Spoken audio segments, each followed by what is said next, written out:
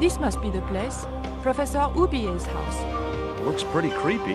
I'd been away from Paris and hadn't seen Nico for nearly 6 months.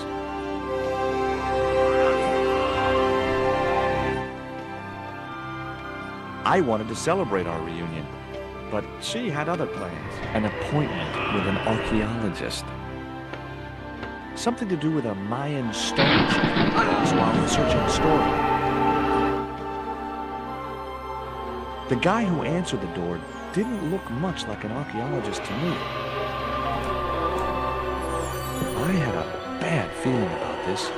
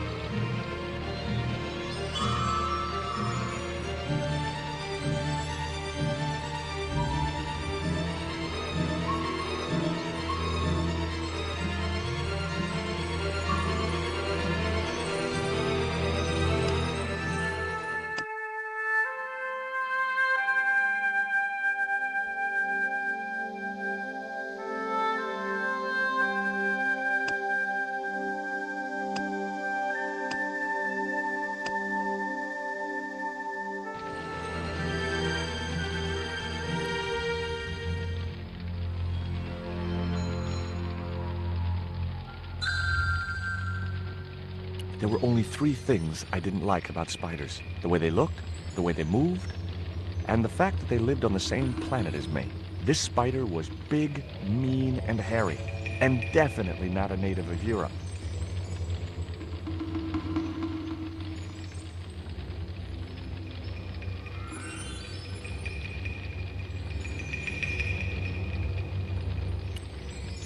I glanced over the books, vaguely hoping to find a copy of How to Deal with Poisonous Spiders While Tied to a Chair. No such luck. But I noticed one corner of the bookcase was supported by a loose block of wood.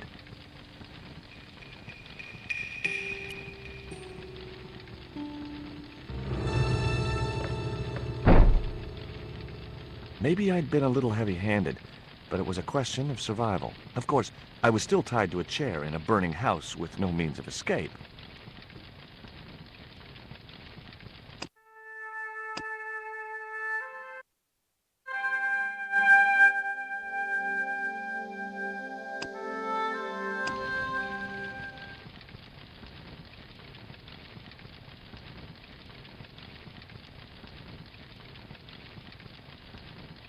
I wasn't touching that spider goo.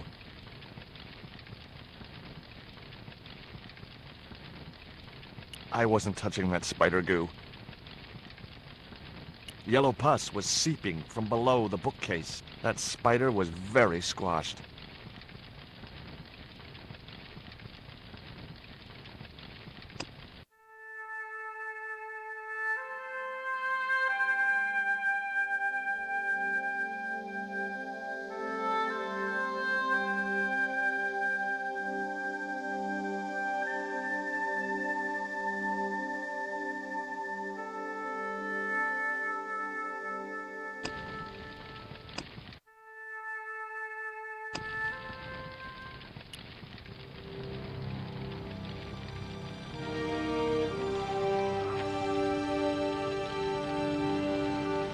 one mighty bound, our hero was free. Now, I had to deal with that fire.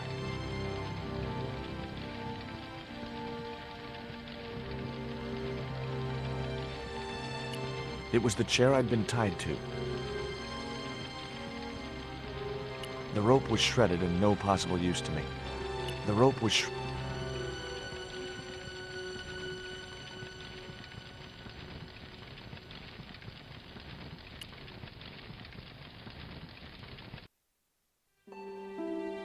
Ubier and his wife, I guess. Nice couple.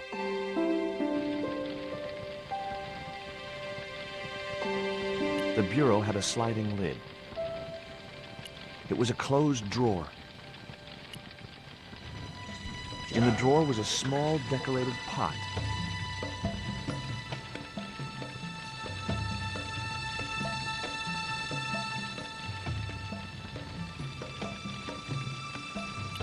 I wasn't touching.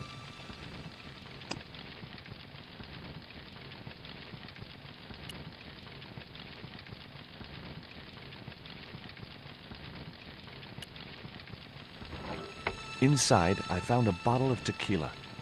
It was a half bottle of extra strong Mexican tequila. Just what I needed under the circumstances. Normally, I didn't drink strong spirits, but today was far from normal. Ew. Disgusting. Not only did the tequila burn like hell, I just managed to stop myself from swallowing the worm.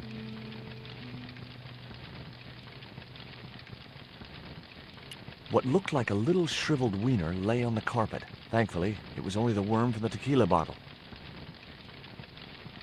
Well, I wasn't going to eat it. But life had taught me one thing. No matter how unlikely it seems, the strangest objects have their uses. Even tequila worms.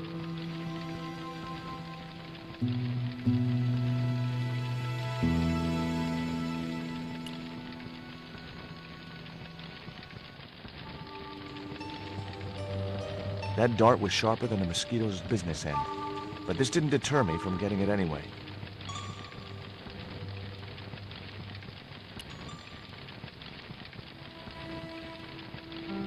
It was a stylish little canvas number containing a lipstick, a handwritten note, and a pair of nylon panties with a large love heart emblazoned across the front. It occurred to me that Nico's tastes must have really changed while I was away. Well, they could be useful.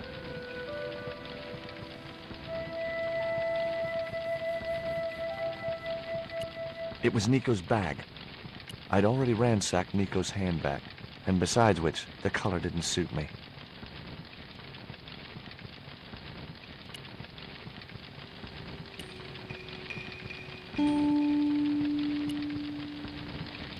It was a soda fountain, perfect for mixing with drinks or squirting at clowns.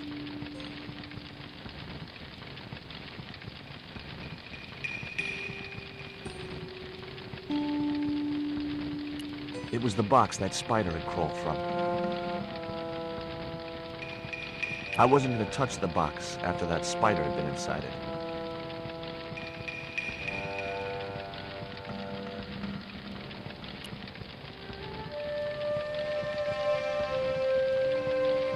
There was no pressure in the siphon.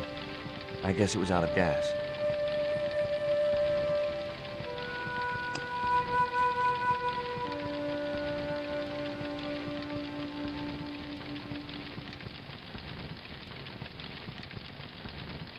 It was that itsy-bitsy tequila worm. I really must remember to take it out of my pants before I send them to the laundry. The pot contained a key. It looked like a house key. It was a pair of red, lace-trimmed panties decorated with a large black satin heart. I guess I had no business reading the note, but I figured it might give me a clue to what Nico was involved in. It was from Andre Lobineau, the history student Nico had known at college. The letter was sentimental mush, and revealed that the exotic lingerie, as he called it, was a gift from him. It gave his telephone number. Labino figured himself as a rival for Nico's affections, but I couldn't believe that that creep was in the running.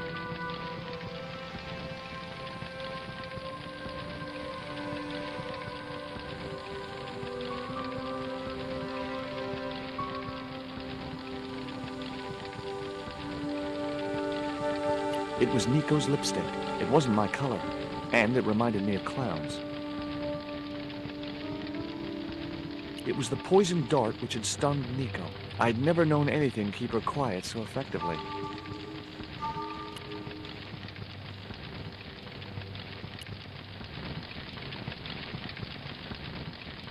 The cabinet was locked.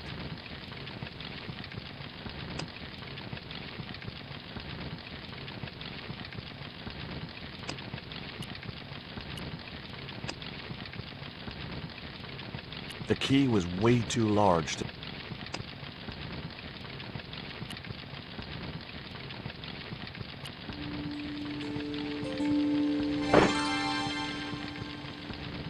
As I released the lock, something blew the doors open.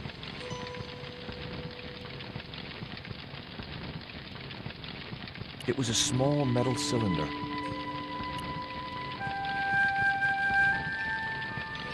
That cylinder was hot. I couldn't pick it up with my bare hands.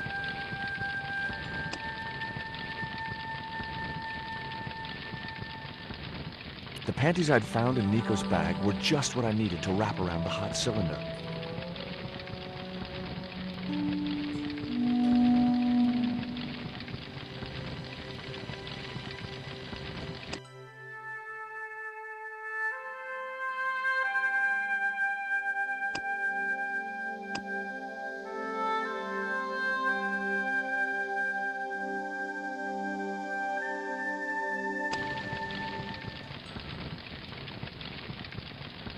The cabinet contained what looked like...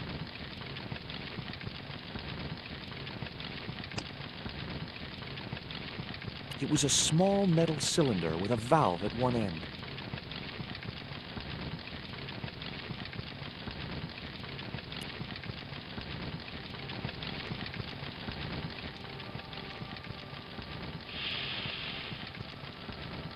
The cylinder gave out a faint hiss as the valve opened.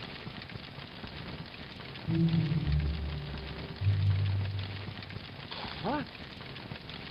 Now I had one primed up and ready to use extinguisher.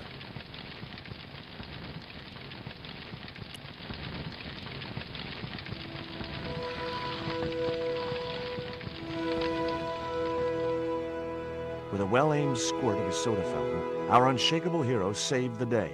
Now it was time to start looking for Nico.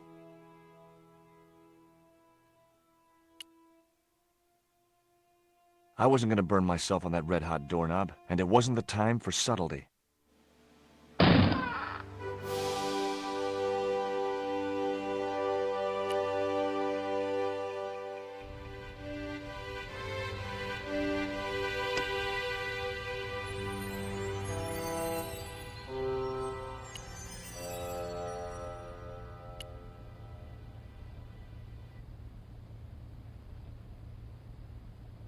I'd found a piece of newspaper folded in two. It referred to a forthcoming eclipse of the sun. Unfortunately, it wouldn't be visible from Europe. The best place to view the eclipse would be Mexico.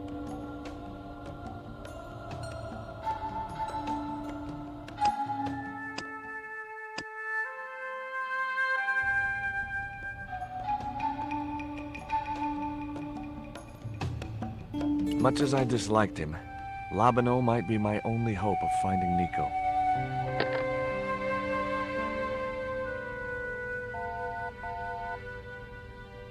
Hi, Andre? Who is this? It's George Stobbart, Nico's boyfriend.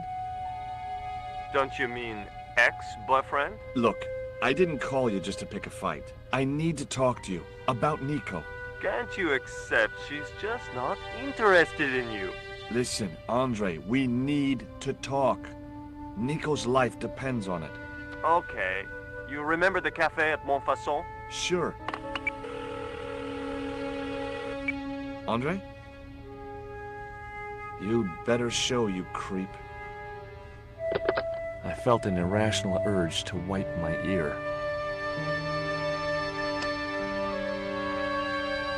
It was the newspaper clipping wrapped inside. It was a bank statement for Ubier's account from an automatic telling machine. The last 5 withdrawals were for large amounts, and all made in Marseille.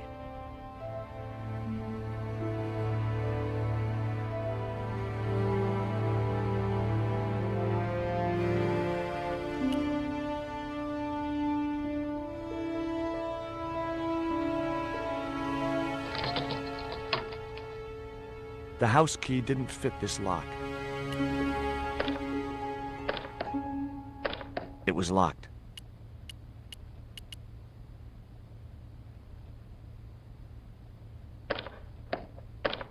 The door was locked. I didn't fancy my chances of kicking this door down.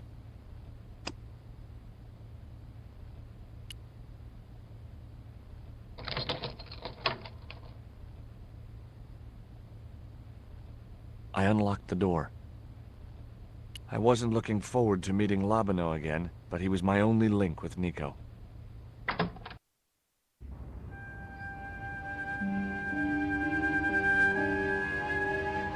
There was no sign of Labano when I got to the cafe. I decided to order a coffee and wait for him.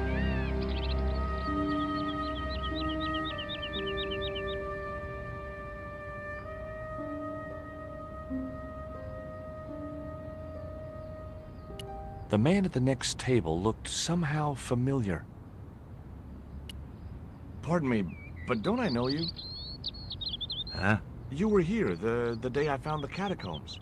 I was. Ah, yes. I remember you. Yeah. Are you still in the police force? No, not anymore. I'm a man of leisure. And what brings you back to Paris?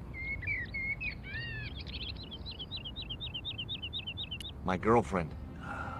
What it is to be young and in love. Will you share a bottle of wine with me? Hey, listen, I'd love to, but I need to keep a clear head. So my company isn't good enough for you. Have you ever heard of a Professor Ubier? No, monsieur. I don't recall the name. Well, apparently he's an expert on Mayan art and history. A little out of my field of experience, monsieur. If he'd been a serial killer or a sodomite, I might have been able to help.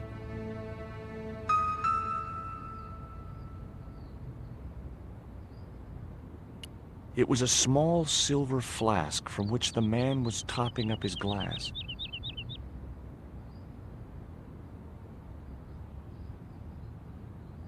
I couldn't snatch the man's flask while he was looking.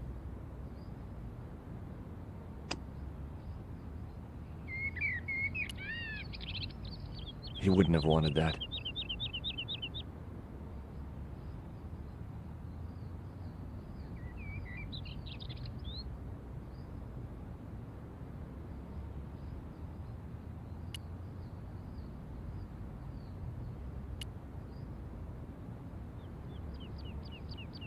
Why did you leave the police? I was forced to retire. The golden handshake. Only in my case, it was more copper than gold. How come? I was made a scapegoat to cover up the department's inefficiencies.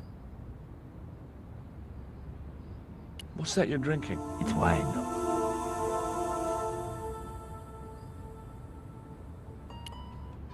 What do you make of this dart? I remember a case where the victim was killed with just such a device. The poison acted in seconds, causing his body to swell up like an inflatable life raft.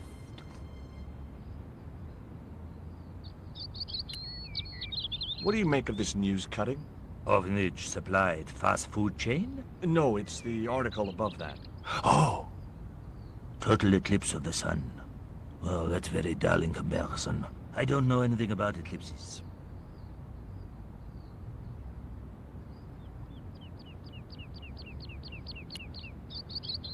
Tell me what you make of this note. From my years of experience, I gained a pretty good insight into handwriting. I'd say that note was written by a compulsive, obsessive type with an Oedipus complex. Hey, you got just about everything apart from the ponytail.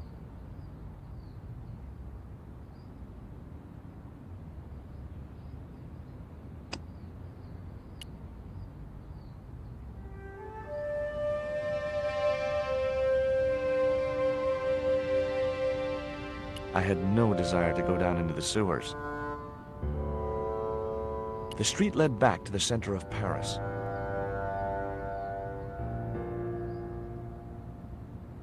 The waiters' stained and crumpled clothes looked as if they'd been slept in. I decided not to bother with a meal. Oh, garçon? He ignored me. I'm sure it was deliberate.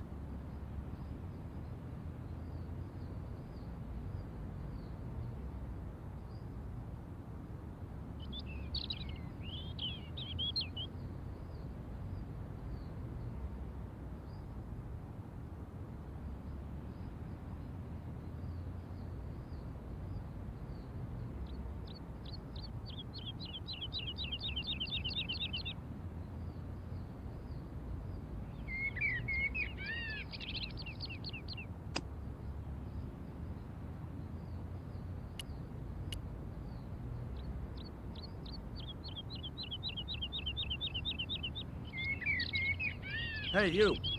What? I'd like a cup of coffee if you don't mind. When I finish serving this gentleman.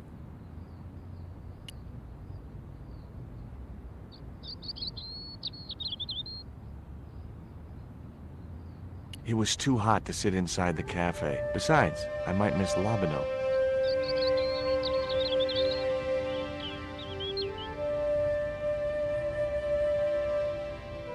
Un café. Thanks.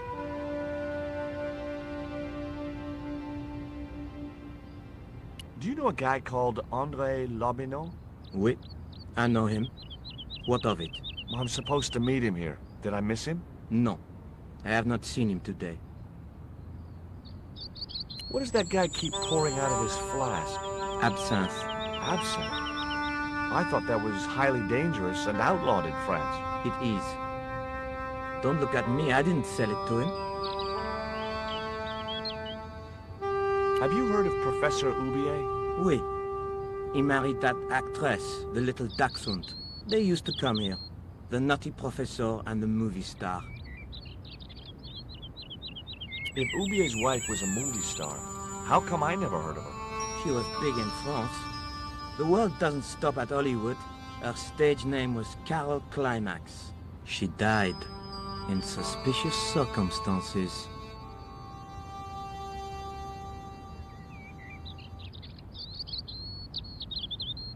How did Oubier's wife die? I heard he shot her. And got away with it? He had a good lawyer and a watertight alibi. Why would an eminent public figure like Oubier risk everything for murder? He wouldn't be the first, would he? Besides, people like him always get off. Do you know that man over there? I should think so. He's a regular customer.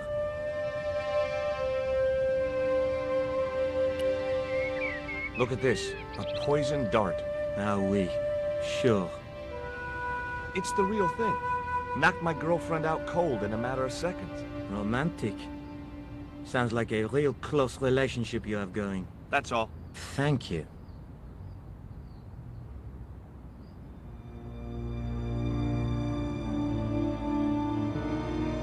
Well, this is a surprise, Georgie.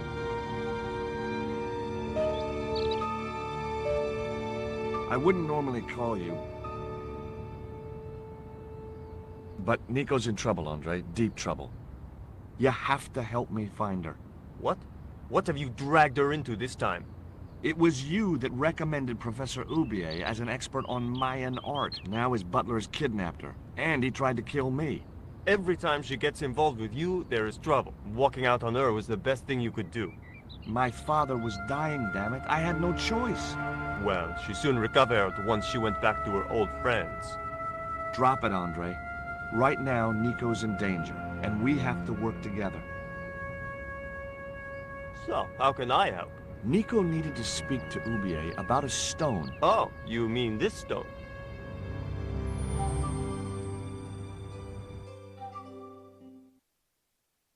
So that's what all the trouble's about.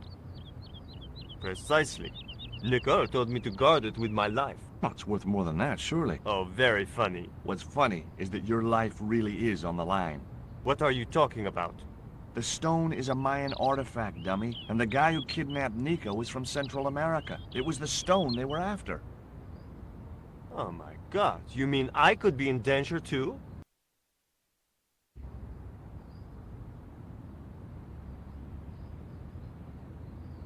What do you suppose the carving on the stone means? I don't know. I haven't shown it to anyone. Why don't you just give it to me? I don't want your death on my conscience, George.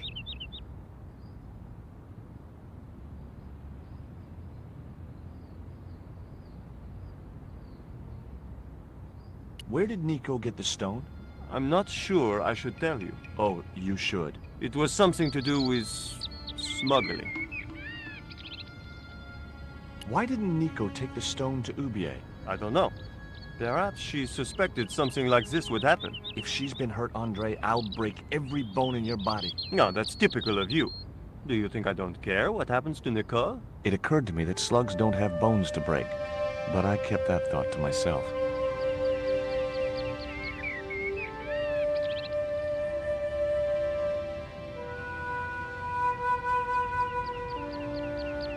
Tell me about your friend Ubier.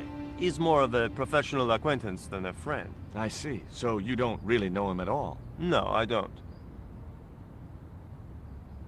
Does Ubier employ a guy from Central America? Maybe. I don't know.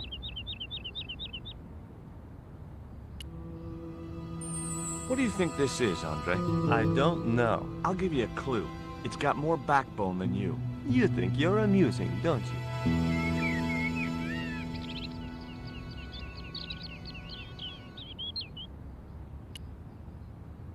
What can you tell me about this pot? South or Central American, I'd say. I have a friend who'd be able to tell you more. Where can I find this guy? He owns a gallery on the left bank. The Gliese Gallery. Take a look at this, Andre. It's a bank statement.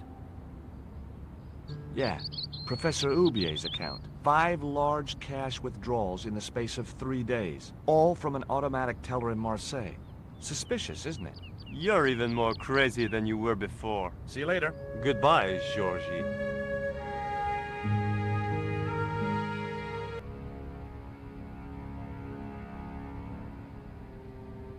I've had enough of your games, Collard. Tell me what you've done with my stone.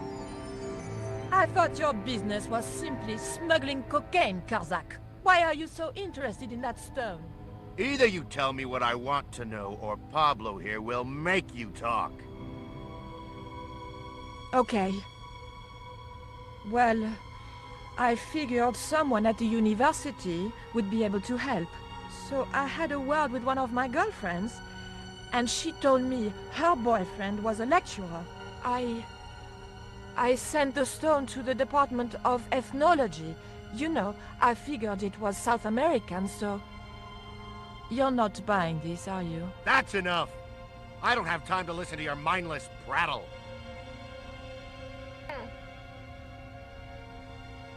We'll leave you to think it over. Come the morning, you'll be ready to talk.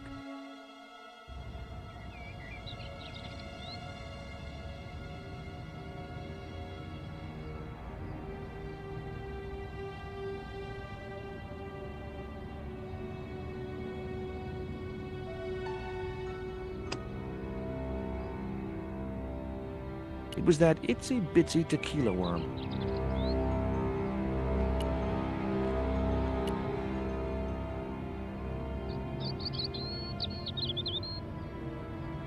Do you miss being a gendarme? Yes, of course I do.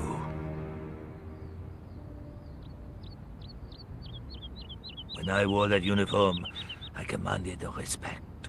Not anymore.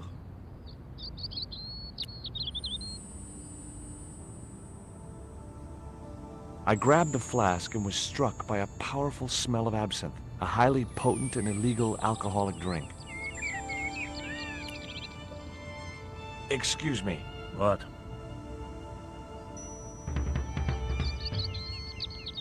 Ever heard of Carol Climax, the movie star? Yes, but I don't care for the kind of movie she's made.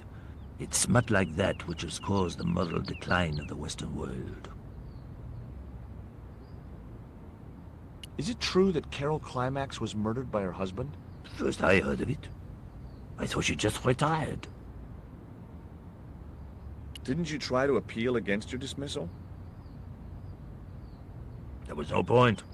It was my word against that of the chief inspector. And he was a close friend of the director of the museum I was supposed to be patrolling.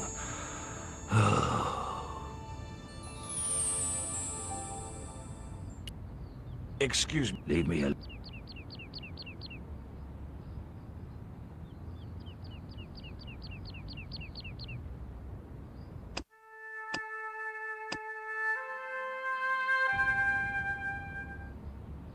Now I had another lead. I could either go back to Ubier's house, or visit the Glee's gallery.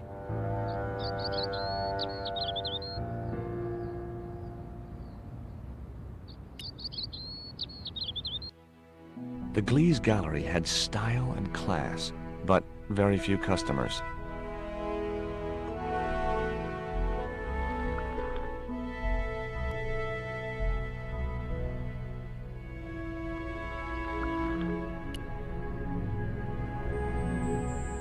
I couldn't believe it. The pots were marked at 5,000 francs each. As far as I could tell, the pots were almost identical to the one I'd found in Ubier's house.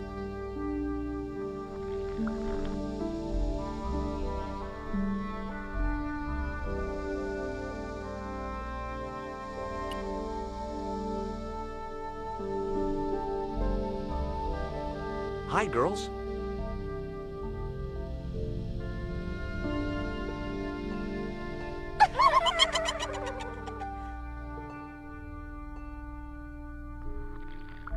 What's the joke?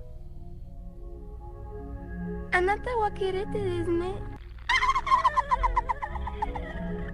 Okay, fine. The girls were in a world of their own.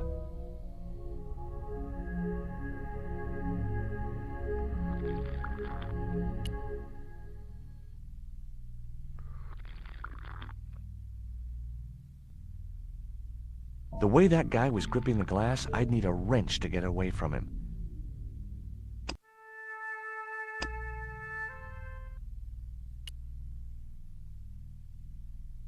Are you Mr. Glees, the owner? Good God, no. Then I guess that must be him over there, right? Your powers of deductive reasoning astound me.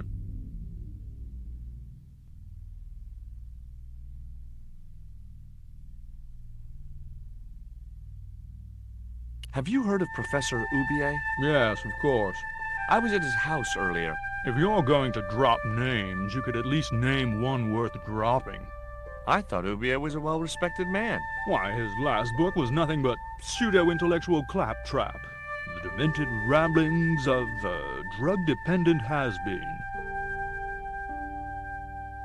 What's that you're drinking? I'm not sure, but I have a suspicion it might be urine. Glees can't expect a favorable criticism of his gallery when he serves this muck. Would you give me your opinion on this pot, sir?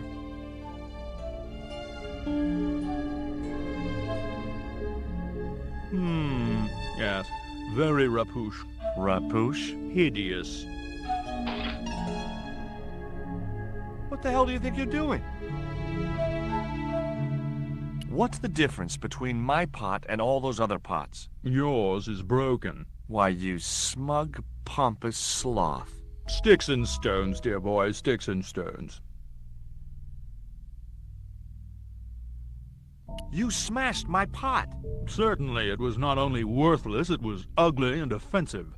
To you, maybe. Believe me, I was doing you a favor. I wasn't going to waste any more breath talking to that pompous blimp. Maybe I could turn the situation to my advantage, and at the same time, get my revenge.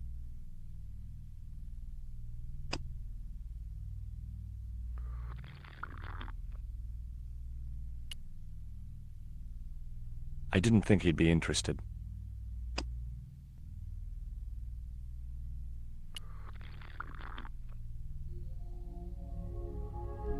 I didn't think he'd be interested.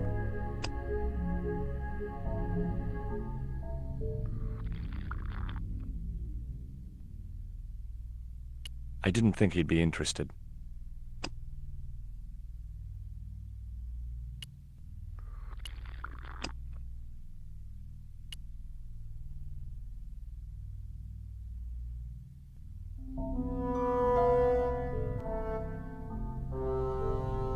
I splashed a little absinthe into the glass and hoped he wouldn't notice the change of color.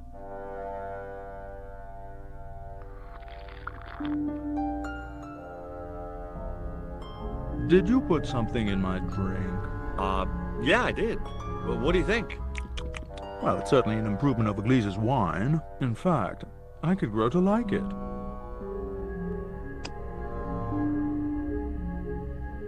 Allow me.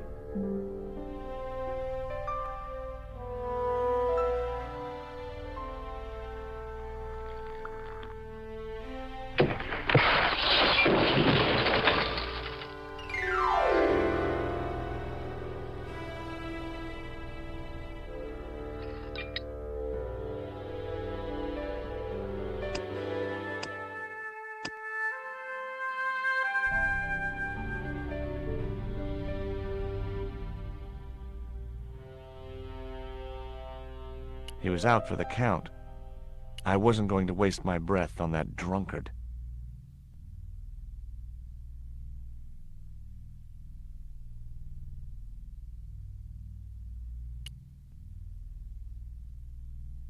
Were those pots very valuable? The pots are insured, but not the shelving. You've no idea how much that cost me. I hope to God Oubliette has plenty more of these pots at the docks. If not, I'm ruined. Go away. Glees wasn't happy, I could tell.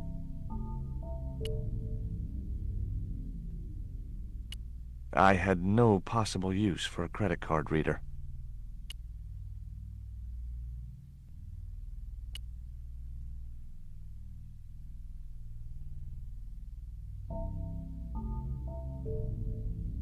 There was nothing in the case but styrofoam packing, but pasted on the side was the remains of a label.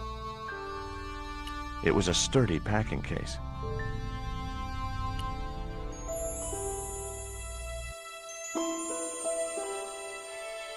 Underneath the logo of a flying bird were the words Condor Transglobal Mars. The rest of the label was missing.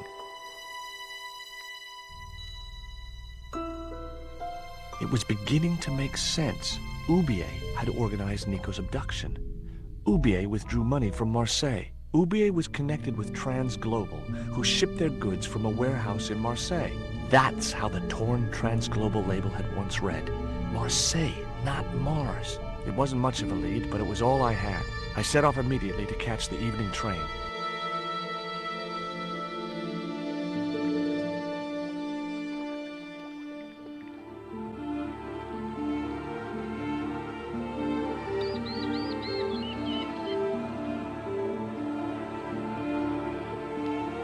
It was almost dawn when I arrived in Marseille. I traced Condor Transglobal to a desolate dockside.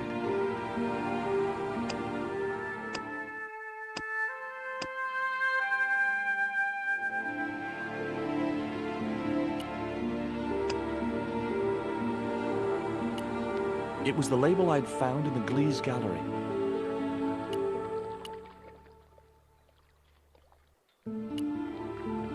There was a glow of light at the window of the hut.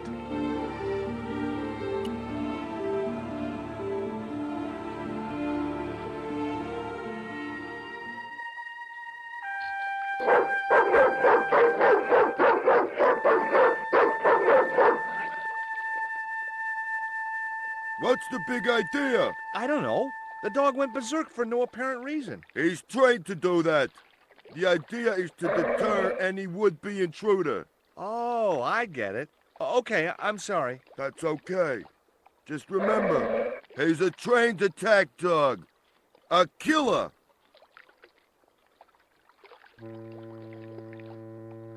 It was a mean-looking guard dog.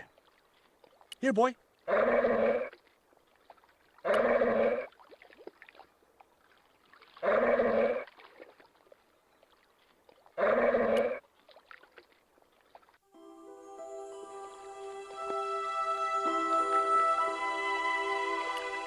The platform was held up by a hinged bracket. I couldn't figure out what it was for.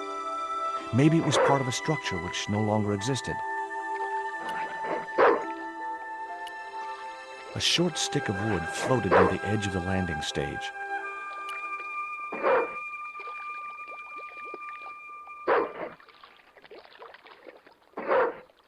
The stick had a hook on one end. I figured it was a boat hook, for hooking boats.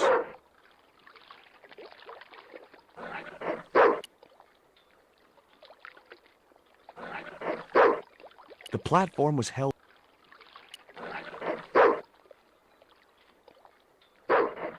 My arms weren't long.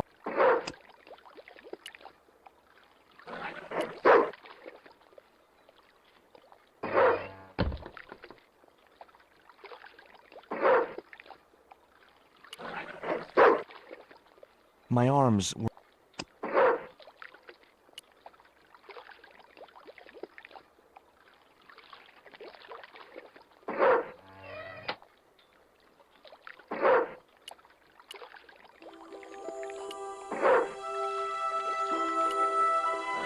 The trapdoor barred my way into the watchman's hut. The floorboards above me creaked ominously under the watchman's weight.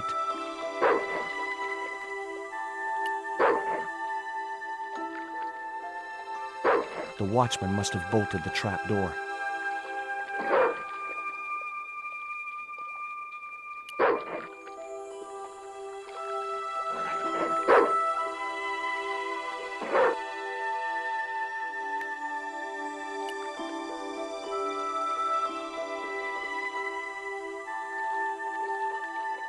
It was a tall wire mesh fence.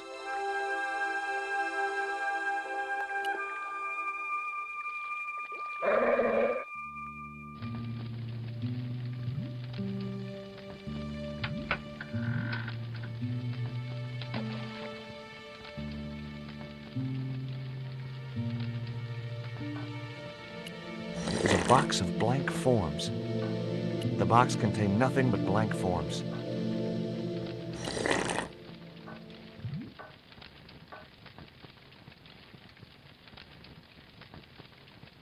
Ouch! Gotcha!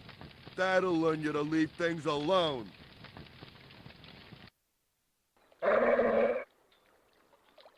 The chimney was a metal pipe with a conical hat on top to stop the rain getting in.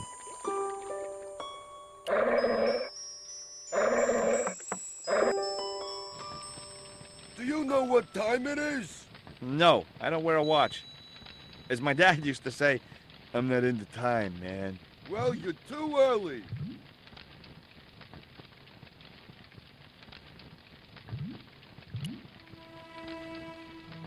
I have these very exotic panties. Take them away, you pervert!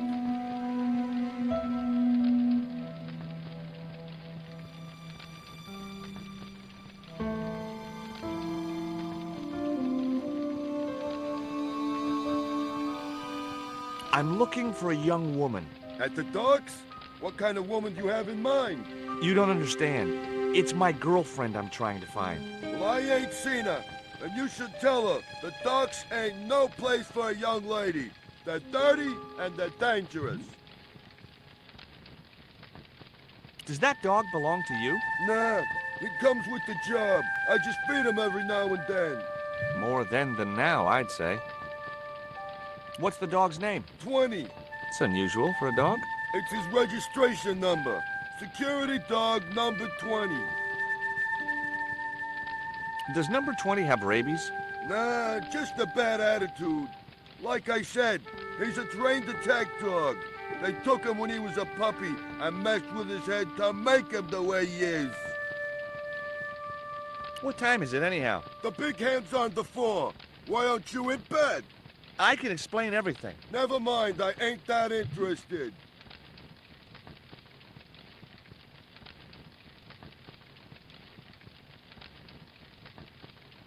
What time do you open the gates? 7. Do you mind if I hang out here till the docks open? Please yourself, but you'll have a long wait.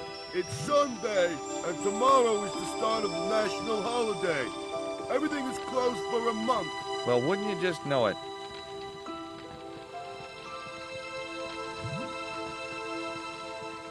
Ever heard of Condor Transglobal? Sure. They have a warehouse here. Well, could I take a look? Not until after the holidays. Come back in a month. I have to make a delivery to Condor Transglobal. Where's your rig? About half a mile down the road. And you walked here? Jeez, are you some kind of nut? Nah, it was easy. I just put one foot in front of the other. Are you gonna let me make my delivery? Not without the paperwork. You get the papers, you make your delivery, and I get a fat backhander. I was getting nowhere with the story about being a trucker. Do you know what kind of business Condor's involved in? I'm paid to guard the gate. Their business is none of mine.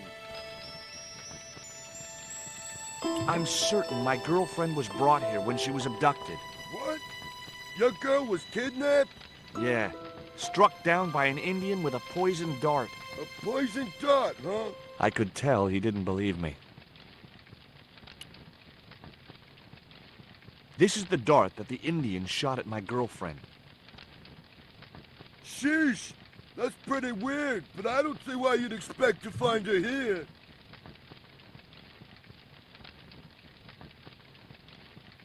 Have you ever heard of Professor Oubier? Me? None of my friends are professors or anything like that. What's cooking? Beans. You know a man can live on nothing but beans. Not this one.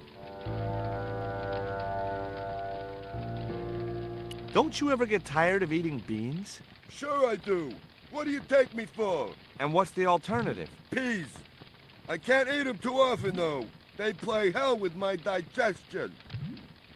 Have you ever considered changing your diet? What's wrong with beans and beer? You need me to tell you? You're pumping out enough methane here to fill a dirigible. Take a look at this letter. That's sick. Did you write it? Oh, no. No, it's a letter from my girlfriend's admirer. If I was you, I'd smack him in the mouth. Well, that's not my style, but thanks for the advice. I gotta go now, but I'll be back. Can't wait.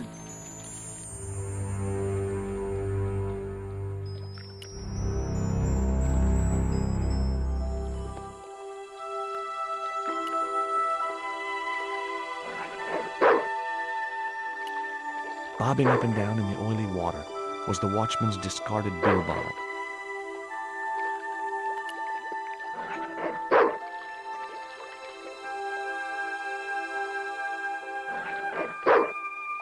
The bottle was just out of reach. Nothing was going to get me into that water if I could help it.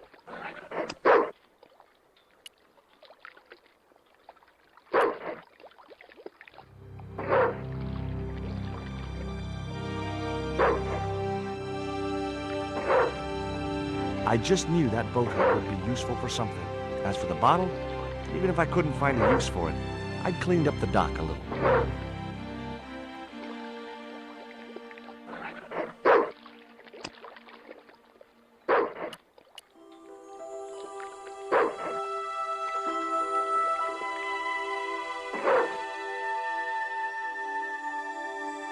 The chimney was a metal pipe. On top of the pipe rested a cone.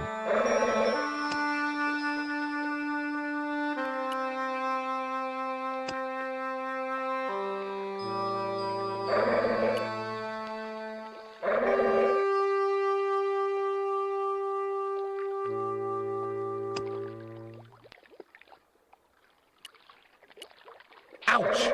That's hot. The bottle was half filled with water. Maybe it would cool the cone down enough to touch it.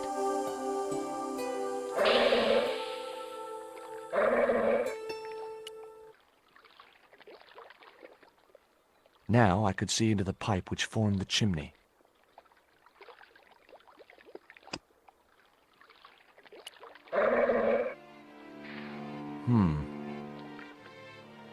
The bottle had blocked the chimney, and the hut was filling up with smoke.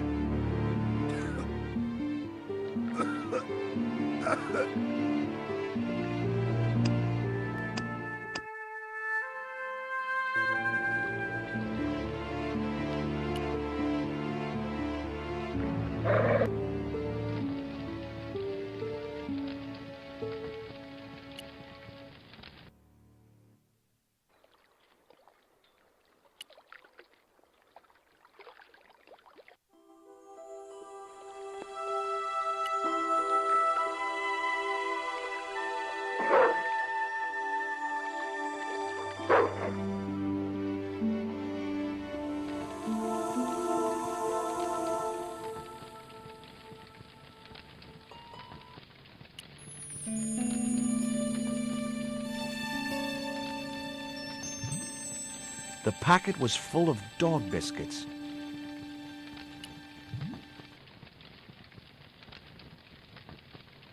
Baked beans in ketchup. It was a large bucket filled with coal. Someone had once told me a piece of coal brought you luck.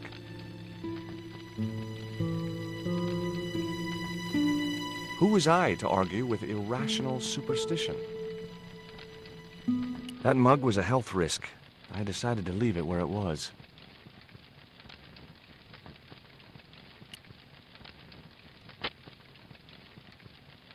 I realized that that wasn't such a good idea.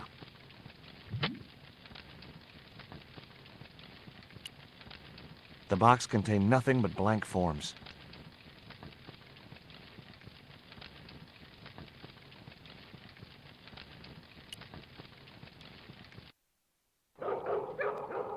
What the hell do you think you're doing? Get the hell out of here. Okay, just hold on to that dog.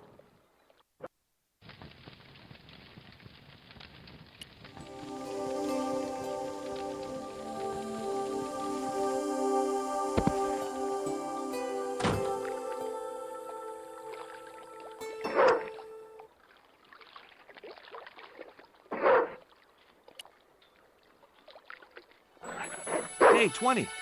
Come and get it, boy.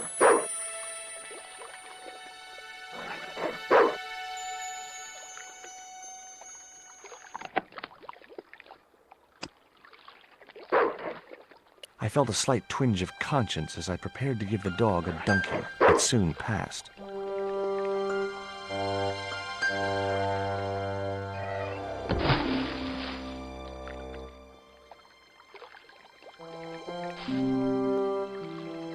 As I'd expected, the dog could swim like a dog.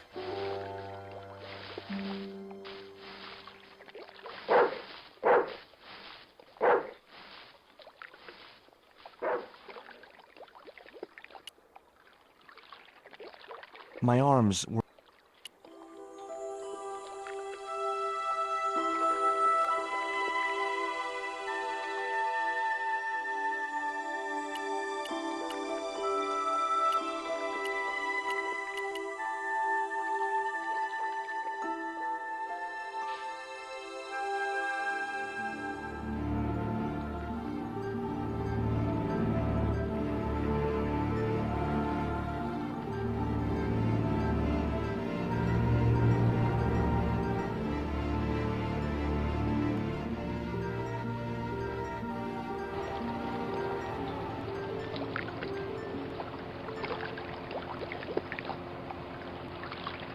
It was a beautiful piece of 19th century engineering, but not a lot of use to me.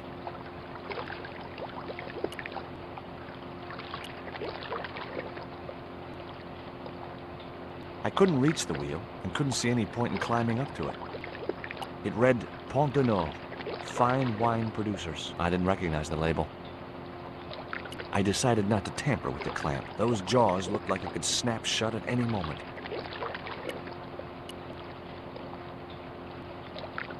The doors looked 100 years old, but they were still very sturdy.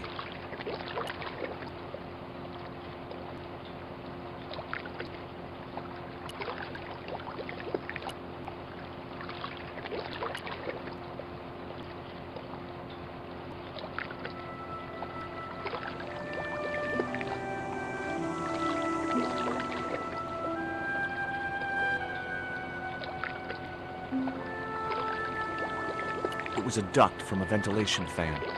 The window wasn't fully shut.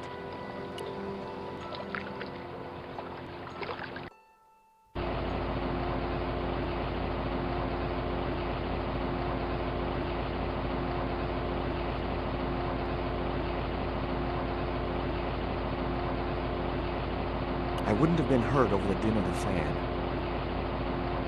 It was the creep who'd kidnapped Nico, and I had a score to settle.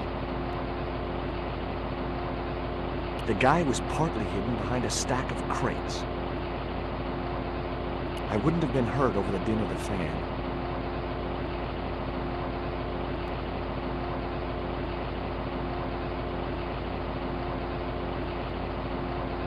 the room was filled with transglobal crates. Not such a good idea.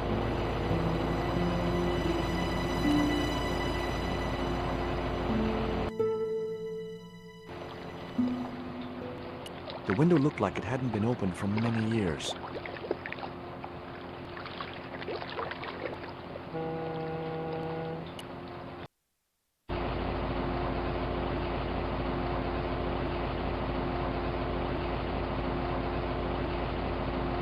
It was a powerful fan.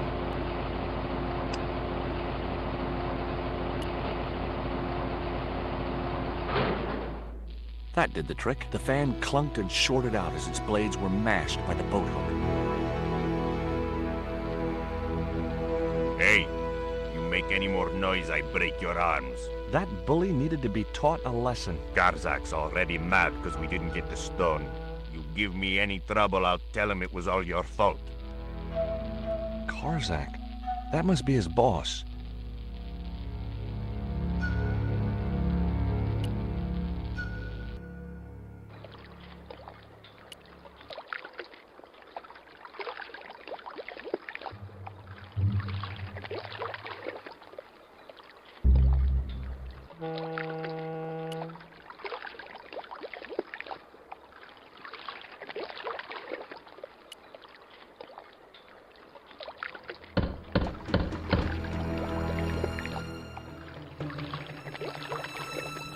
Who is it?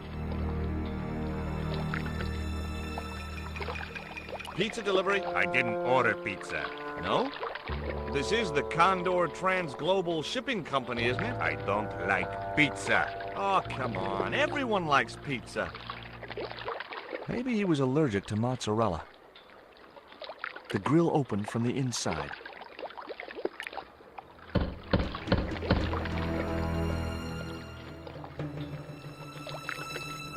Hey, What now?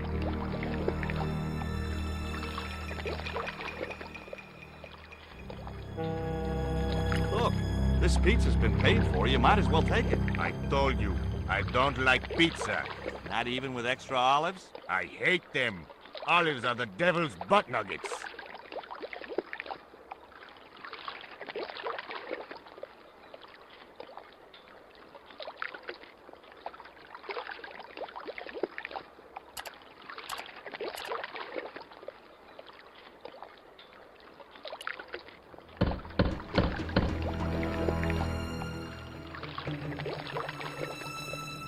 If you know what's good for you, you'll open this door. What if I don't? I'll kick your head in. Okay, I'll come out, you creep.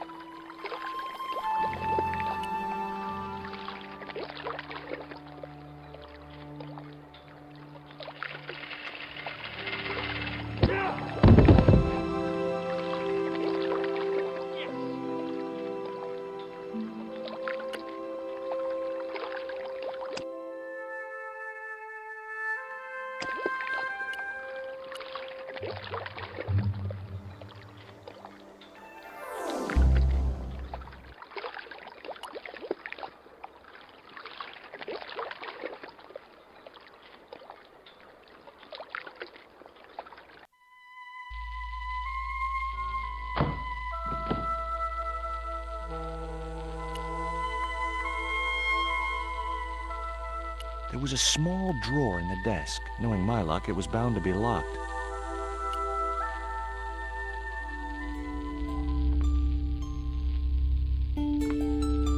The only interesting thing I found was a small brass key.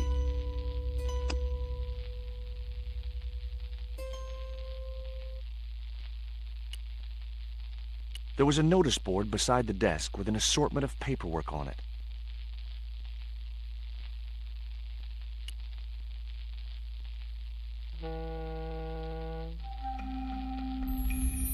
Among the paperwork which adorned the notice board was something which caught my eye. It was a delivery note from Condor Transglobal, and the address was Coromante City.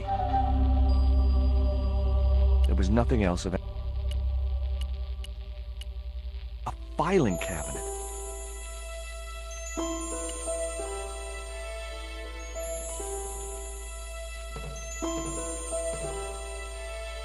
It was locked.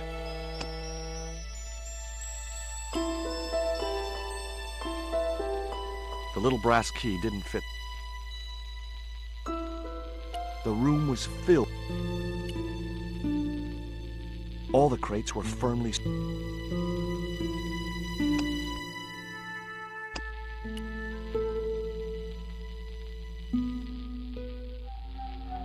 Whoa! Don't shoot! The little guy had a blowpipe. That confirmed my suspicions about what had happened to Nico. I waited for him to shoot me, but it didn't happen. Instead, he seemed to want to tell me something. What? What do you want? He seemed excited, almost desperate. What did he want so bad?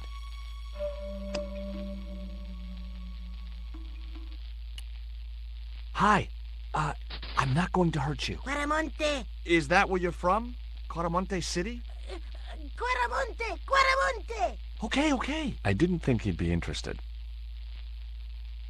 What have you done with my girlfriend? Huh? I am not leaving without her. Where is she? He didn't appear to understand me. Tell me what you've done with Nico, and I'll share these biscuits with you. I knew it sounded lame, trying to bargain with a box of doggy snacks. Besides, how was he to know how yummy they tasted? Do you know what this is? Peito. Lotseka peito. Inyakot lagoino mutu.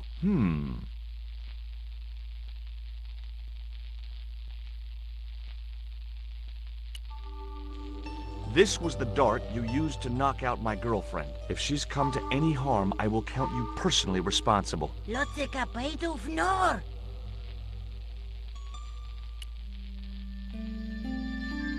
What does this key unlock? Huh?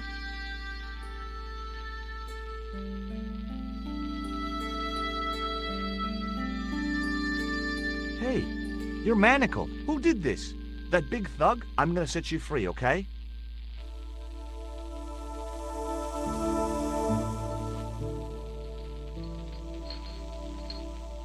Hey, come back here.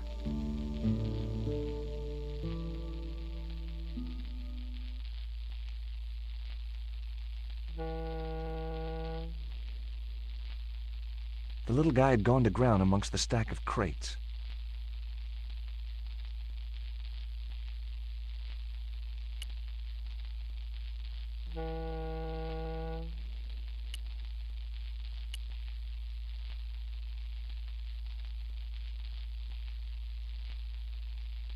It was an elevator to the...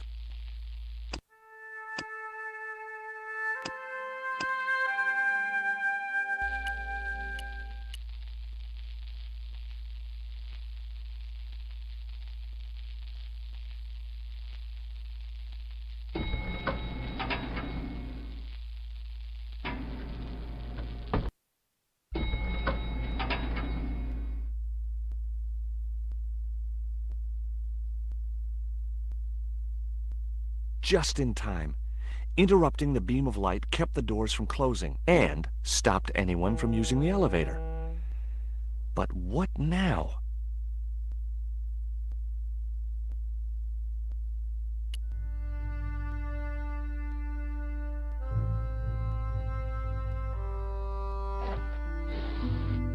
There. That would keep the doors from closing. The crate was labeled, "Danger. Live contents. Do not drop." There were small holes in the top and sides, and scratchy noises coming from inside.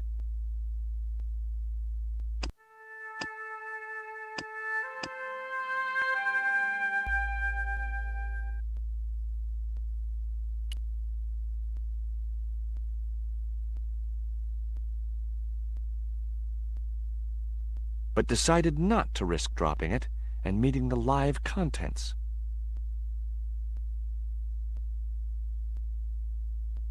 The statue looked way too heavy for me to move. There wasn't much I could do with a pulley that didn't have any rope.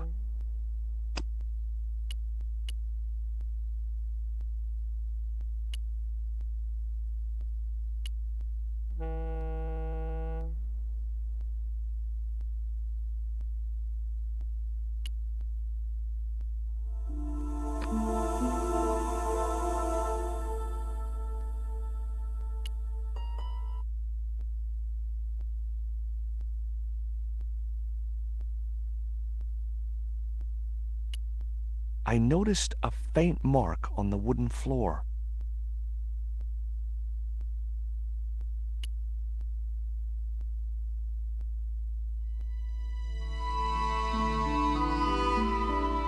There was an arc-shaped scratch on the floor, as if a door had been opened in the nearby wall. My fingers traced the outline of a secret door in the wall. Then I found a small round stud, which was set flush to the surrounding wooden paneling. Just as I'd hoped, a secret room.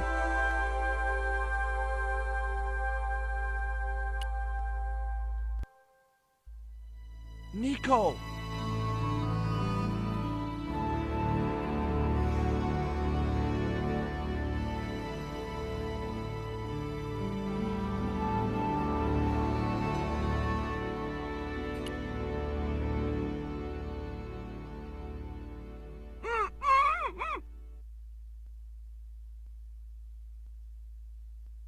Will you look at this?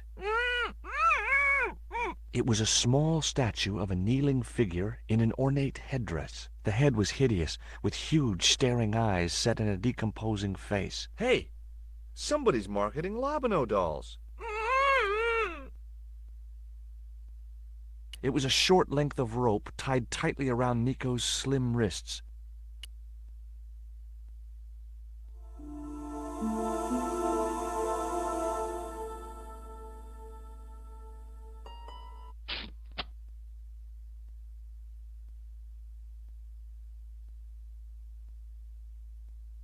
There.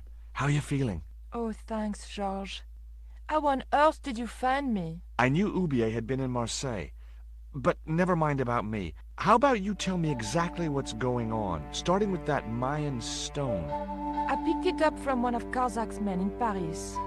I was expecting a consignment of narcotics. Drugs? Yes. The proof I needed to expose Karzak's smuggling operation.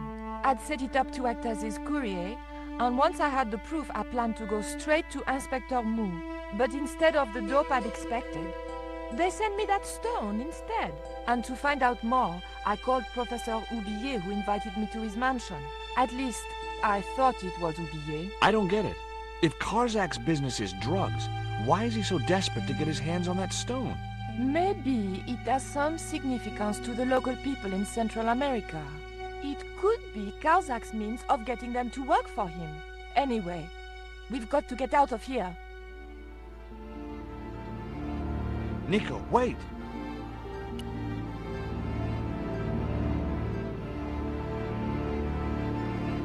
I decided to keep the masking tape.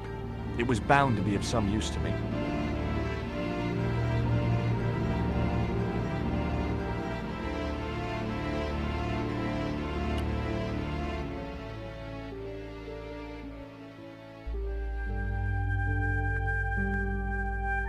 We can't use the elevator.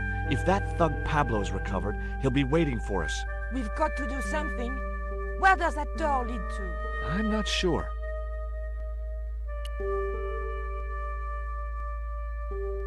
A sturdy beam was jammed across the doors. These doors were not going to open.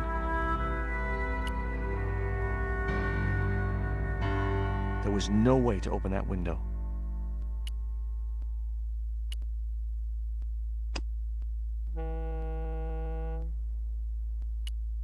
It would be much easier to attach the rope to the stack.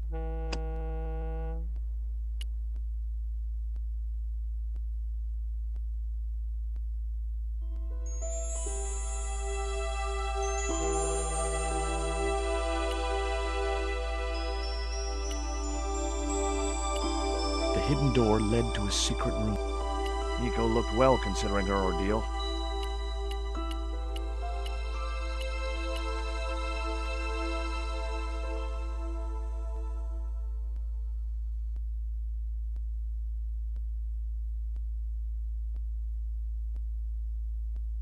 Okay, tell me what you know about Condor. Condor Transglobal exports Aztec and Mayan relics from Central America to Europe. But that's just a cover for the real business.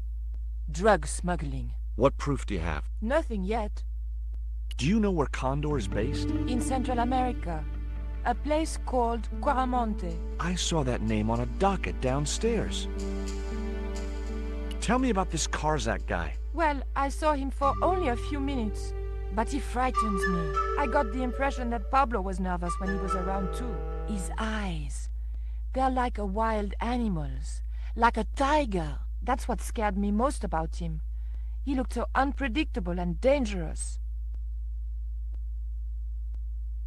Did you know Ubier's wife was a film star? No, I didn't know he was married.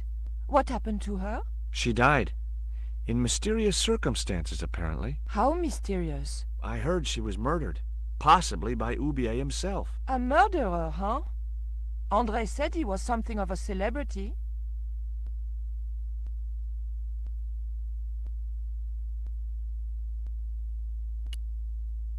I found these in your bag. Oh, they were a gift. I know. I read the note. God knows what was going through André's mind. I think that's quite plain enough.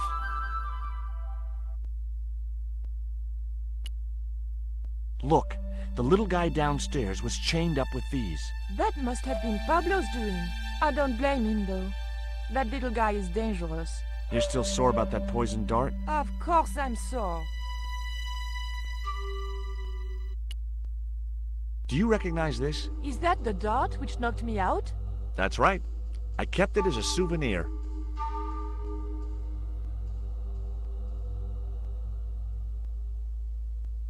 Did I hear you refer to Inspector Moon? Yes, you remember him?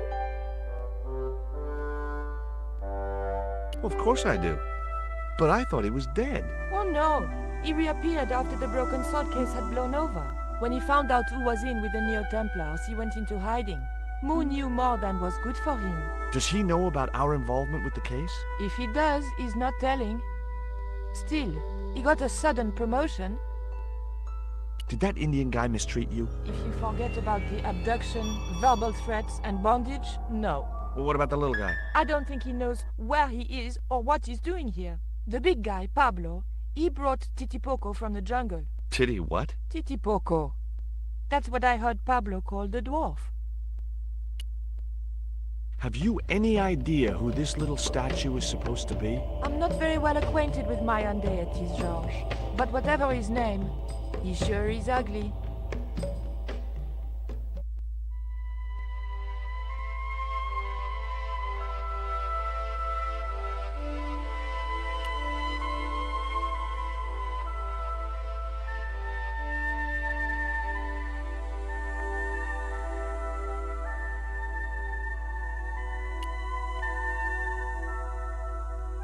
The rope wasn't long enough to reach the pulley.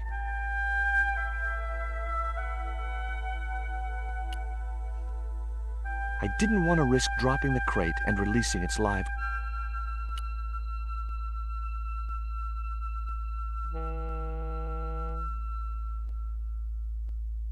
No chance. Whatever those crates contained, they were heavy. The statue looked way too heavy for me to move.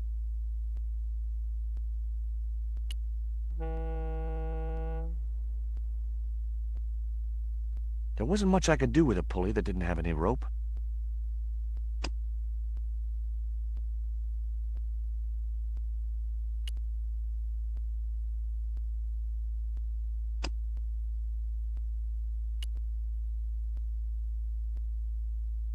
What was it you wanted to talk about? I didn't think she'd be interested.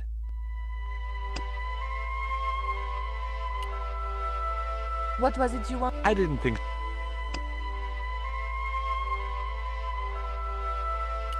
What was it you... I didn't think she'd be...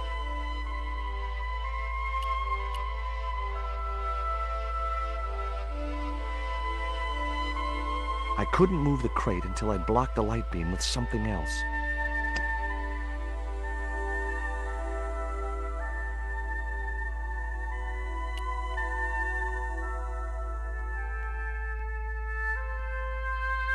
Hopefully, the tape would prevent those doors from closing and stop the Indian from being able to call the elevator.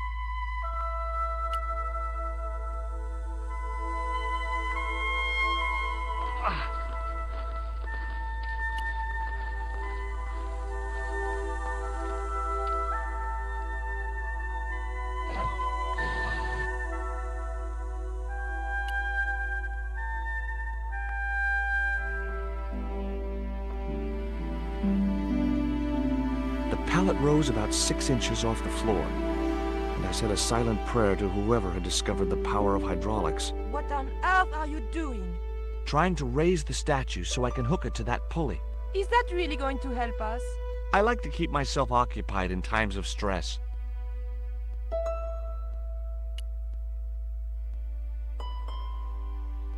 There wasn't much I could do with a pulley that didn't have any rope.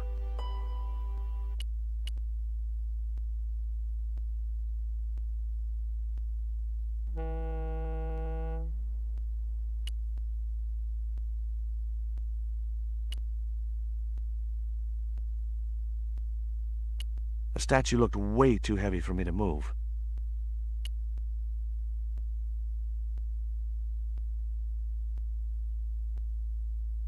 There was nothing else I wanted to talk to Nico about at that time.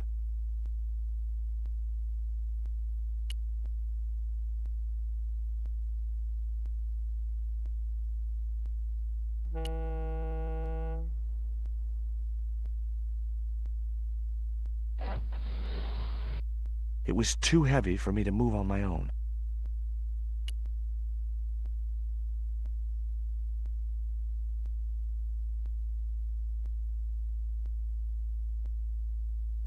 Could you give me a hand to push this statue? What for? This, my dear, is our passport to freedom. If you say so, dear.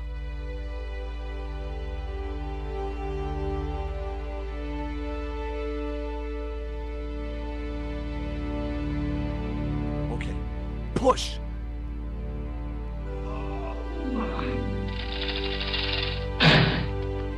Great teamwork. Nice to be working with you again, Mr. Stobbart.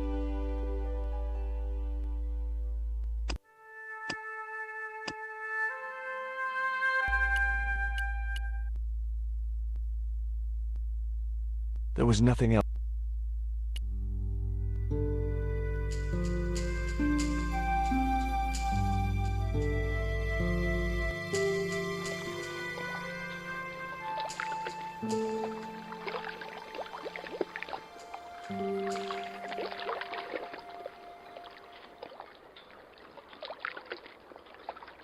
I thought about hanging from the cable with my bare hands, but it was too far to the other end of the cable.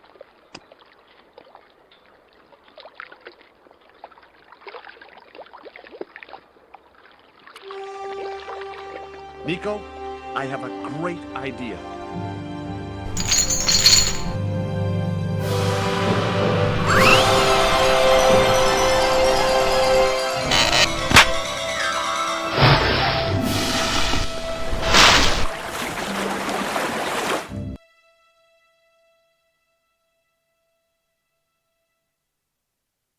George, where have you been? Never mind that. Do you have the Mayan stone? Maybe I have, but, Don't argue, Andre. Give the stone to George. well, of course. If you say so, Nicole. Thank you so much, Andre. George, he told me you'd been kidnapped, my dear. I'm glad to see he was mistaken. Oh, but it was true. If it hadn't been for George, I wouldn't be here now. It's not finished yet. Karzak's thugs will be back for that stone, you can bet. The best lead that we have is Coromonte City. Coromonte? It's in Central America. That's where Ubier gets his artifacts. That's all we needed to know. Come on, George.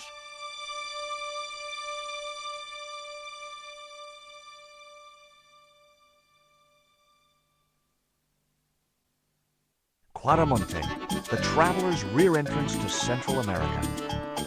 Well, that's how it was translated in the brochure. We didn't know what we were looking for, but the offices of Condor Transglobal seemed a good place to start.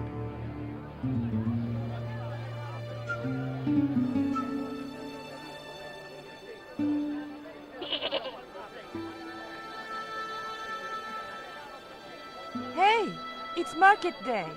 I don't see any cabs. Let's ask someone how to get to Quaramonte City. Okay. Keep your eyes peeled for any sign of Condor Transglobal.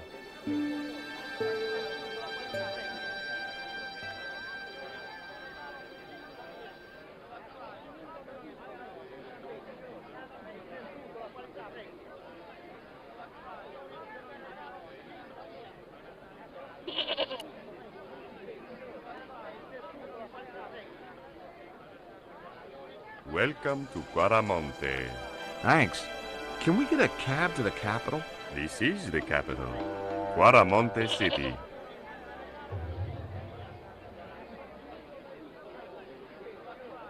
When's the next ship out of here? But, senor, don't you like our beautiful country?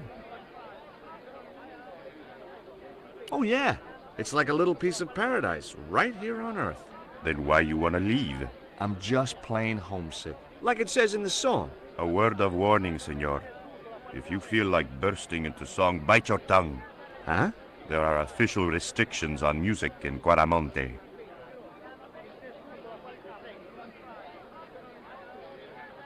How come music is restricted in Quaramonte? It is part of a great cultural enrichment campaign. Traditional Quaramonte music is considered unsuitable for these fast-moving times. Nuestra Senora has decreed that only one category of music is suitable. What's that? Easy listening. We've had enough. We're going back to the ship. Okay. You show me your brown card? Huh? What brown card is that? The official exit visa.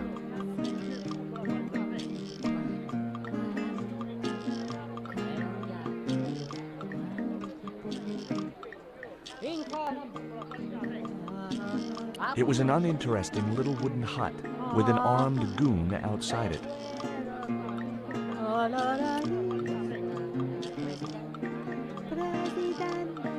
Hi. You wanna buy something? No, not really. I got cabbages. Buy a cabbage, senor.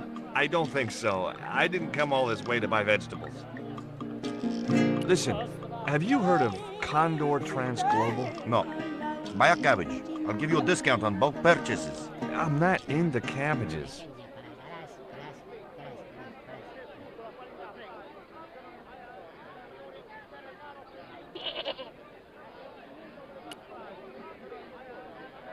Have you ever seen anything like this before?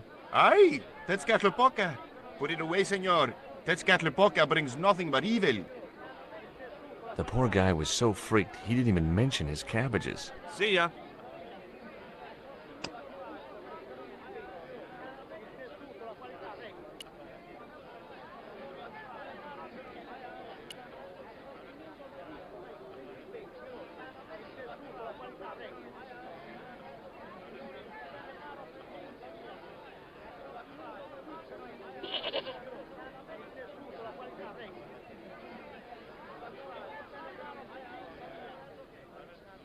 Hi there.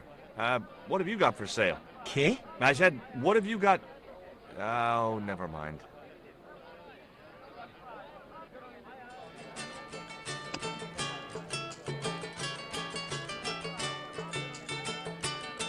That guy just didn't look like he was gonna help me.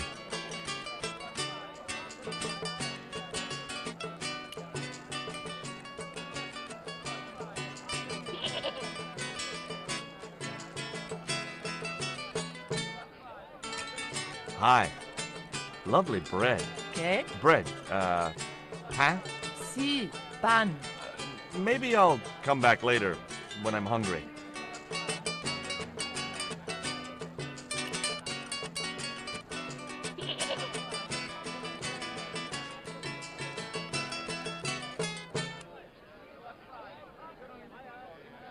Those things are gourds, aren't they? Sí. Hey! Mind the footwear, lady.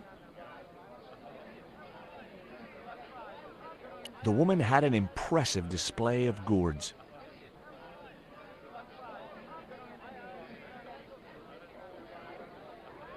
The guy was selling fish. Do you have crabs? No, only fish. Nice fish. Thanks. If by some remote chance I ever need a fish, I'll be back. Do you recognize this statue? Si, senor. It is very, very bad luck. That is Tezcatlipoca, Night Hunter. I know, but I don't believe in luck, good or bad. You may not now, but you will. The guy looked scared out of his wits. Go away.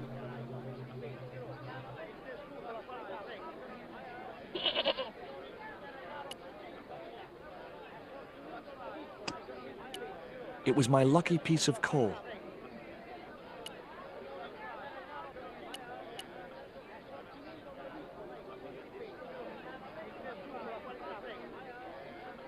Hey, cheer up, guys. What's with the long faces? Our pipe player has been arrested and thrown in jail. Poor Miguel. He never broke the law in his life.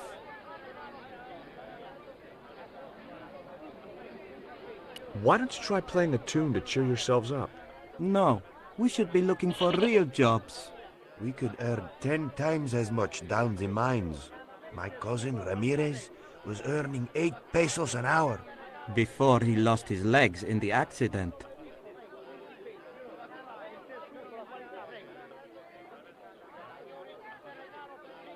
Why was Miguel put in jail? For playing folk music. What? It's true, senor. He insisted on playing traditional Cuaramonte music, even though it's illegal.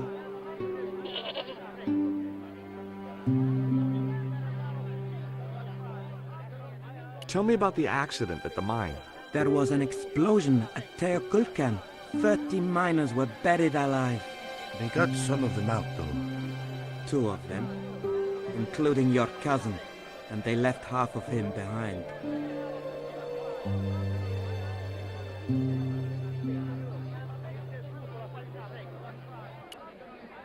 Would either of you guys care for a biscuit? A dog biscuit, senor? Are you trying to insult us? No, really. They're good. We'll take your word for it.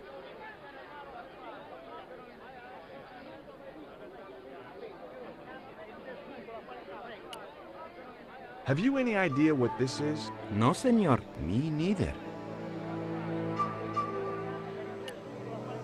Have you seen anything like... I, the hungry chief.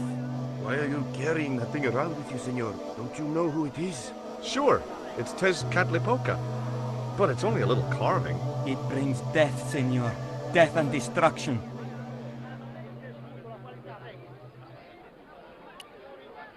What do you make of this little worm? No good. It's dead. Sure it's dead. You think I'd carry it around in my pocket if it wasn't?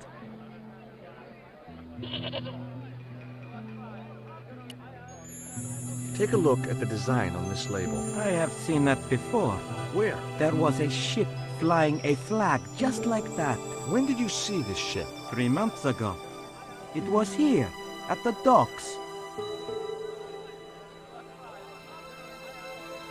What was the ship with the Condor flag carrying? I don't know, senor. We weren't allowed near the docks. That's right. Usually we meet the ships when they tie up. We play to the tourists. Well, when the Condor ship came in, we were told to go away. Do you guys know anything about a total eclipse? What is it? It's like when the sun is hidden by the moon. It's crazy. My cousin Alfredo swears he saw it happen once. But that was after he stupidly consumed a cocktail of peyote and antibiotics.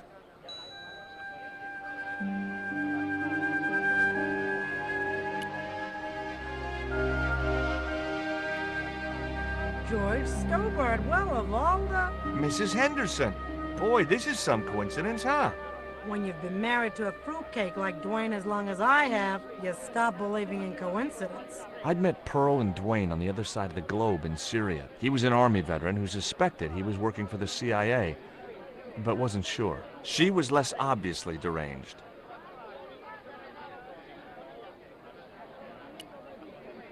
Look at this, Pearl. A tequila worm. Don't you bring that thing anywhere as near me, honey. I swear I'll scream like a hog on a hot plate.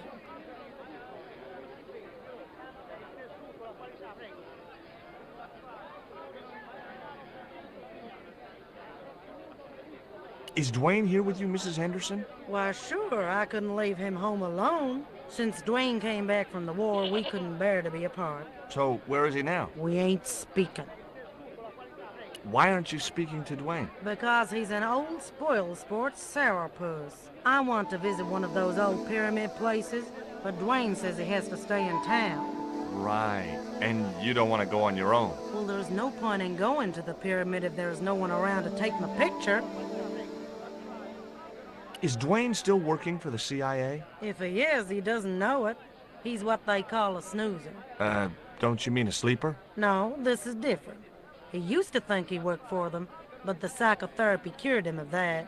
What he doesn't realize is that now he really does work for them. At least that's the way I understood it. What brings you to Quaramonte, Pearl? What takes me just about anywheres. The market. You drove 2,000 miles to go shopping? Shopping is my role in the economy of the Great Design, George. What do you make of this stone, Pearl? Oh, that's pretty. What's that thing supposed to be, a rabbit? I believe it's a coyote. Well, it sure is cute. I was surprised she didn't ask me where she could buy one.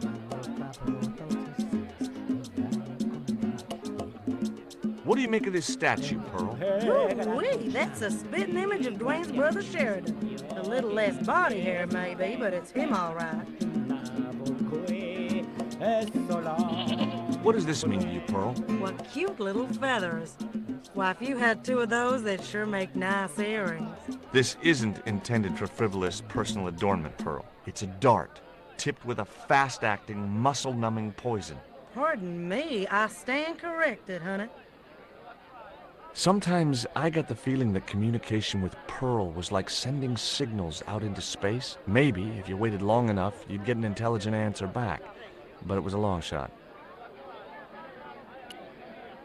Take a look at this news cutting, Pearl. You'll have to read it to me, George. I left my specs in a gay bar in Santa Barbara. Well, it's about an eclipse of the sun, which is due to occur in a few weeks' time. You'd think the government would warn us about these kind of things. It's not dangerous or anything. Apparently, the best place to view the eclipse is right here in Quaramonte. Oh, my. She didn't appear to be the slightest bit interested. Catch you later, Pearl.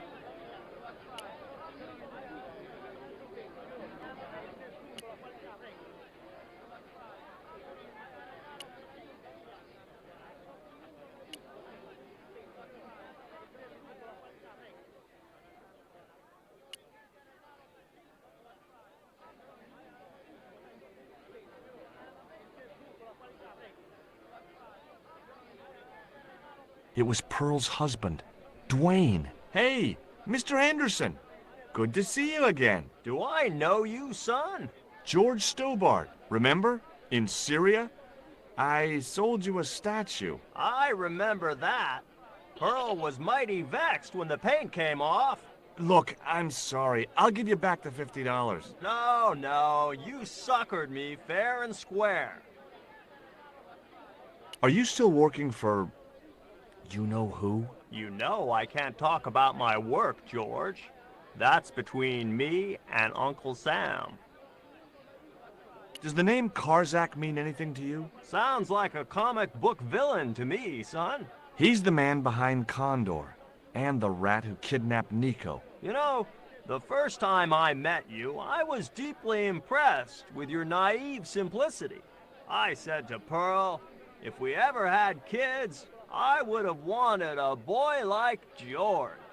But I underestimated you, son.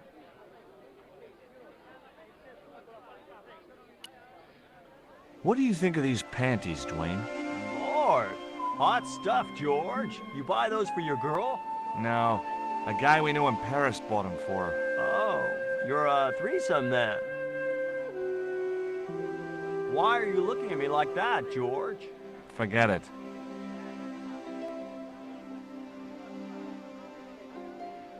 Did you know that traditional music is illegal in Caramonte? Is that so? Seems reasonable to me. No, really. The leader of the band in the square has been imprisoned just because of the music he played. I don't know who you've been talking to, but that fella, Miguel, he's an agitator. What's the real reason the musician was imprisoned? Handed out subversive literature at the mines. That so-called general was waiting for Miguel when he got back into town. Marched him off to jail at gunpoint on a charge of inciting a riot. I spoke to Pearl earlier. Yeah? Did she mention that we had a kind of falling out? Yes, she did. She'll get over it. Did you drive all the way down here? Hell no. Pearl did the driving while I followed the maps. The way she handled the wheel, you'd think she'd been trucking half her life. Why did you bring a huge truck like that? George, I'm on a top-secret classified mission for Uncle Sam. This truck is a rolling bomb. 400 pounds of nitrate fertilizer with a plastique initiator. They'll hear the bang in China. Gee, I'm really looking forward to this. Would you like a biscuit, Dwayne? Oh no, those gourmet dog snacks bring me out in a rash. You've tried them? They were on special offer. Pearl bought a whole crate. When I asked her if she was thinking of keeping a dog too, she just laughed.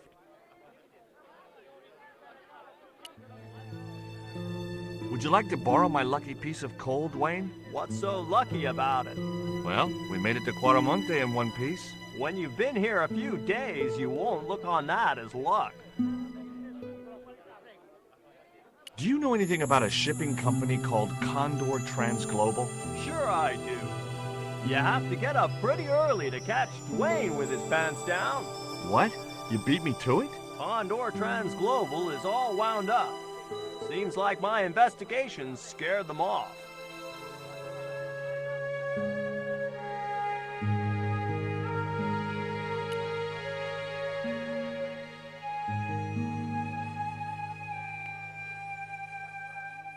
Hi, I'm George Stobbart.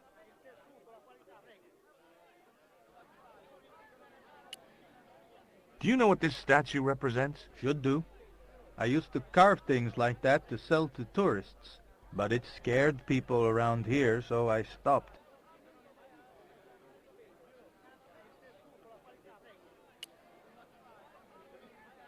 What do you think of these panties? Awesome. You wear them? No. Someone sent them to my girlfriend. Thoughtful.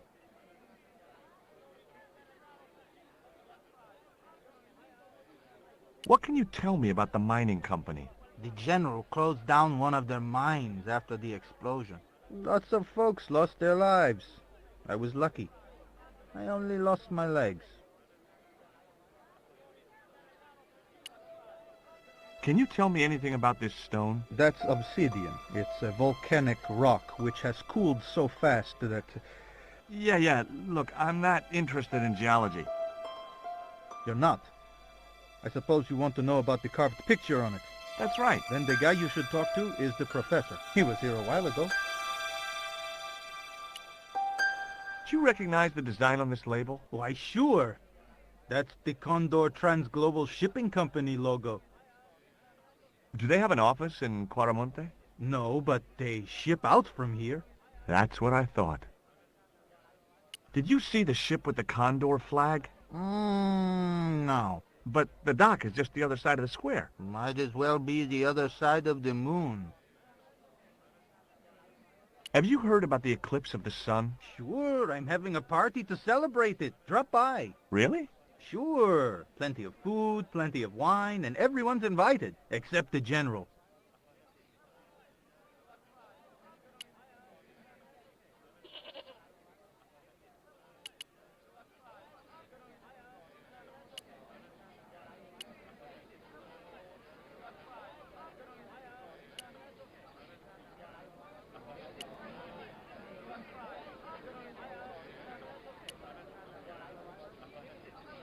I hear you drove all the way to Claramonte.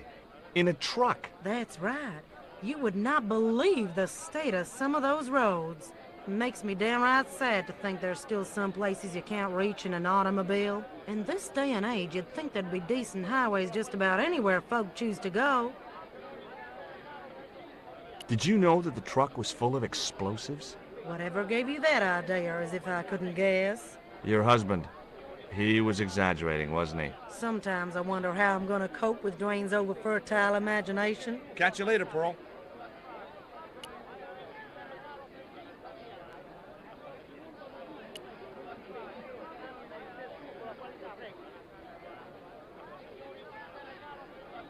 Labano tells me he's been seeing a lot of you. We meet sometimes for lunch, a drink. After you'd gone back to the States, I was pretty lonely, you know. Lonely? You must have been desperate. Couldn't you just visit the zoo or something?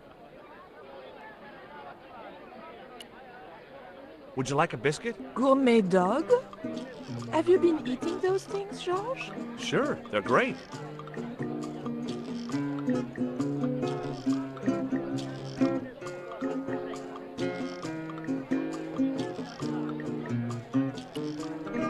Guess what this is? Go on, guess. It's wrought iron, probably from a chimney stack on an old stove. Well, I suppose it could be. How did she know that? My grandfather used to work in a foundry. Take a look at this, Nico. That's disgusting, George. Why are you carrying it around with you? I don't know. I just can't seem to part with it.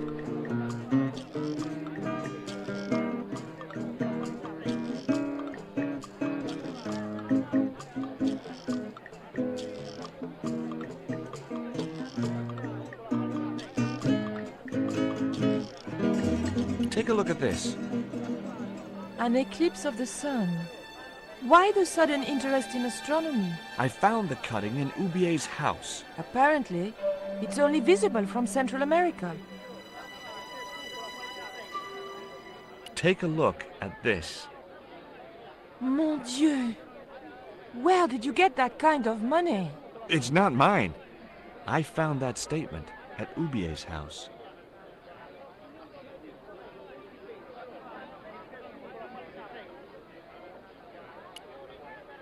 Do you have any theories about this stone? I think that design represents a dog, a Mexican dog. So, this is the sacred Chihuahua stone? Sheesh.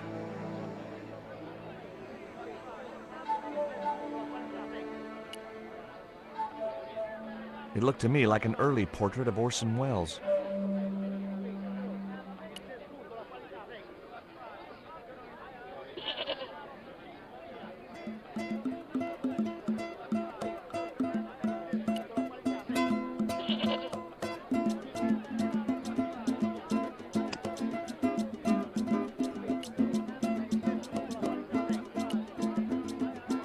Hey, Nico!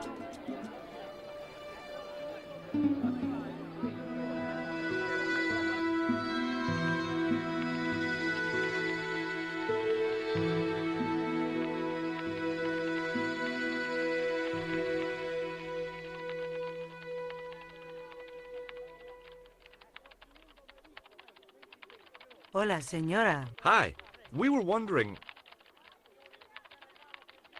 I was talking to the lady, Chico. Hi, my name is Nicole Collard. Concha Garcia.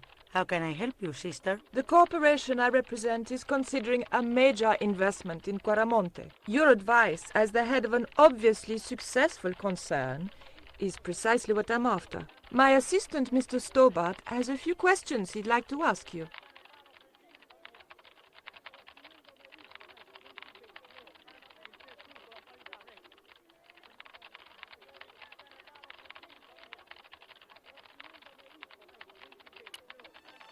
Would you be interested in these panties? They look about your size. Is that your best line, Chico? I'm serious. They were an unwanted gift. Put them away before you get overexcited.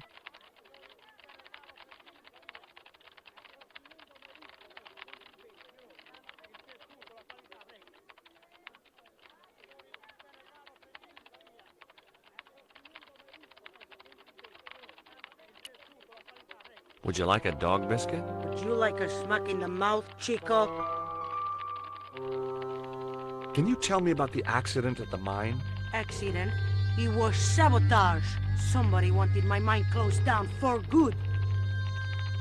Have you heard of a man named Karzak? No? Who is he? He's the reason we came to Quaramonte. We think he's running a drug ring. Well, I hope you find him, but I've never heard the name before. Do you have any evidence that the mine was sabotaged? Not yet, but I'll get to the bottom of it. There'd been trouble at that mine for several months. The workforce was getting smaller every day. Someone had started a rumor among the men that the mine was cursed. Now the entire operation has been closed down. Where's the site of the mine? Several days upriver at a remote area known as Teoculcan. Does this stone mean anything to you? I think it is a spirit stone carved by a Mayan priest, no? I don't know which of their many gods it represents.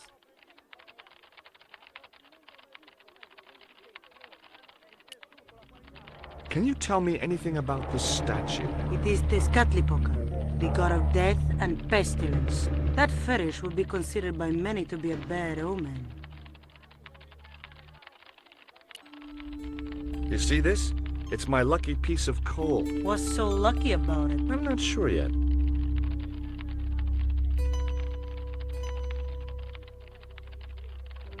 Nice buns.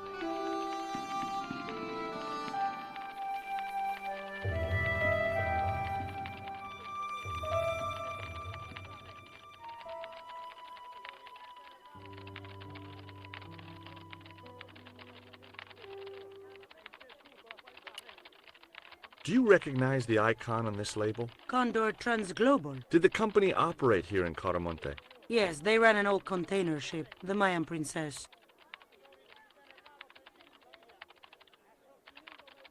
Do you know who owned Condor Transglobal? I've no idea. Have you heard about the forthcoming eclipse? I don't take much interest in things like that. One of the boys might know about it.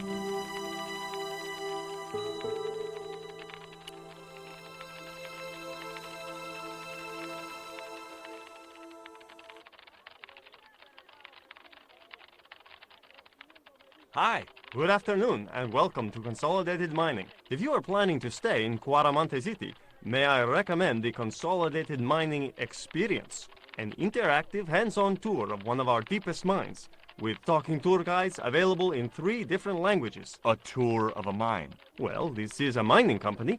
What else did you expect? Do you know anything about the eclipse that's due soon? Me? No, senor. Do you know where I could find Senor Karzak? No, senor. How come you're not wearing any pants? I feel more alert without them. Kind of perky. And your boss doesn't mind? She suggested it.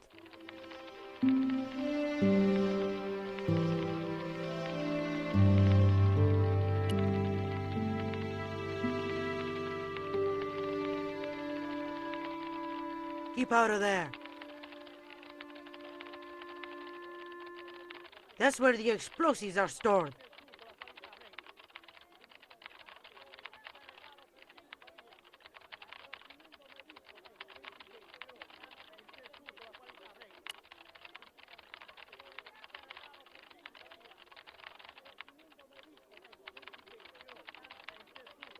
Are you looking forward to the eclipse of the sun? Not especially.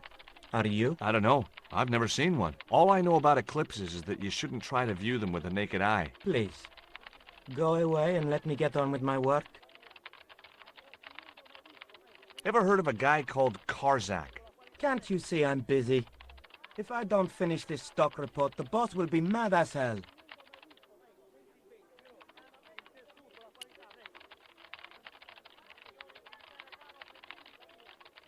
Did you know there's an eclipse of the sun in a few weeks' time?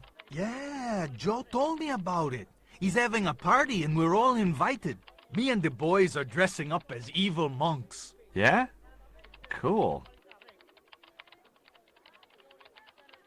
Ever hear of a guy called Karzak? No, sir.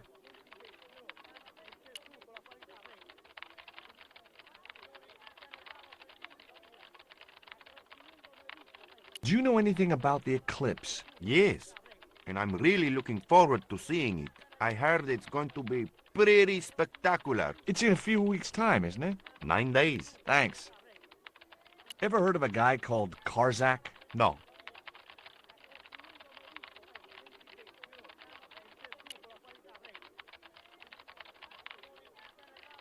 There was nothing else I wanted to talk to. I had nothing else to...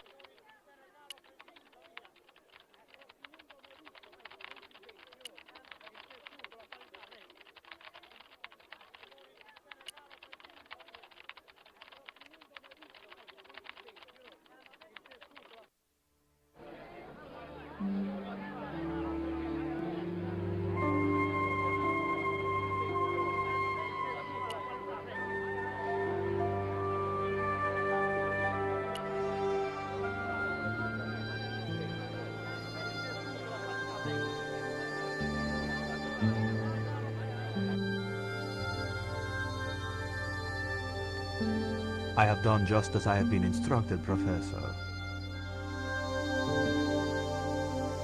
With the mine closed down, there'll be no one around to observe your excavations. Ah, I have visitors. Just remember what I told you, General. There's really no need to make a martyr out of that man.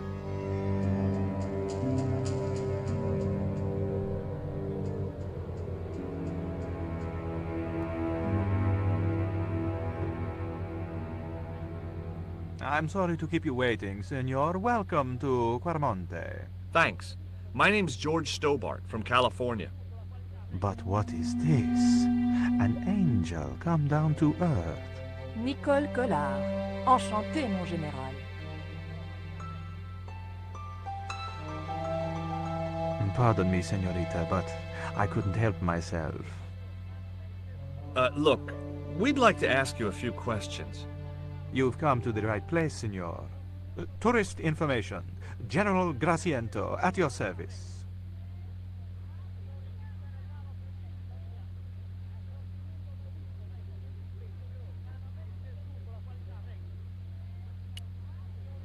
What do you think of these panties, General? Oh boy, fabuloso. They're yours if you'll tell me all you know about Karzak. Karzak? I never heard of him. Do I get the panties now? I told you all I know. You told me nothing. This is the tourist office? It says police on the sign outside. It is both, senor. I am a man of many parts. I can see that, General. I hear there was an accident at the mine a few months ago. That's correct. A lot of men killed, weren't there? A few. 30? Barely 1% of the working population. Is it true there's a restriction on music in Quarmonte? Yes, there is. An emergency measure introduced by Nuestra Senora. Folk music is a link with the past for some of these people. Take away their musical roots and what do they got left? Easy listening. You think easy listening could replace a musical heritage hundreds of years old? Why not? It happened in your country. Are there any ruins around the city? Of course, senor. Quarmonte has everything. I have a friend who wants to visit an historical site. Ronaldo will only be too pleased to conduct a guided tour. When he's dealt with today's paperwork, of course. Who was the guy you were talking to when we arrived? Professor Oubier, a visitor, senor, like yourselves. Did you say Oubier? Si, senor. Professor Oubier, a French archaeologist. What's Oubier doing in Quaramonte? Researching our rich and glorious past, senor. The professor is planning an expedition to some Mayan ruins. He came to see me to get an excavation permit. We've had enough of Quaramonte, and we want out. Am I stopping you? The guy at the docks tells me I need an exit visa. Ask Ronaldo. He'll make the arrangements. That's what he's here for. Would you like a biscuit? Are you trying to bribe me? Well, every man has his price. Mine is more than a dog cookie, Senor Stobbart. Have you ever seen anything like this before? That's a native carving, isn't it? Where did you get it? We picked it up in the market, as a souvenir. Take a look at this label. Si, senor. Condor Transglobal. Can you tell me where to find their offices? No, senor. I never heard of them, and neither did Ronaldo. The lady at the mining company told us a ship belonging to Condor was here recently.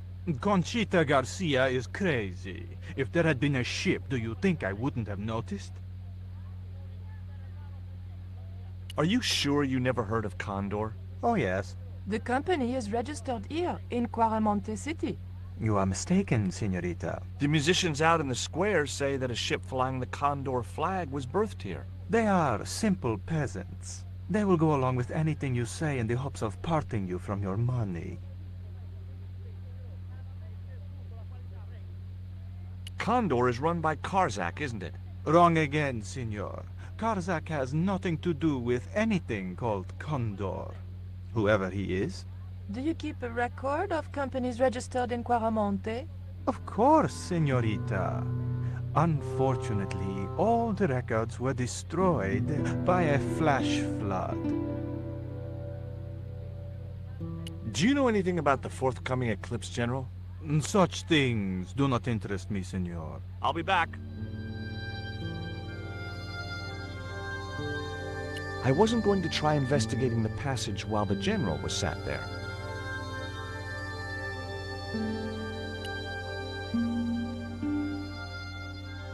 It was a computer monitor with some kind of outdated game displayed on it.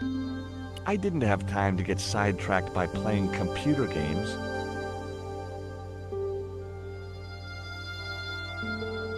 The television was showing what appeared to be a low-budget soap. A tall man with long blonde hair was shouting at a woman who was naked apart from a towel.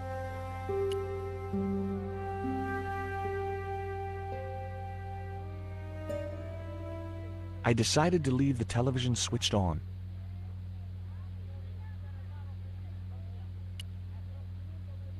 I had no need for junk mail, especially someone else's. The safe was undoubtedly locked. It was General Graciento, Quaramonte's reigning slime ball.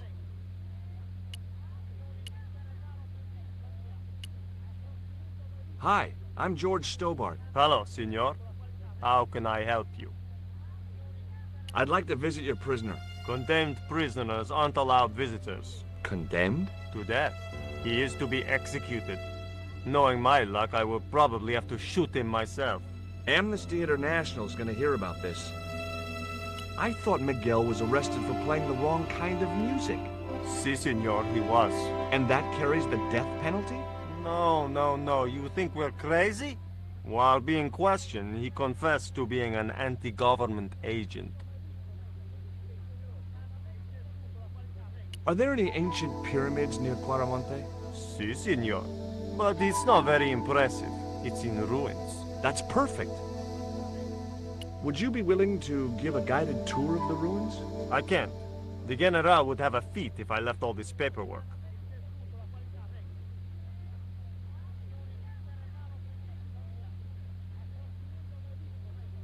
I'm trying to get out of Quaramonte. If I had $1 for every time I heard that, I'd be able to buy back half my family. Never mind them. What about my visa? We don't take visa. I didn't ask if you take a visa. I want you to give me a visa. I can't help you, senor. I don't understand these things. Would you like a gourmet dog snack biscuit? I would love one, senor. But I would have a problem with my teeth. Toothache? No, senor. If the general catches me eating on duty, he'll knock them out. Do you recognize this statue? Tezcatlipoca. The night wind. Take it away, senor. That stone is cursed.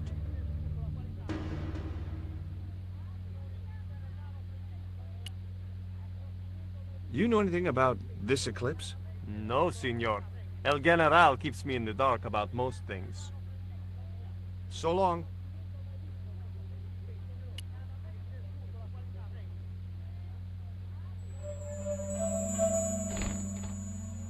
Senor. Leave the child alone.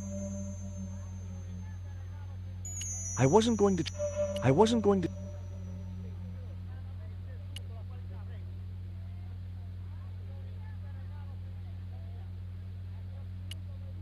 A gloomy passage led to the rear of the building.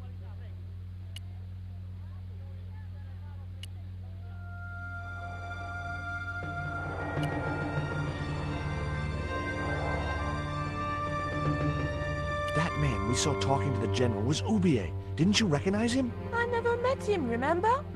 The guy I called in Paris claimed to be Ubier, but he sounded nothing like the man in the police station. Maybe the professor really is innocent. Nah, it's too much of a coincidence that he's here in Claramonte. There was nothing else.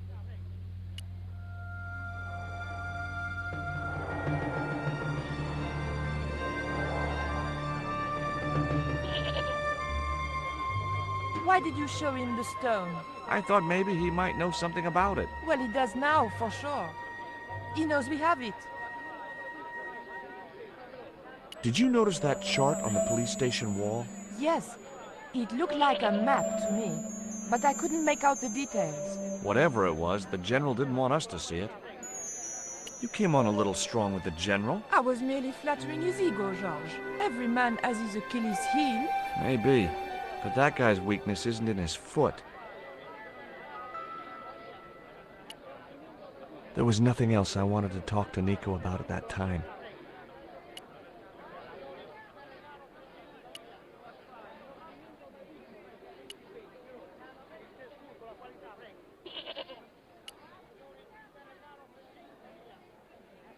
Professor Ubier? Yes? Who are you? My name is Stobbart. George Stobbart. Does the name Karzak mean anything to you? Yes, I know him. In fact, if it wasn't for Kazak, I wouldn't be here. What? He's financing my expedition. Tell me about your wife, Professor. Please, I don't want to talk about her. Maybe you don't, but I do. Why was she known as the Little Dachshund? It was just a silly pet name I used to call her. Somehow some damned reporter found out.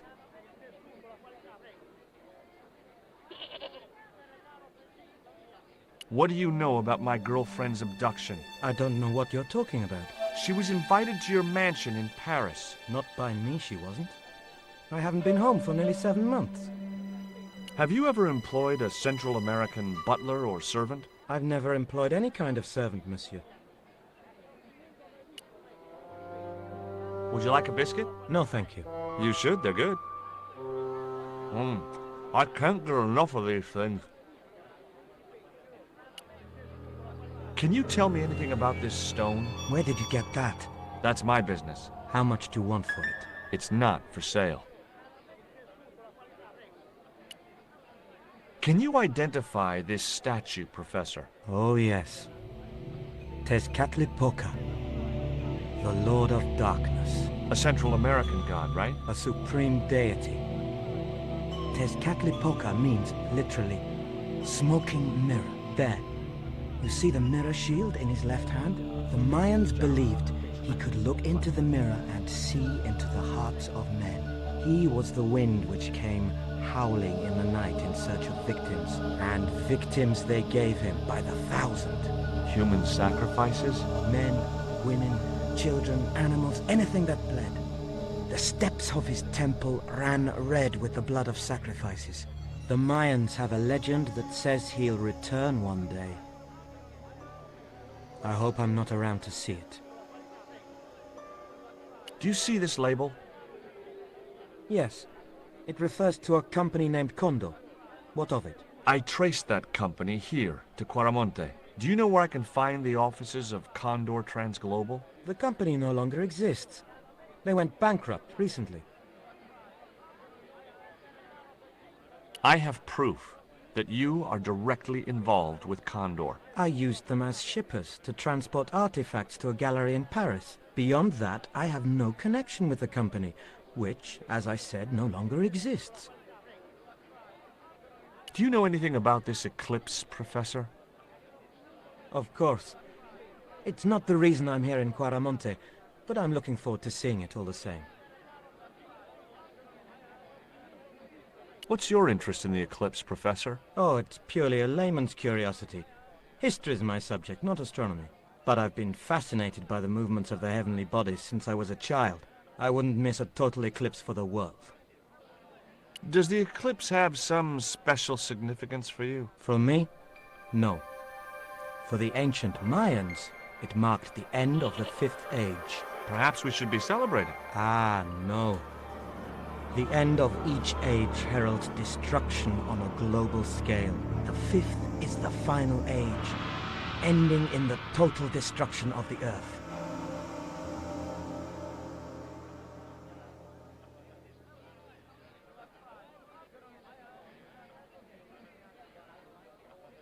Take a look at this, Professor. What have you got to say about that? Where did you get this? Never mind that. How do you explain these withdrawals? I left my financial affairs in the hands of my secretary. Including the withdrawal of funds in cash from your personal account? I trust Gwyneth implicitly.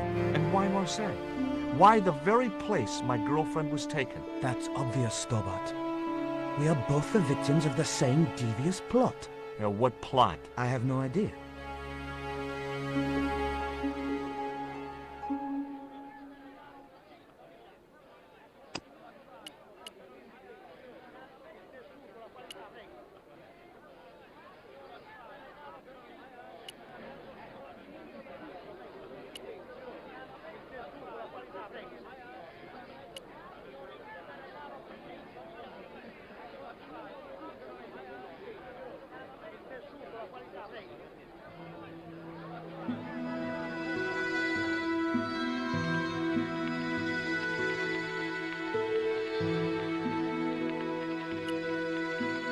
Do you know Professor Oubier?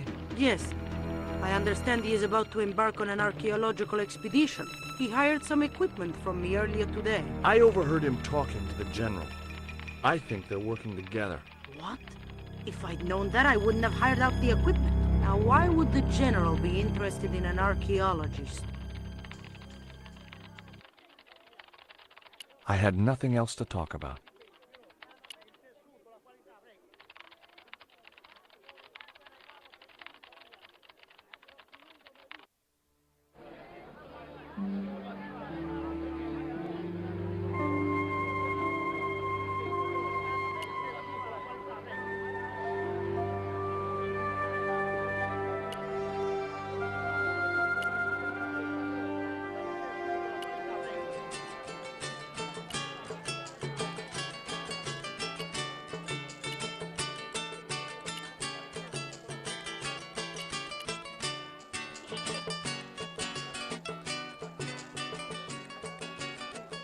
Did you find any evidence of Condor's drug smuggling operations?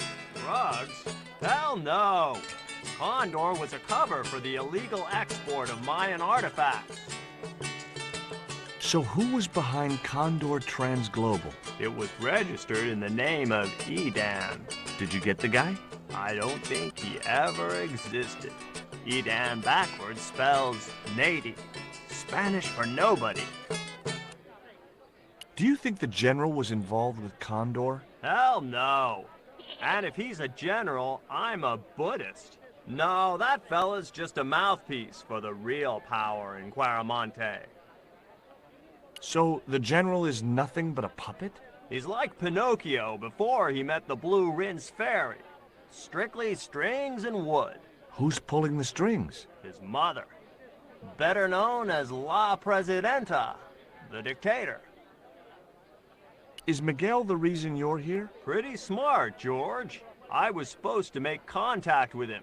By the time I found him, though, he was in jail. I've been trying to figure out a way to get him out since then. Sounds good to me. Count me in. Good man, George. All I need is a detonator. How come you brought a truckload of explosives but no detonator? Call me old-fashioned, but I say packing trunks is woman's work. I left the packing to Pearl, and I can't find a darn thing. Just hope she remembered to bring my denture polish. I'd sure hate to arrive back in the States with tar on my teeth.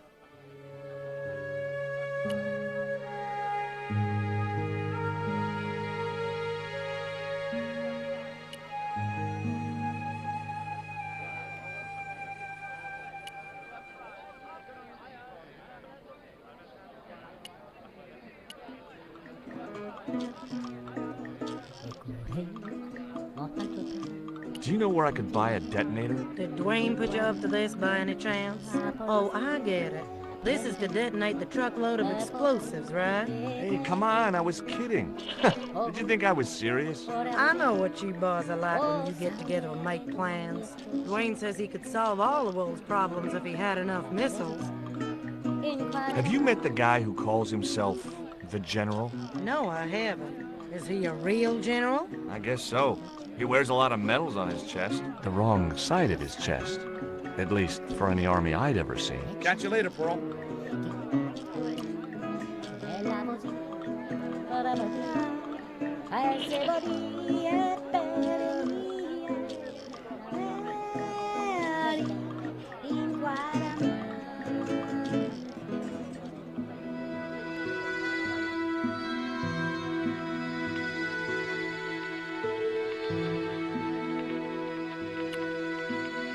Do you have any kind of detonating device in stock? Sure. They're kept in that cupboard.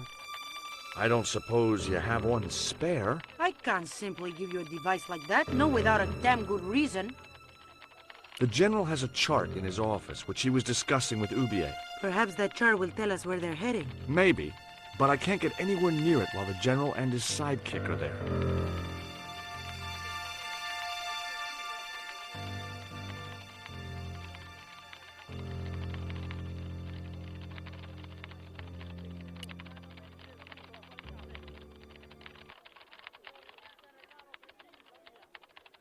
Hey!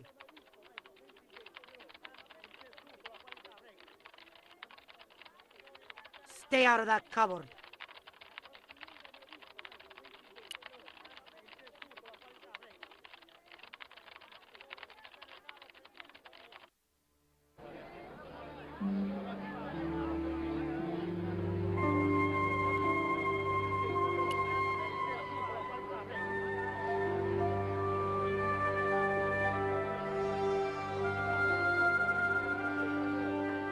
Could you distract the General while I took a look at that chart? You're kidding.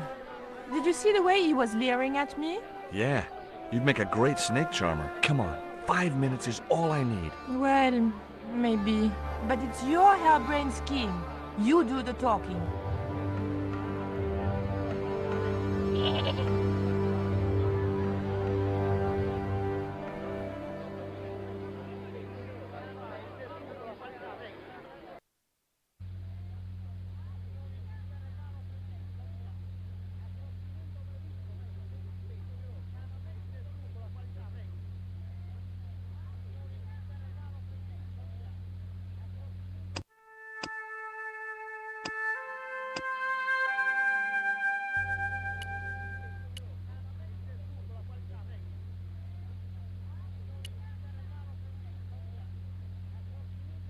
There was nothing else I wanted to talk.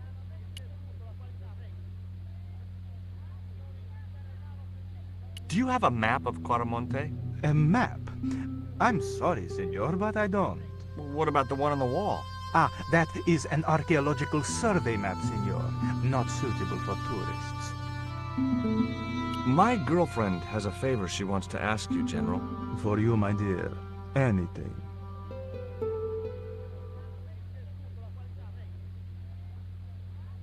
I've changed my mind. Oh, no, you haven't. She's embarrassed about asking you for an interview, General. An interview with me? Fabuloso! Well, I want to write a story about you. You hear that, Ronaldo? An exclusive glossy spread about your beloved general. Si, Signor General. Look after things here. I'm going back to my apartment and I don't want to be disturbed. I'll get you for this, George Stobbart. Don't worry. If you're gone for more than a couple of hours, I'll come and get you. A couple of hours?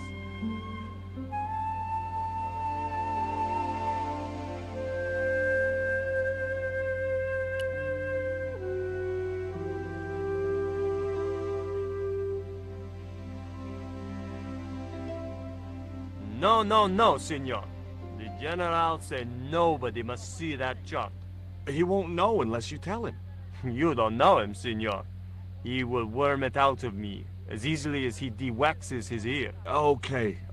I'd have to get rid of him. I'd still have to figure out how to get rid of Renan.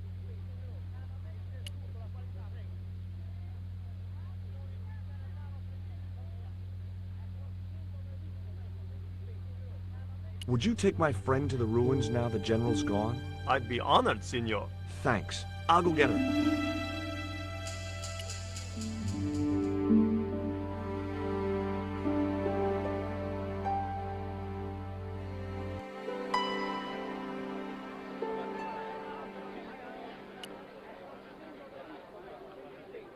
I've made the arrangements for your visit to the temple, Pearl. Oh, that's just great, George. Why don't you come too, honey? I'd love to, but right now I have to save the world.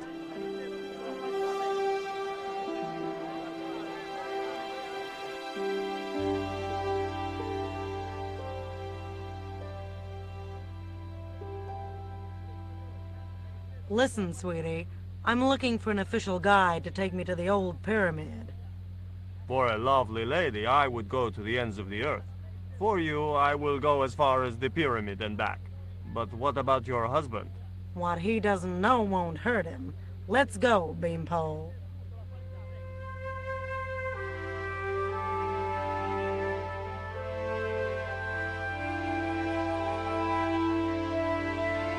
As Pearl and Ronaldo set out for the ruined pyramid, I prepared to search the police station.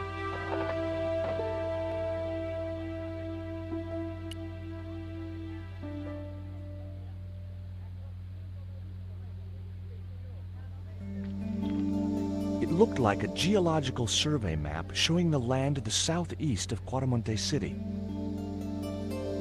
About 60 miles inland and upstream was an area marked Teoculcan.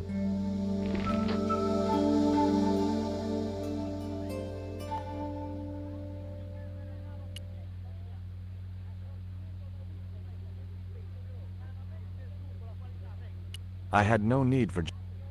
The safe was undoubted. The filing cabinet...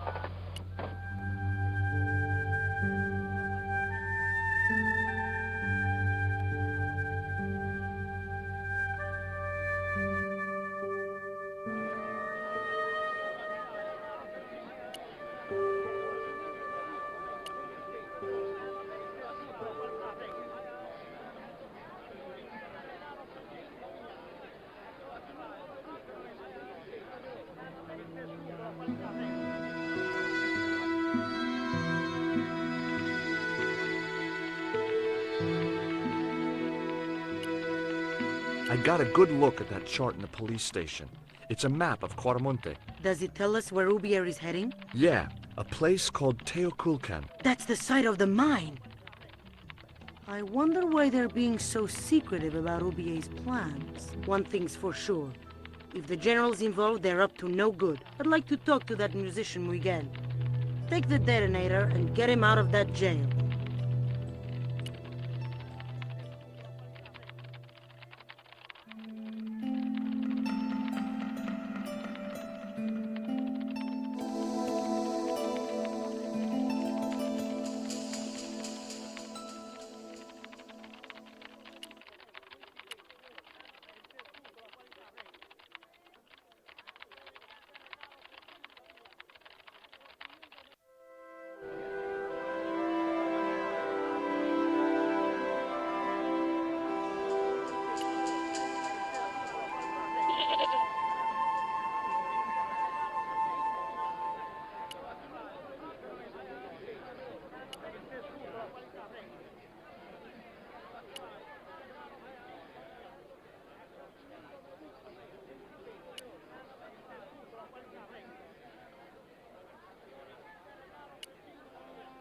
Here is the detonator, Dwayne.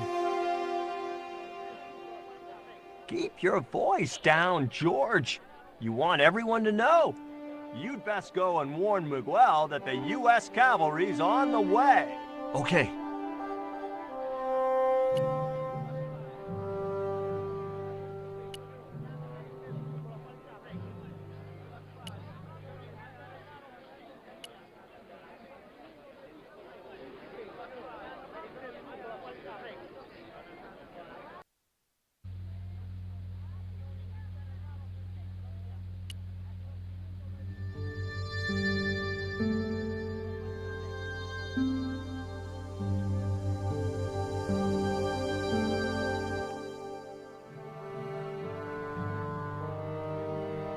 It was a length of rope, knotted in a hangman's noose.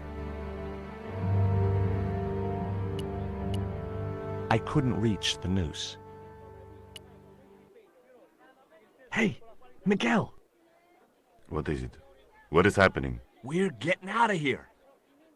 Who's we? They've sent the Delta Force? Nope. The Impossible Missions Force? Don't make me sick. Much better. Who then? A retired greetings card salesman from Ohio. I'm doomed.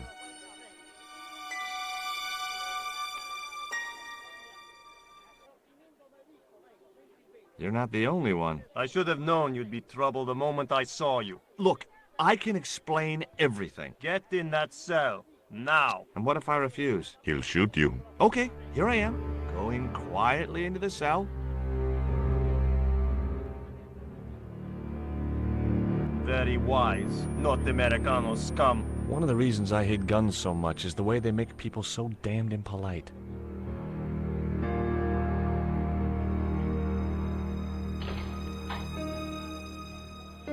I hope you're enjoying your vacation, Senor Stobbart. Go polish your weapon, Ronaldo.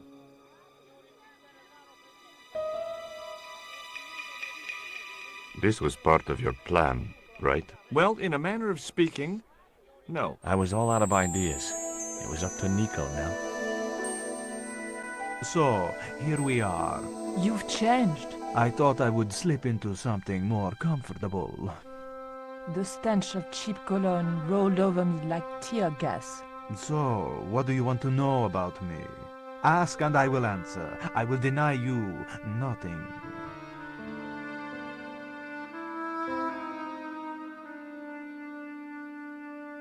I am a very giving person. How nice for your friends. Your eyes are glittering like stars. His damn cologne was making my eyes water. I was running out of sofa.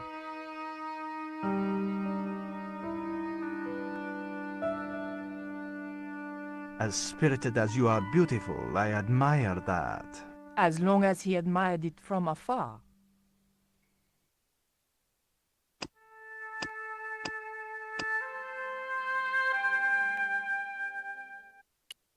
A stuffed swordfish. On close inspection, I noticed that the swordfish was peppered with machine gun bullet holes. The general was a real sportsman, and no mistake.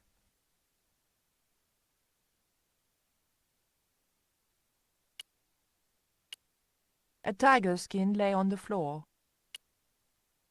The tiger was beyond help.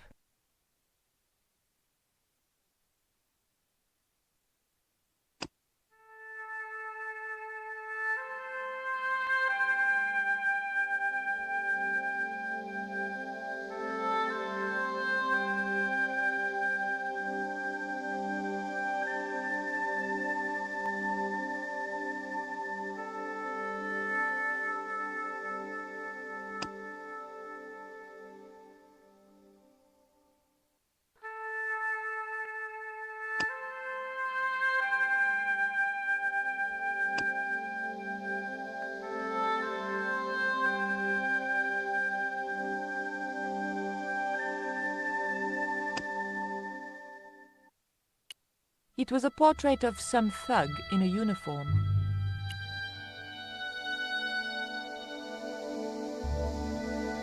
I didn't want the picture. A lava lamp, hip in a retro way. I had no doubt the general thought it was hip, full stop.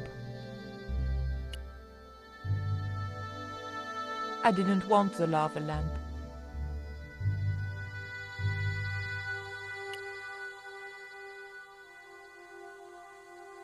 I didn't want to watch a lot of tawdry soap operas. Cutting-edge technology, in 1978 at any rate.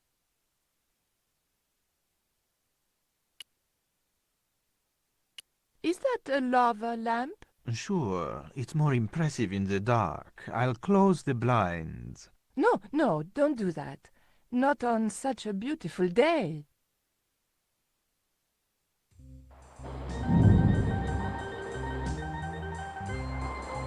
Who's the guy with the hat and the fat cigar? My mother. Big fish. Catch it yourself? Catch it. Fishing poles are for children. Then how did... Are those bullet holes? 2 magazines on full automatic. It put up quite a fight. I, love your TV. Oh, yeah. Cool, no?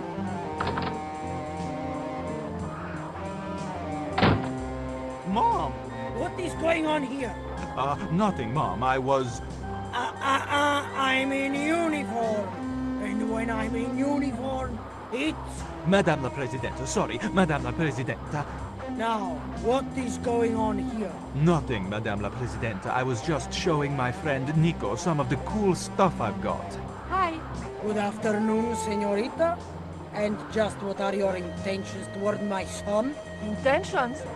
We were just talking. How nice. She has good bone structure, Raoul. Has she any brains? She's a reporter. Is she?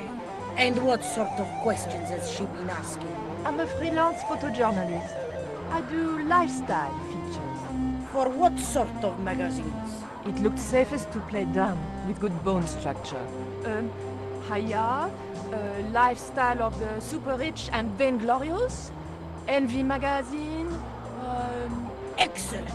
Raoul, you've chosen well for a change. It was pretty obvious who pulled the strings around here. I hope George was making good use of the time I was buying him. And then it goes... Pa pa pa pa pa pa pa pa pa pa. And when you were in this band of yours, you used to play that song for 2 hours? Yeah, we were really famous at our college. Still, ours wasn't as good as the original version. I have never heard that song before, yet I have no doubt that this must be true. Hey!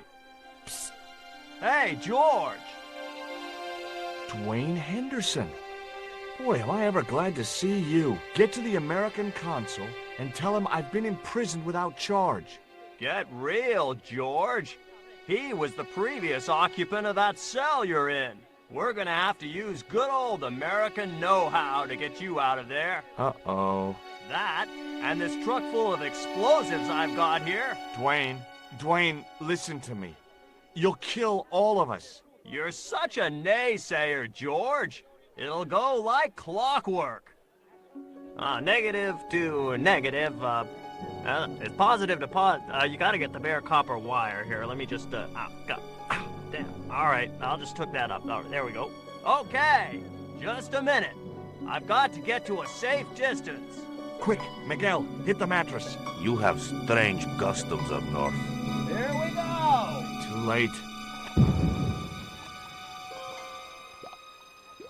Are we dead yet? Horse shit. What happened to the explosives? There ain't no explosives. My dumbass supplier must have given me organic fertilizer instead of chemical. All I got here is 400 pounds of lightly fried horse apples. That's a lovely image, Dwayne. Never mind, I'll think of something.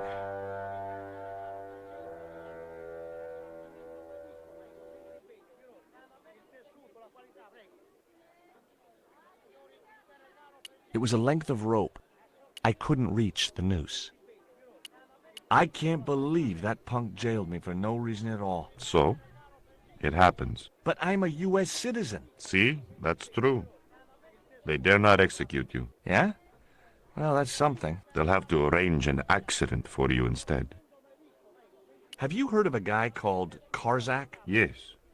The old man spoke of him. The foreigner? Professor Oubier? That's right. This man Karzak is Oubier's boss. Why is that noose hanging from the bars? Ronaldo strung it up, for me to hang myself. Don't cry for me, Senor Stobbart. When I am dead, the goddess will take my soul to rest in paradise. Listen to me, Miguel. You give me that rope, and I'll get us out of here. Is there somewhere you can hide from the General? Of course. My friends have a boat ready to take me upriver. But how are you going to break out of here with just a short piece of rope? I'm not sure, but I'll think of something.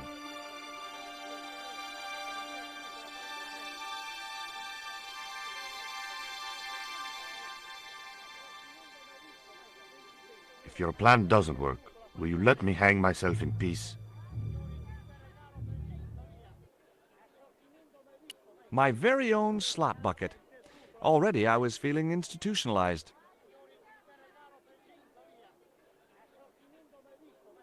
I couldn't escape that way. Solid bars protected the small window. I wasn't getting out.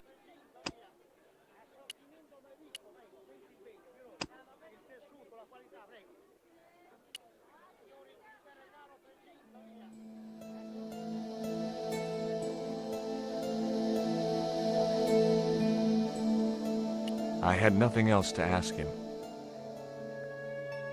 I couldn't escape that. Dwayne was waiting expectantly.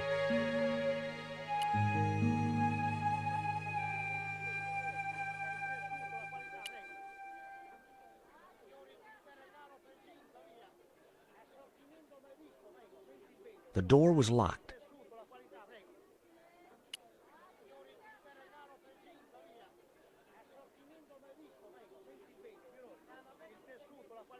Hey, Dwayne, I want you to tie this rope to your truck and then drive forward. I'd had no idea whether this was really going to work, but I'd seen it in a black and white Western. Of course, Hopalong was using a horse, and Dwayne had a 4-ton truck, but hey, the principle's sound. Anything you say, George. Please forgive my mother. She can be a little difficult.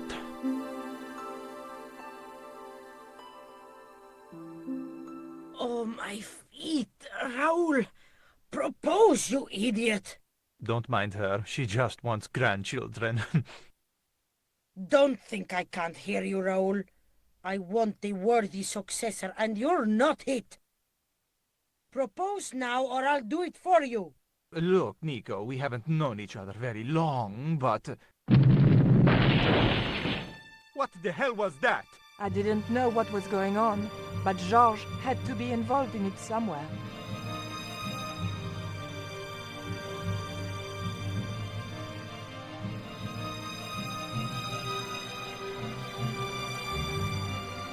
I ain't gonna say a thing, 'cause that sweet sound of falling masonry says it all. Quick, senor, the river. Huh? Wait, what about Nico? George, what have you done?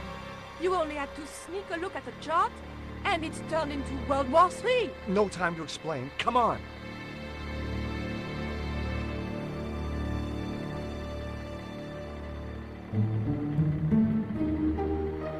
Don't move, terrorist scum. You talking to me, Junior? Yes, I'm talking to you, fat man. And my name's not Junior. A word to the wise, Junior. You carry on waving that pea shooter in my face, and the next person who sees it is gonna be your proctologist. Savvy? General, I am happy to report that I have apprehended the terrorists. You idiot, not them. The other American and the French woman. They're the ones.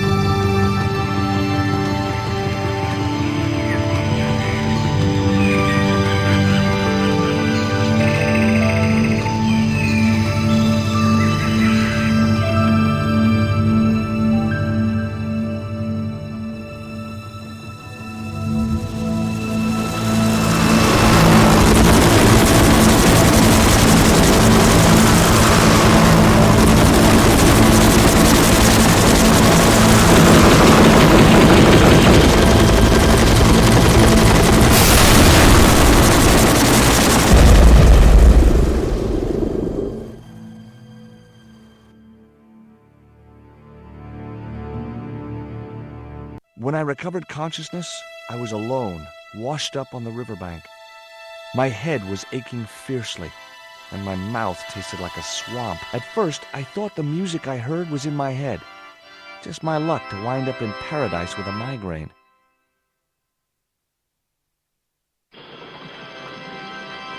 But I followed the sound and discovered a treehouse in a nearby clearing.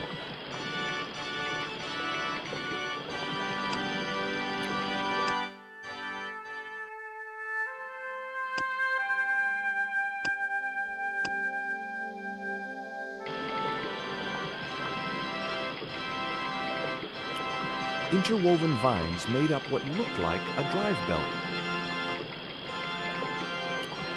The machine was broken.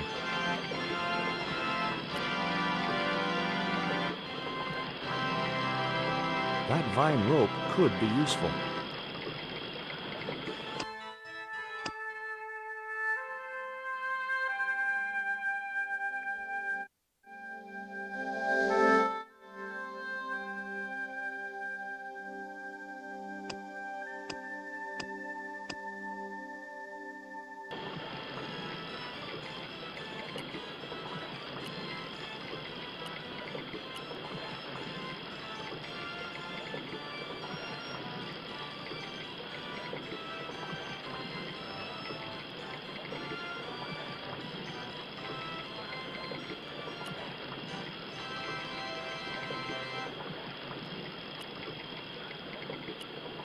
It was a large wooden cross.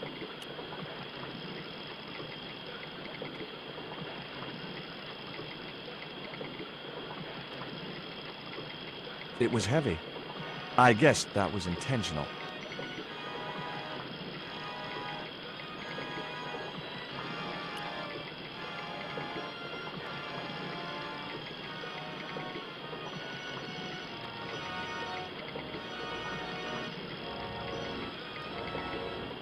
The leverage from the cross allowed me to turn one of the stones, but the other one remained stationary.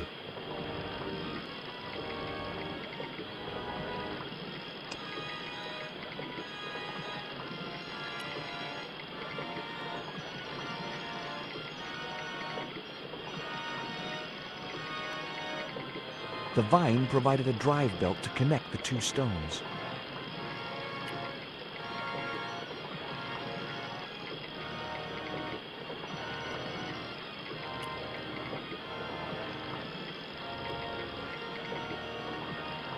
Now I had the contraption working.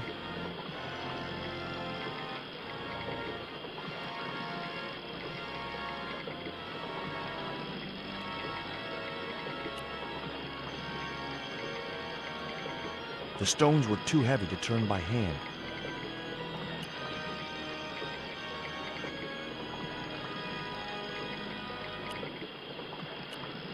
The water wheel had been built to provide a natural source of power. The wheel had a rim of roughly beaten iron. It seemed to be working just fine. It was a pile of damp leaves. It was a pile of damp...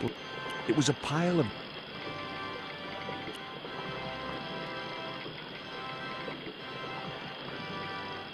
Hello?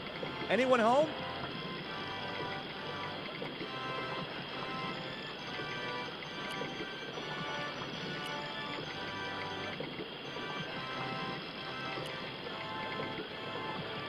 It would have been a shame to tamper with the elegant bridge.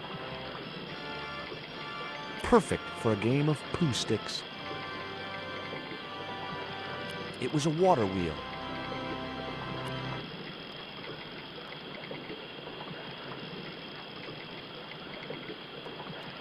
The machine was broken.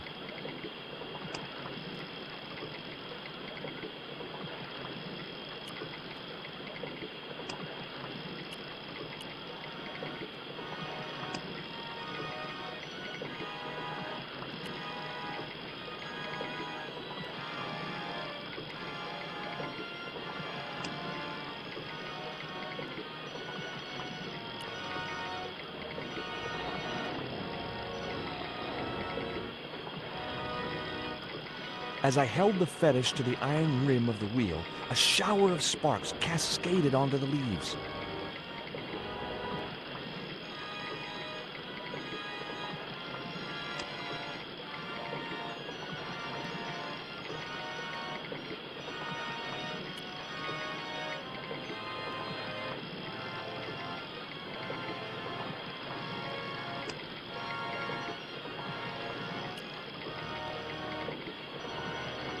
The newspaper clipping was just what I needed to kill.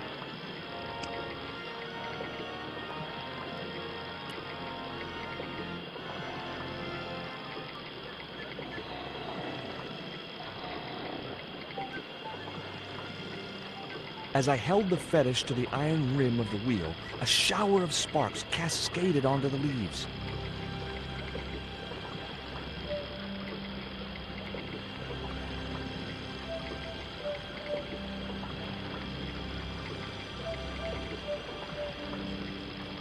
Quick, man!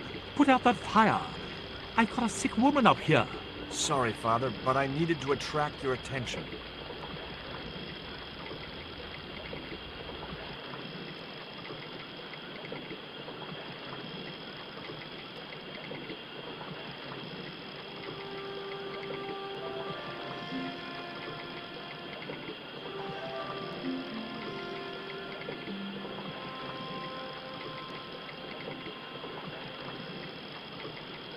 Who are you?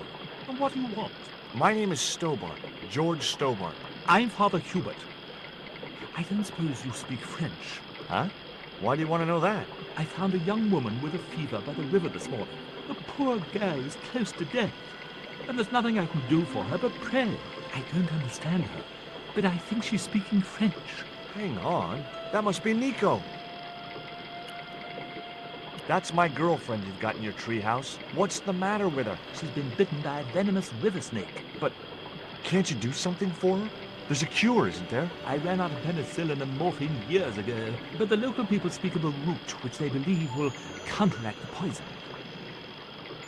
Where can I find this root? I don't know, but maybe the shaman at the village can tell us. Will you show me the way to the village? Me? Oh, but I can't. Can't? Nico's life depends on it. You're right. Of course I should, despite my own guilt and shame. But I can't go as a representative of God with a creased collar. A creased collar? You mean you put your personal attire higher than the life of a sick woman? I will not go to that village looking anything but my best. Give me your collar. I'm sure I can find a way to press it. Thank you, my son. In the meantime, I must contemplate my sermon. There was obviously more than a creased collar bothering the priest.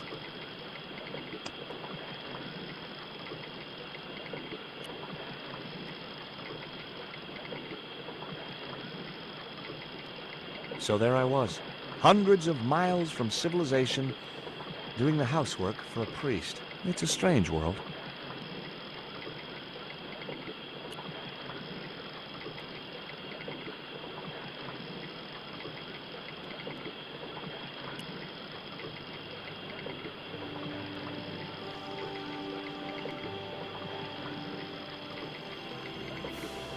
The press worked surprisingly well on the collar.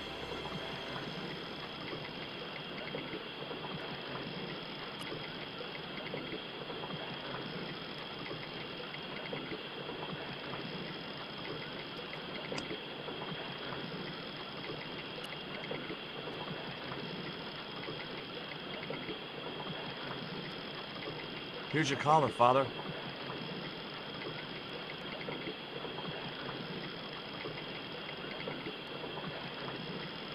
Thank you, George. You probably think it a little odd of me to make such a fuss. Oh, no. If I've been living in the jungle for 11 years, I'd be completely screwy, too. Screwy? Yes, perhaps I am. Ever since my last visit to that village. Do you want to tell me what happened at the village? I forgot my vows. I let myself be overwhelmed by the beauty of this unspoiled paradise, and in a moment of weakness, animal passion reared its rampant head. You know, you should be writing romantic novels. Did you experience some kind of a physical liaison at the village? Yes, I'm ashamed to admit it, but I found myself doing the monkey dance. I've never heard it called that before. And I didn't want to pry any deeper into Hubert's murky past. Now you've got your collar back, will you take me to the village? I've still not finished my sermon. Look, Father, I still don't know why you're so reluctant to visit that village, and it's none of my business. Whatever the reason, it can't be more important than saving Nico's life. You're right. I must be crazy. We must make haste if we're to reach the village before nightfall. By the time we reached the village, it was sunset.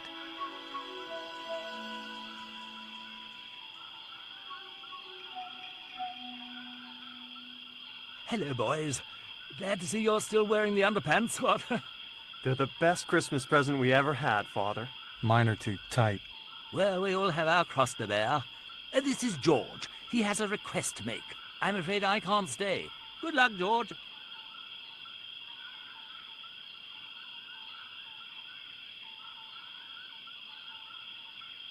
That's a relief. I never feel comfortable with him about. Me neither. These damn pants keep riding right up my butt. So, what do you want?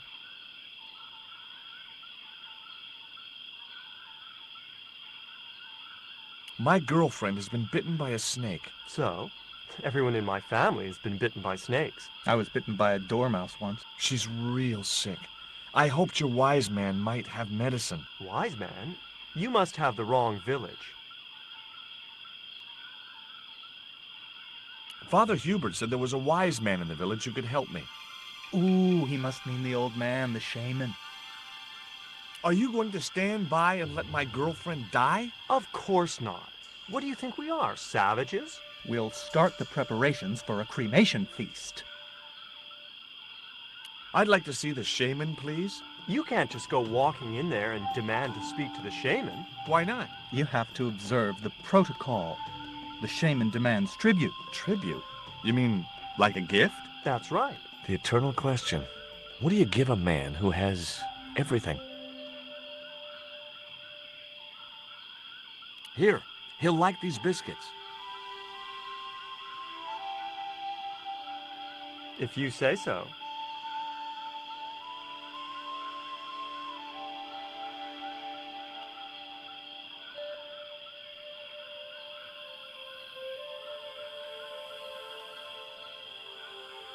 He liked the biscuits, especially the black ones. He wants to know if you've any more.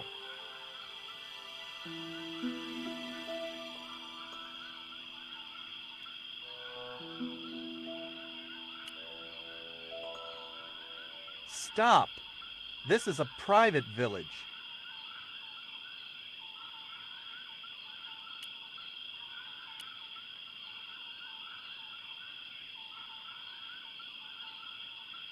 There wasn't much point in sending the empty box back to the shaman.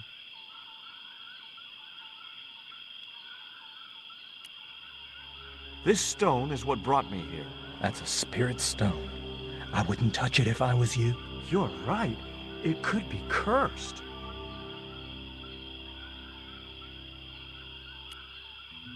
Look, I know it's not much, but I want your shaman to have this. Do you expect him to eat that? He's an old man, you know.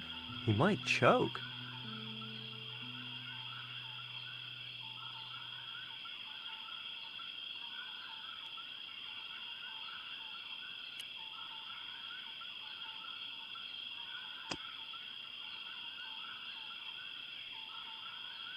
The box was complete.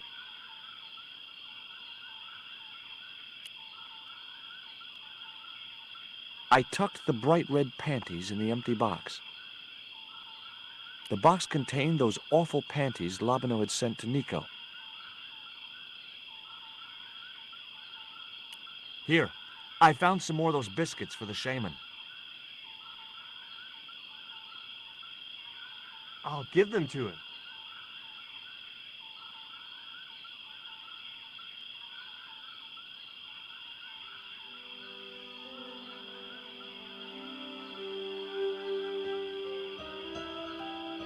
The shaman was pretty mad about those panties. Well, I didn't mean to offend him. You didn't. He was disappointed that they didn't fit.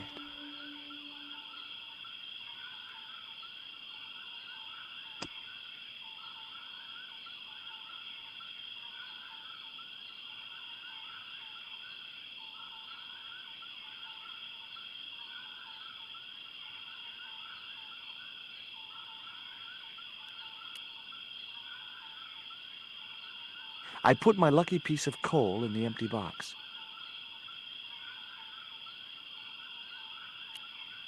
Here, I found some more of those biscuits for the shaman.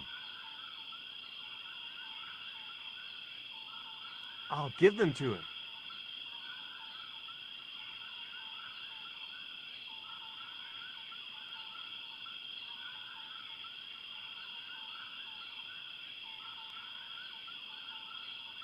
The shaman didn't want the black rock.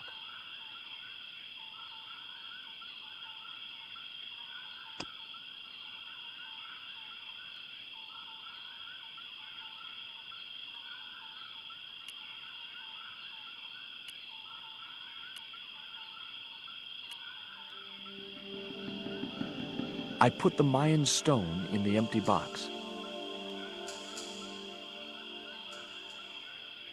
Here, I found some more of those biscuits for the shaman. I'll give them to him.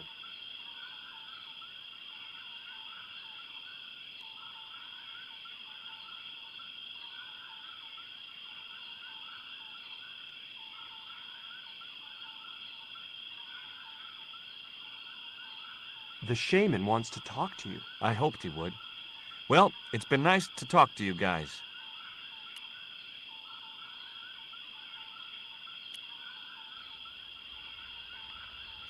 The woman was grinding a sticky mess of corn in a bowl.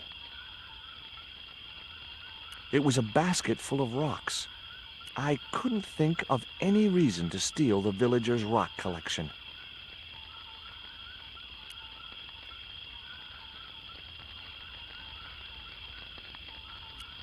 The fire was too hot to approach. Hi, my name's George Stobbart. Please, sit down. Welcome, George. Thanks. It has long been foretold that a white man would bring the coyote stone to this village. My girlfriend's been bitten by a snake. And you want me to heal her? That's the idea. Can you do it? I'm not sure. My gums aren't what they used to be. Listen, my girlfriend's in a coma. Please, old man, give me the root. What root?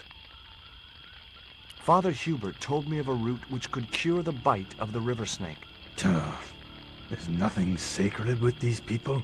That was a secret, known only to members of my tribe. If that root is my chance of saving Nico's life, then I want it. Fast. There is time yet, George Stobbart. Time to learn why you were called here. Fine. If I listen to your story, then will you give me the root? The eel travels far, but still returns to the place of his spawning. And look, I'm running a tight schedule, so can you skip the riddles? Many years ago, when the world was young, the great god and king Quetzalcoatl was defeated by trickery and deceit. His enemy Tezcatlipoca took his place as leader and demanded terrible human sacrifices. A group of loyal priests found a way to trap Tezcatlipoca. But his powers were so great, they knew he would not remain trapped forever. His time in incarceration would end with the eclipse, which marked the close of the Fifth Age. So the priests fashioned 3 obsidian stones which contained the power to seal the mirror for all time. But before the stones could be put in place, they were seized by the invading Spanish. But how did they trap Tez, the evil god? They built a pyramid which they told Tezcatlipoca was dedicated to him. At its center, they fashioned a huge mirror of perfectly smooth obsidian. Luring him into the pyramid with praise and flattery, they used sorcery to ensnare him in the mirror. I don't suppose this would be any use to you. It sure would. This wax on a stick will change our lives. What do you want it for? To decorate our bodies for the monkey dance.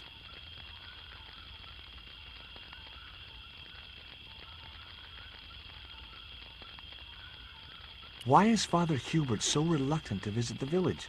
I don't know. He used to come here a lot, but then he just stopped. You'd think he'd want to spend some time with his kids. Did you say Father Hubert has kids?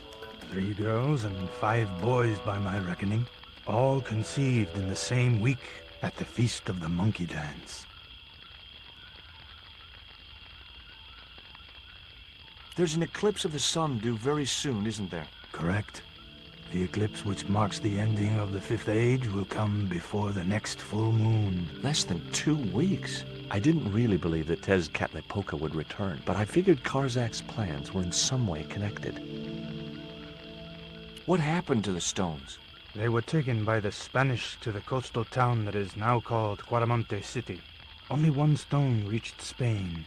The other 2 fell into the hands of buccaneers. The Jaguar stone was captured by an English captain, El Draco. The Eagle stone was taken by a pirate called Ketch. The 3rd stone, the Coyote stone, reached Spain safely. That is the stone in your possession. Tell me more about the Jaguar stone. Many centuries ago, the port of Cuaramonte was entered by a ship flying Spanish colors. The captain, the man known as El Draco, sent soldiers ashore. Only when the soldiers arrested the mayor did the people realize that they were English privateers. The mayor was held hostage while the soldiers looted and plundered the city. Amongst the treasures they stole was the Jaguar stone. Where is the Jaguar stone now? I suppose El Draco took it back to his homeland, across the Great Sea. To England? Tell me more about the Eagle stone. The stone was loaded onto a galleon with many valuable artifacts plundered by the Spanish. But shortly after leaving harbor, a terrible squall blew up and damaged the ship. The ship was intercepted by a bloodthirsty pirate, Captain Ketch. Ketch made short work of overpowering the crew, stealing the treasure, and sinking the Spanish ship. Where's the Eagle stone now? Nobody knows for sure. Ketch retired from piracy and bought an island in the Caribbean. What do I do when I find the stones? Bring them here to me and I shall prepare you. The stones must be taken to the heart of the pyramid. Only there can they be used to seal the gate by which Tezcatlipoca will return to this world.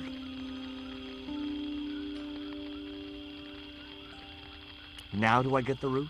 Here, take it. Make haste if you wish to save the girl's life. The hummingbird sings to me of death to come. Now you're talking in riddles again. Listen, is it okay if I crash here? I've got no chance of finding my way through the jungle in the dark. You're welcome, but you probably won't get much sleep. Tonight's the night of the monkey dance.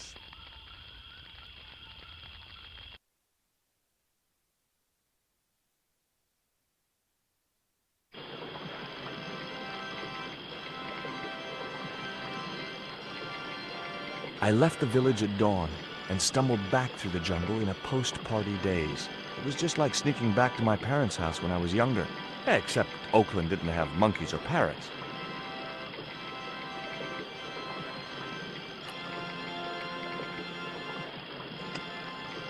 It was the root which would cure Nico's snakebite.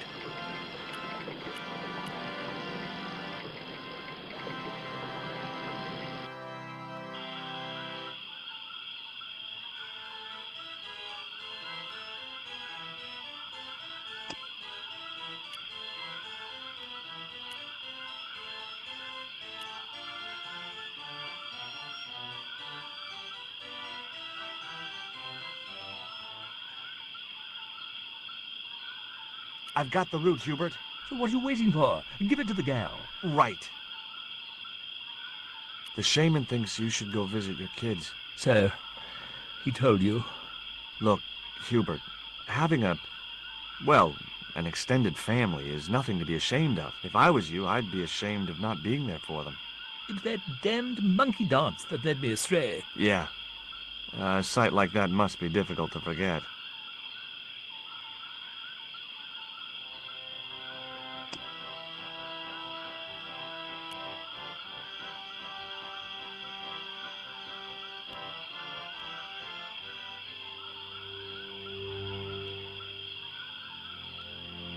Nico, I've brought you this root. No way was she going to be able to chew the root. I needed to give her the antidote in a more digestible form.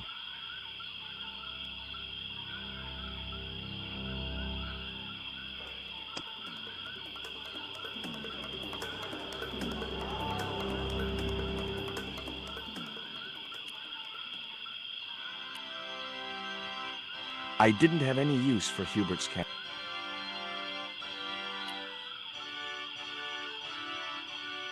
I couldn't steal from a...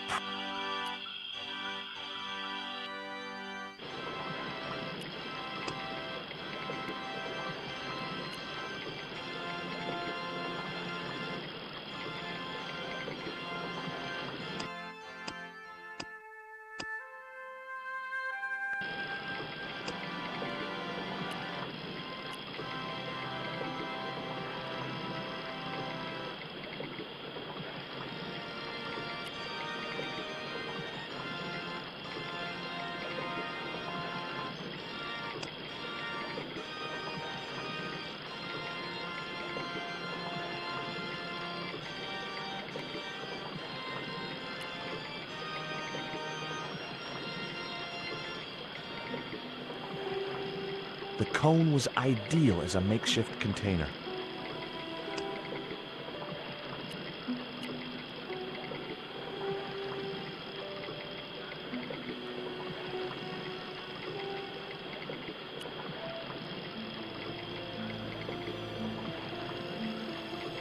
As the liquid was squeezed from the root, it collected in the cone.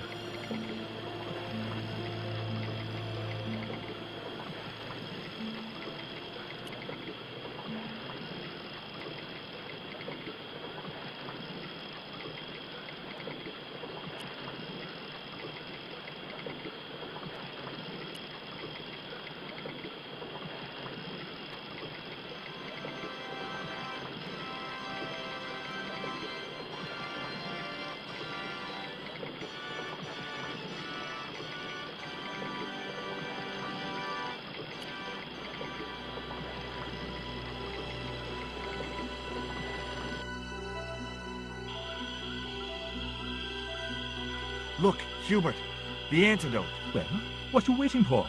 Give it to the girl, quickly.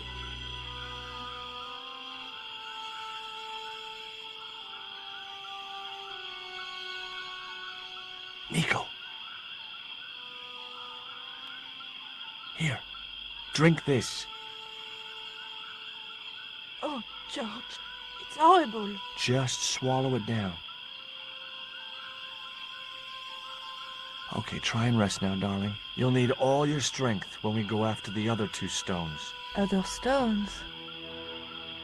What other stones?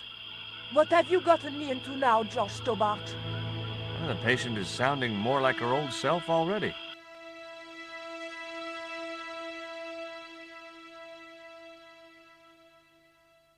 Nico recovered quickly from her fever.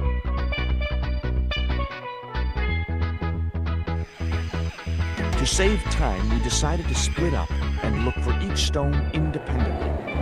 I traced the pirate ketch to a remote island in the Caribbean. With the fortune he'd amassed from piracy, he'd retired to a place that was later called Ketch's Landing.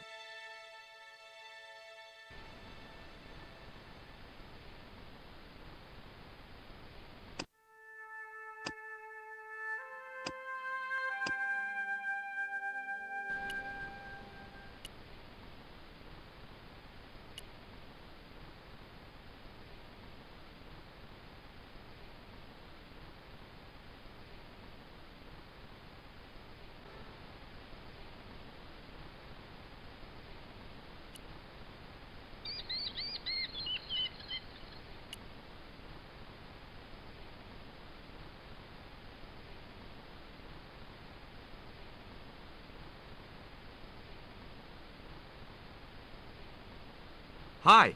Is this Ketch's Landing? Yeah, that's right. My name's George Stobbart. You're a surveyor, right, Mr. Bronson. And of course I'm a surveyor. Why the hell else would I have a theodolite? I don't know. Hobby, maybe? Yeah, right. What brings you here, anyway? I'm searching for an ancient Mayan artifact. What is it? Some kind of jewel? No, it's obsidian. A black stone with supposedly mystic powers. You're nuts. This is similar to the stone I'm looking for. What makes you think you'll find it here? Because when the stones were stolen in the 17th century... Hold it! The stones have been lost for 300 years? Approximately. And you're hoping to find them again? You're nuts. And why here? A wise old Indian shaman told me he saw the stones in a vision. Ha ha. That's rich. Listen, I got work to do, okay? Catch you later, Bronson.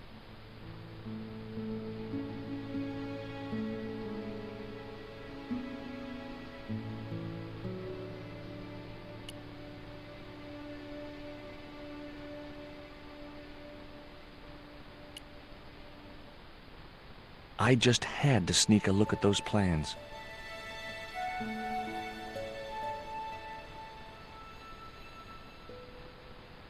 Hey, get out of there. You know, wherever I go, I hear those words. Paris, Syria, Ireland, or Spain. Makes no difference. What do you think you're doing? I was trying to show some interest in your project.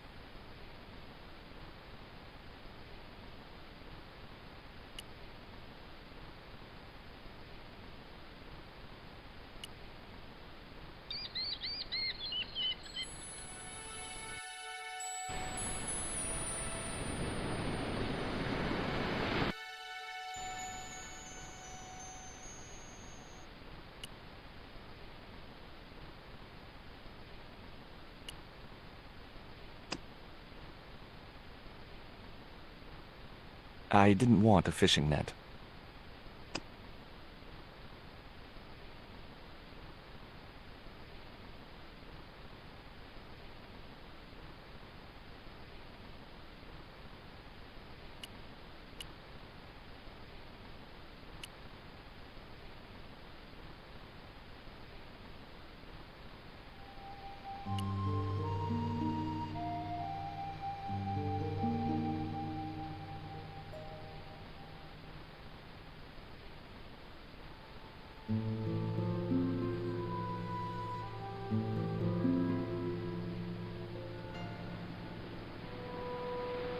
You want to buy some fish? Nah, I don't like fish. What's your name? Rio. It means river. What about you? George. It means, well, it's just a name.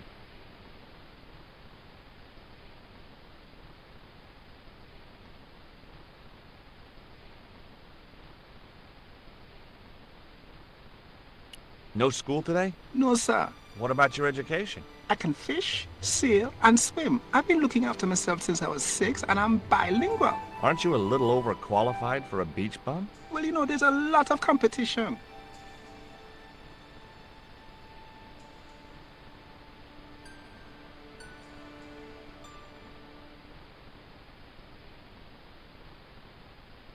Is it true that Captain Ketch lived around here? That's right. That's his house up on the hill. It's a museum now. Yeah? That's exactly what I need. Thanks, kid. You won't get inside, you know. The old ladies close it down.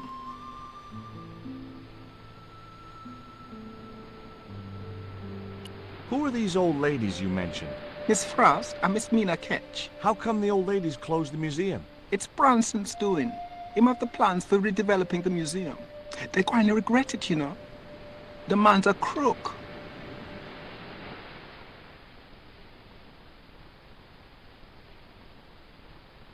Will you help me get those plans? I don't want to go nowhere near that man. He promised to draw me when he found the fish I left in his sleeping bag. What do you know about Captain Ketch? Just what everybody knows around here. He was a pirate and get himself hung. Do you know anything about pirate treasure? Man, that's all stories. There's no such thing as a real pirate treasure.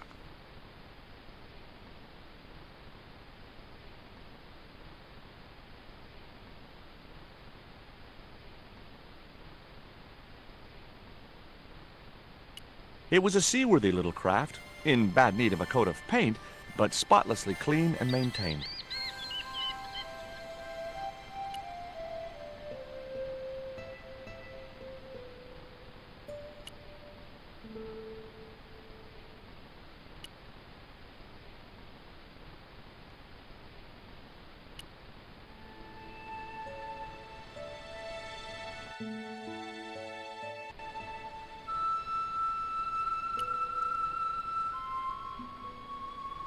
The flagpole had some sort of technical gadget on the end.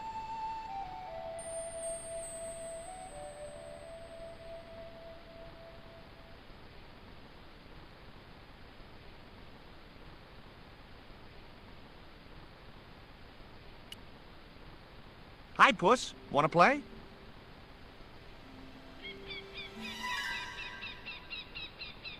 Hey, cat. Watch where you're putting those claws.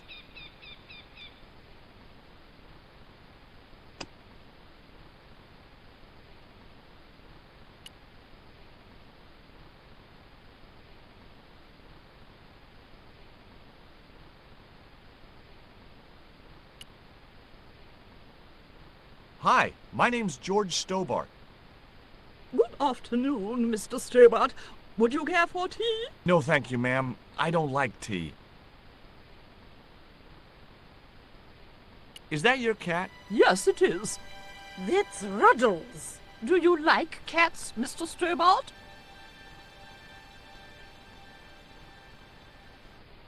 You bet. Especially spit roast. Can you tell me anything about Captain Ketch? More than you can tell me about your great-great-great-great-grandfather, no doubt. You're his descendants? Certainly. Captain Ketch was born in Dorset, England, in the reign of King Henry VIII.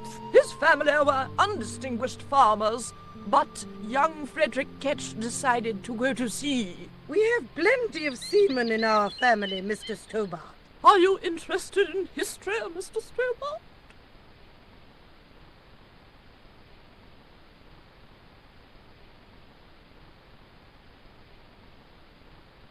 Yes, I am.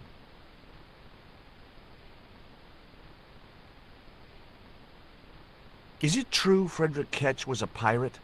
Frederick Ketch was emphatically not a pirate. They hanged him, you know, down there on the beach in front of his family. Didn't bother with the trial, just whipped him out from his breakfast table and hoisted him up in chains. Well, if he wasn't a pirate, what did they hang him for? Envy. Pure green-eyed envy. He had been a successful privateer, you see, and had accumulated great wealth. As rich as a mink in a paddock. Shut up, Mina. Yes, Frost. The small-minded governor and his lackeys wanted his money, trumped up some ridiculous charge about breaking the conditions of his letter of marque, and hanged him like a common thief. The blackguards!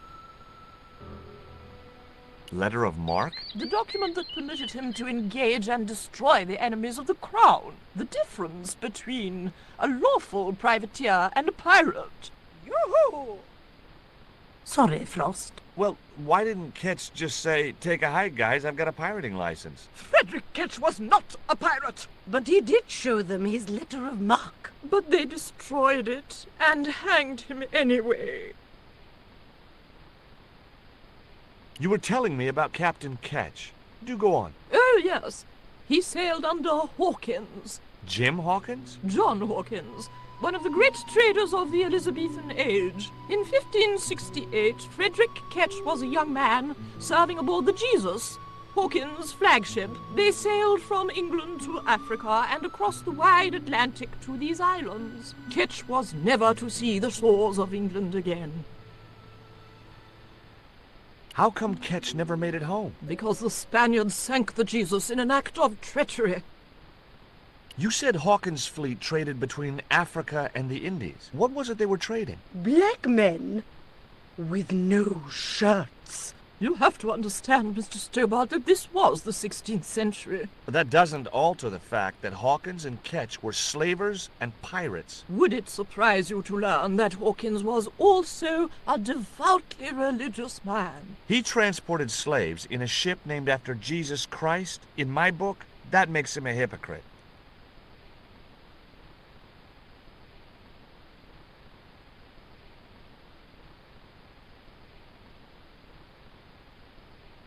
What happened to Ketch? Was he killed? Oh no, he got away and returned to this island, to this very house. The Frederick Ketch Memorial Museum.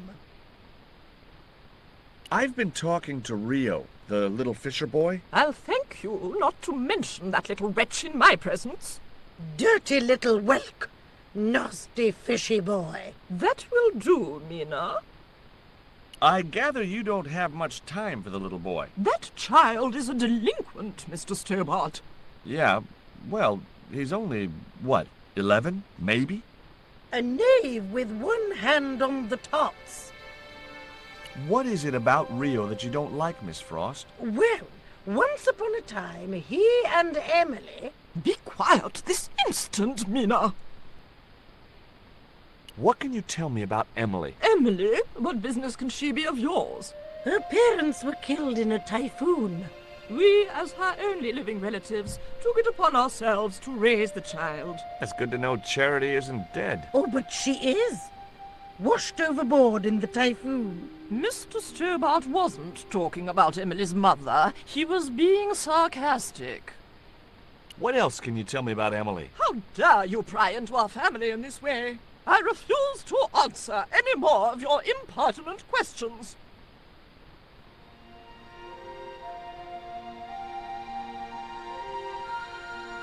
There was nothing else I wanted to ask the sisters.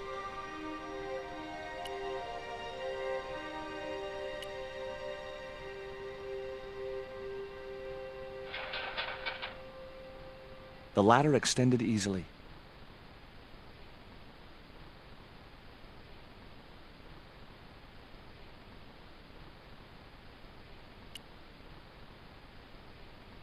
You there?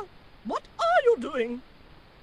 Pardon me, ladies. I was just going to climb your ladder. I'm helping Bronson. Oh, you're not like him, are you? He's very polite, isn't he, Frost? And he has dimples when he smiles.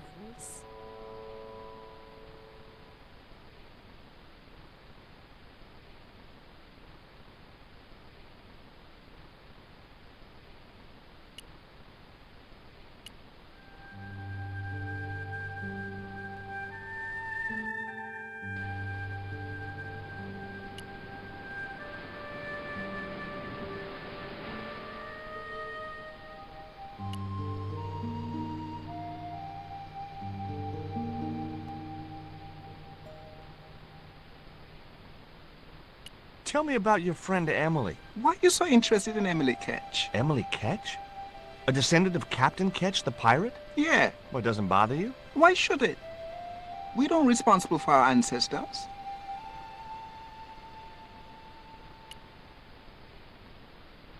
There was nothing else I wanted to ask the boy.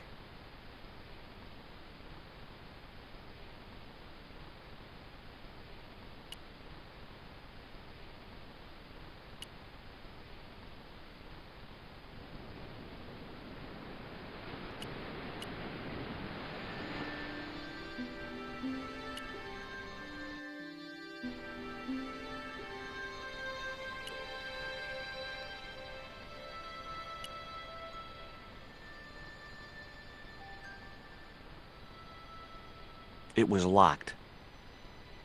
The house is closed. How come? It is undergoing refurbishment. Refurbishment? Where are the workmen? Preparation is half the work, young man. The intention is to prepare the museum for the new century. The Frederick Ketch Memorial Museum. It would look nice in neon. A museum for a pirate? There was a stony silence. As I have already told you, sir, he was not a pirate. It's precisely this sort of vile misrepresentation that Mr. Bronson is seeking to rebalance. Oh? How? Mr. Bronson has kindly agreed to undertake the museum's refurbishment at a very reasonable price. He understands the importance of a sense of history. Funny. That's not the impression I got of Bronson at all. He also understands spherical geometry. Mina? Well, he does. Listen, ma'am. I came a long way to visit this place. If we make an exception in your case, everyone will want to get in. Pardon me, but I didn't exactly have to fight my way through the crowds. You're the second visitor we've had today. No, I'm sorry, but it's impossible.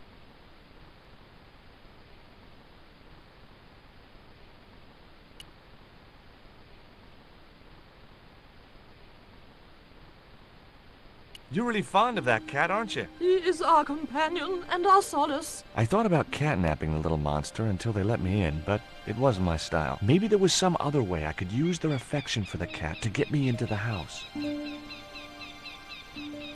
Okay, it was time for diversionary tactics. I thought I saw a little girl down on the beach. You must be mistaken. He must be mistaken. Mustn't he, Frost? I'm sure I'm not. A little girl and that young fisher boy. What? It's not possible. What were they doing? Oh, the kinds of things that all little boys and girls get up to at their age. When I was a little girl, we used to play cows and milkmaids. Woe betide you if you're lying to us, Mr. Stobbart. Heaven help you.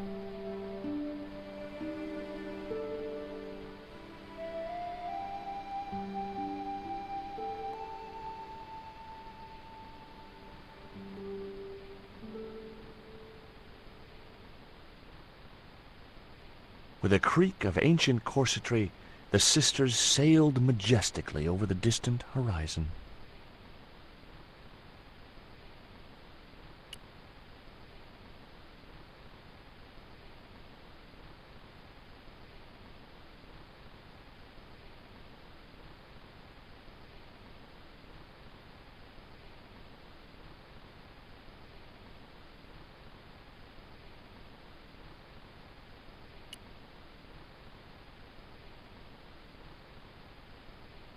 I couldn't reach the flagpole, and a bush stopped me from moving the ladder across.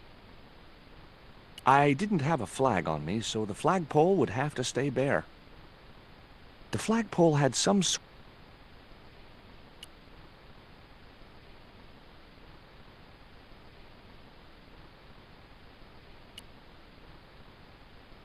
The window was locked.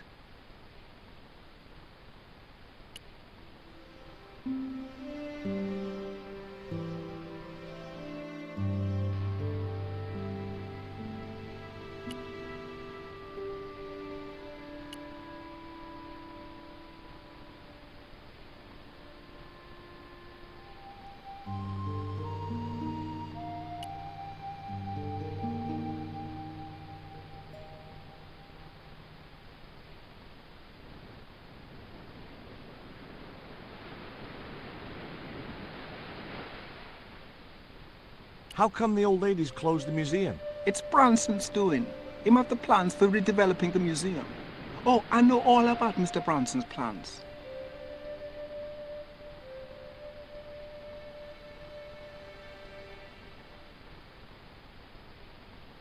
Can you let me have a fish, kid? I thought you say you don't like fish. It's not for me. It's a present. For the old ladies? Well, it makes a change from flowers and candy. No, it's for their cat. Okay. What do I get out of it? I can pay you. I've got Quaramontian dollars, French francs, and traveler's checks. You must be joking. The nearest bank is 3 islands away.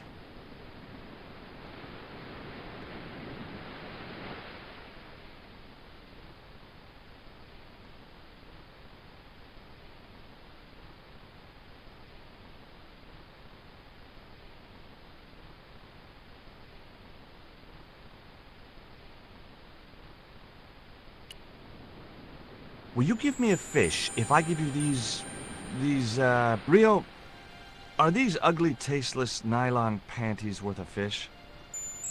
No, man.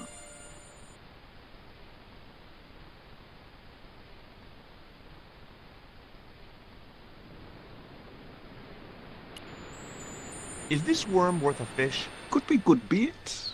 How did it die? I think it drowned in tequila. Just like my Uncle Gabriel. Yeah, I'll have that. Okay, I'll get you a fish. It might take a while, though.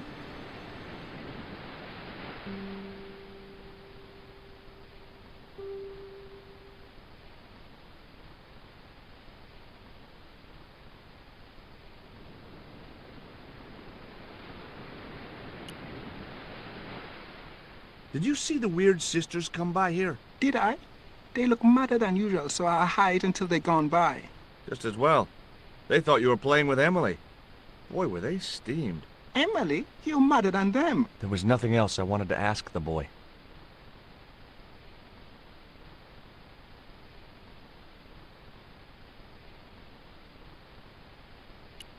I didn't know the first thing about sailing a dinghy.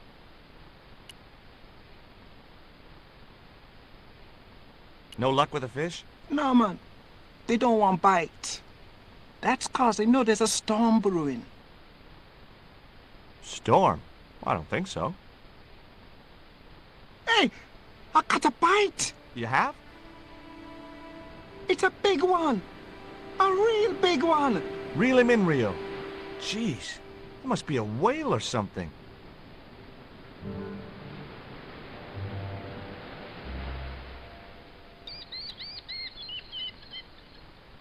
Rustiest whale I ever see. I still need a fish, Rio. Okay, make me try again. Maybe you better change your bait.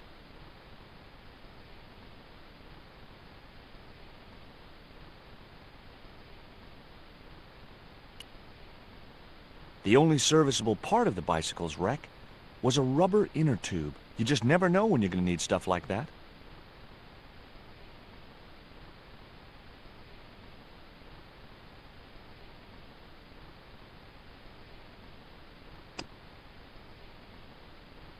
It was the old inner tube from the bicycle which Rio had fished from the sea. 3 feet of slightly perished rubber. Bound to be useful for something.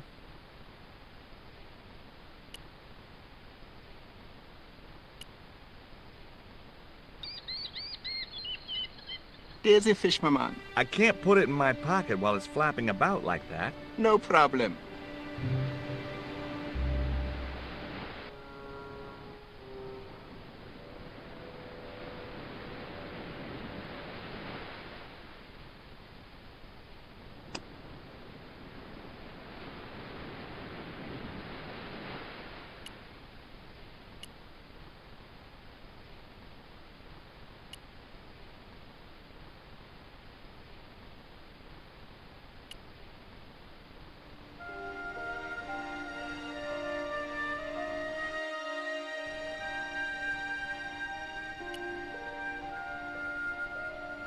I wasn't going to risk further laceration by the cat's claws. Okay, cat. You don't deserve this, but here's a little fish.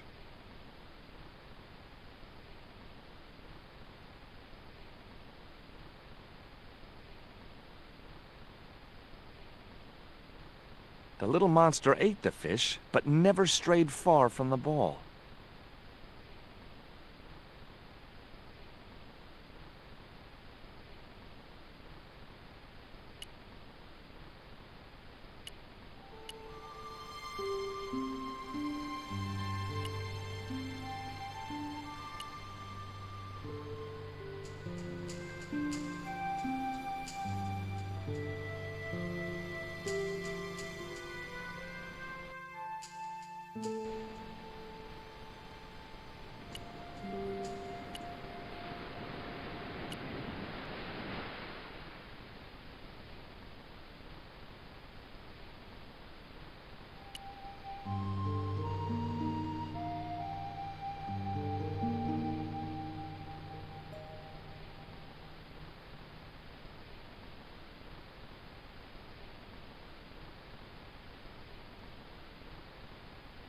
There's a fish, my man.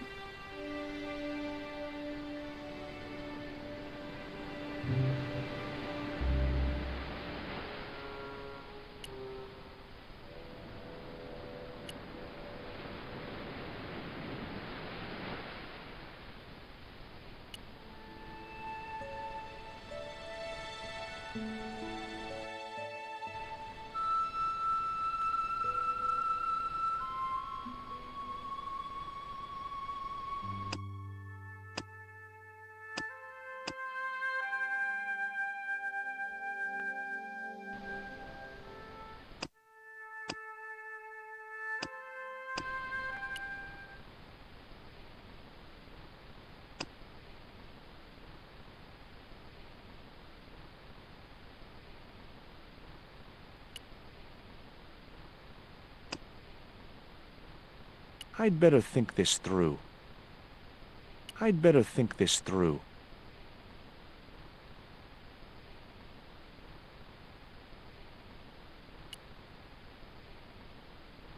I couldn't reach it.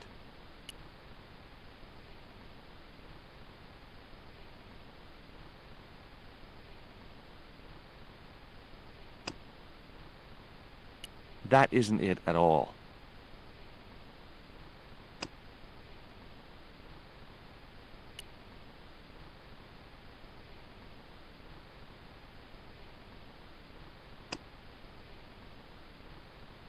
I'd have to do that from the ground.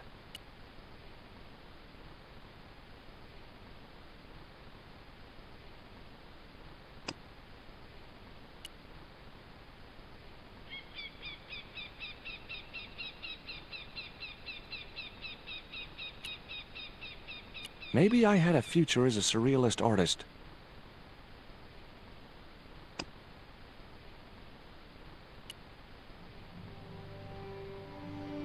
That should get the old cat dancing. I just hoped it didn't give itself a cardiac.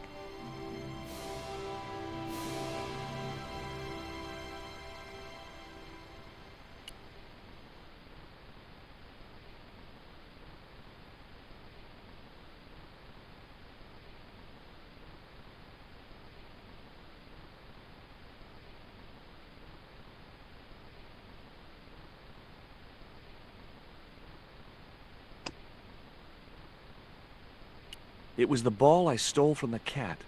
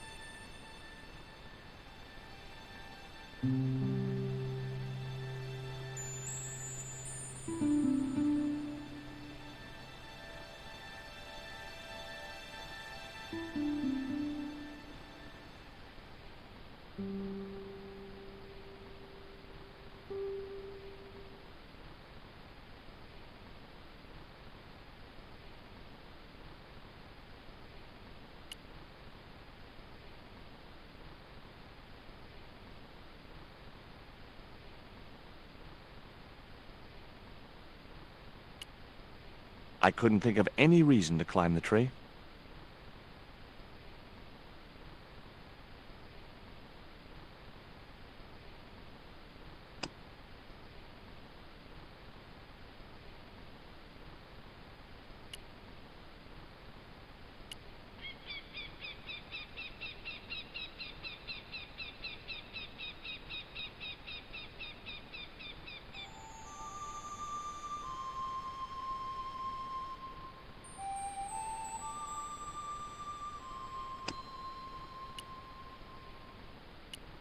I put the ball in the catapult. Took aim. Yes! Okay, so it was a lucky shot, but I'd knocked the theodolite target clean off the end of the flagpole.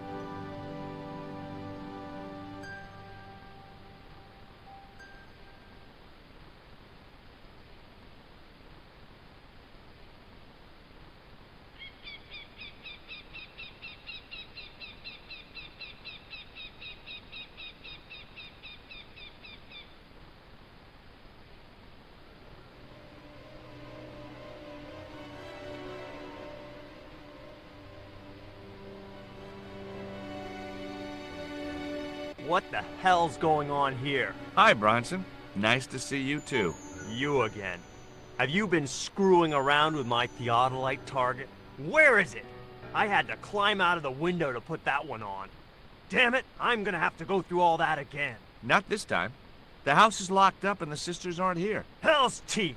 I'll have to put the spare target on the other flagpole. A whole morning's work wasted.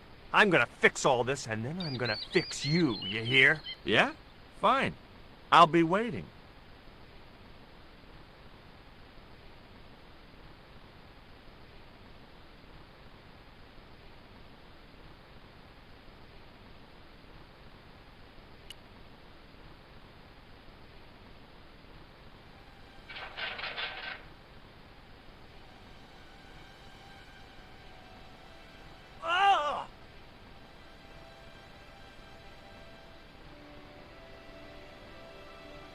What you doing, Bronson? Just hanging around? I'm gonna kill you for this, Stobbart! Get me down from here! What, so you can kill me? Gee, you talked me out of it, Bronson. I felt a little guilty about leaving Bronson up there, but not much, obviously.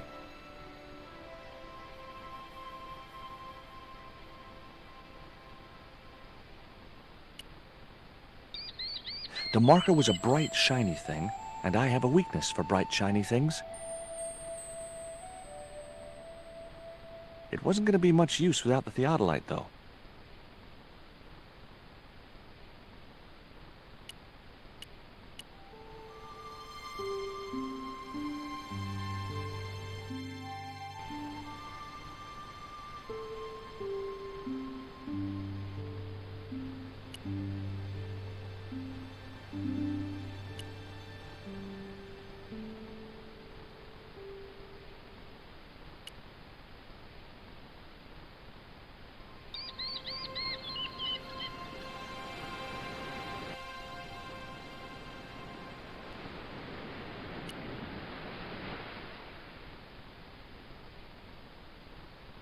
With Bronson out of the way, I could finally get a clear look at the plans. Engineers' drawings didn't mean much to me, but one thing was clear. These plans were for a 5-story, 200-roomed, luxury, pirate-themed hotel. Another stain on the bedspread of paradise.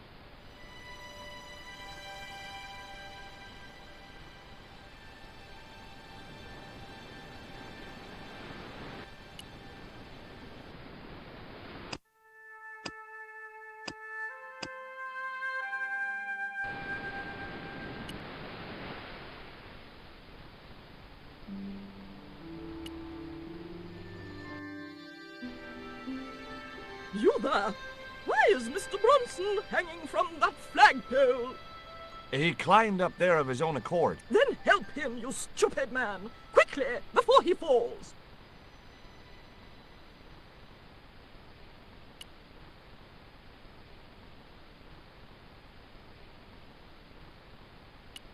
Hey, get me down! What's the magic word? Please! Oh, bad luck. I was thinking of Alakazam.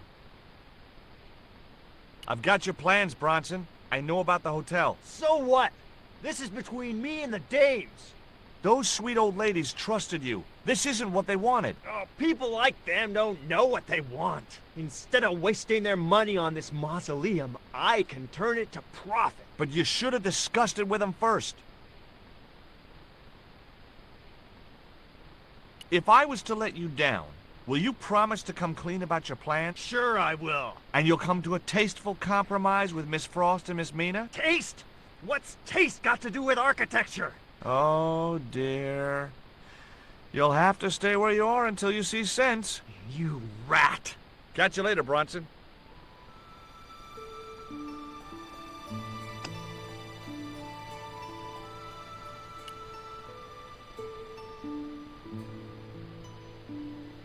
Here, Bronson's plans.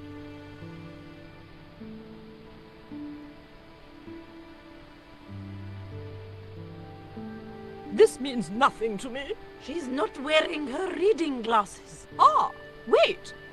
Yes, I see now. I see it all too clearly. That man is planning to build a huge hotel. Bronson is a confidence trickster. Mina, we have been duped. I'm glad we didn't sign his contract. Oh, I hate tricksters, especially confident ones. Come, Mina.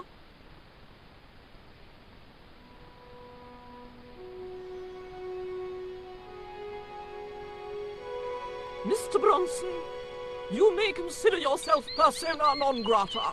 Yes. Cave Canem. Kindly disentangle yourself from our flagpole and eject yourself from our property this very minute. Disentangle! Eject! Hey, cut that out, you crazy old bat! How dare you! Mina isn't crazy, she's just engagingly eccentric. Yeah, as a bedbug. Ouch! Lovely as this little vista is, I'd be really grateful if you could let me into the museum now. Certainly, young man. We are most grateful to you for exposing this scoundrel, Mina, the lock.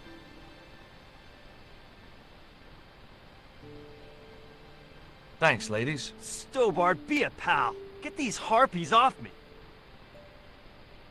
Ooh!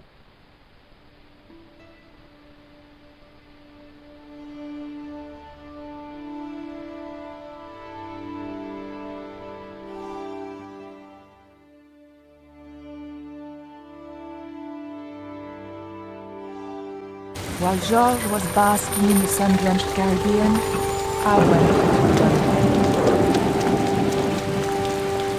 It was a long shot, but I thought I'd start my search for the Jaguar stone at the British Museum.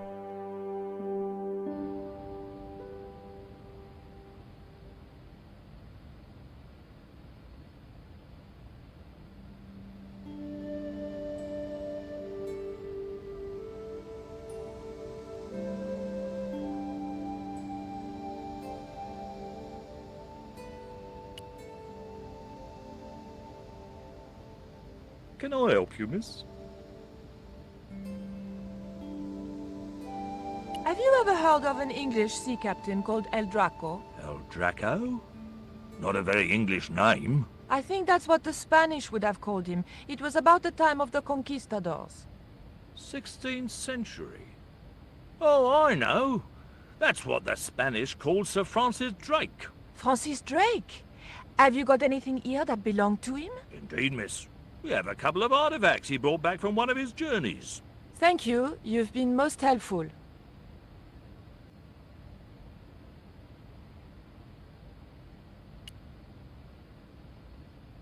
There was nothing else I wanted to ask him just then.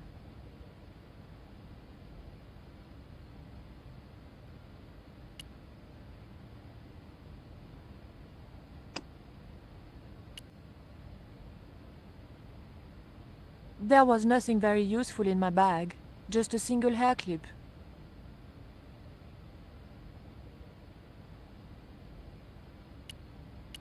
I wanted nothing to do with that statue. It made me nervous somehow.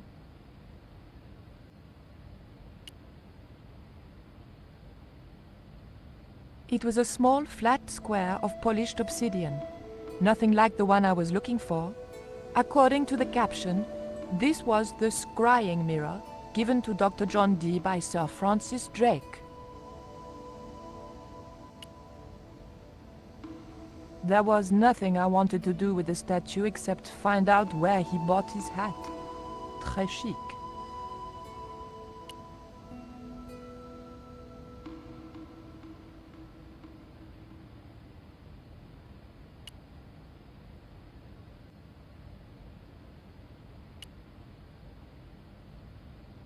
It was a stone identical in size and style to the Coyote stone. However, this stone bore the image of a jaguar.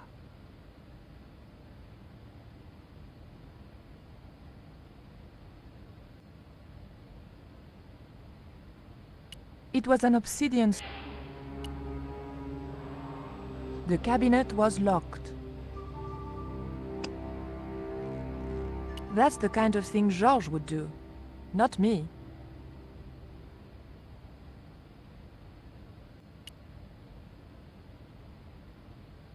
I didn't want the mask, although it certainly reminded me of somebody.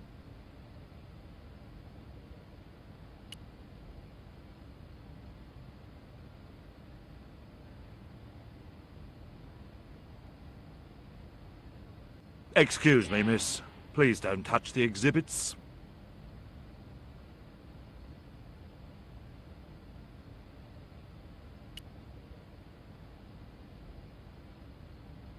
Bonjour. I wonder if you could help me.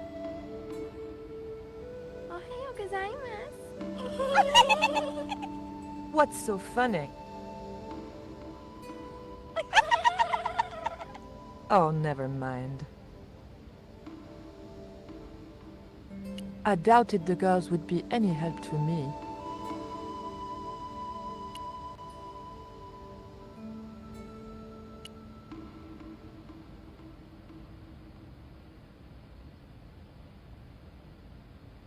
What can you tell me about that stone with a jaguar on it? The so-called Jaguar stone was brought back from the Americas by Sir Francis Drake and presented with, as you already know, the more famous scrying mirror to John Dee.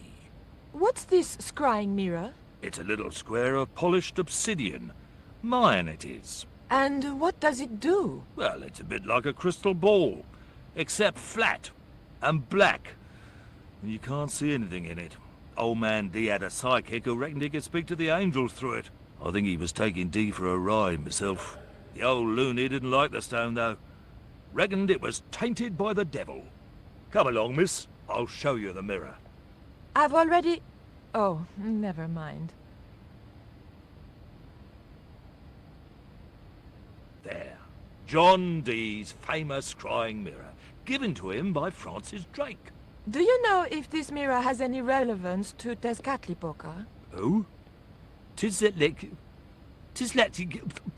I can't even say it. Ah, there's someone here who'll be able to help you better than me.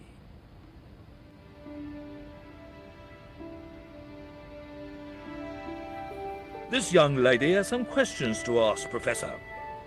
I think she's from France. Professor Aubier? Eh? What? You two know each other, do you? Excuse me, the telephone.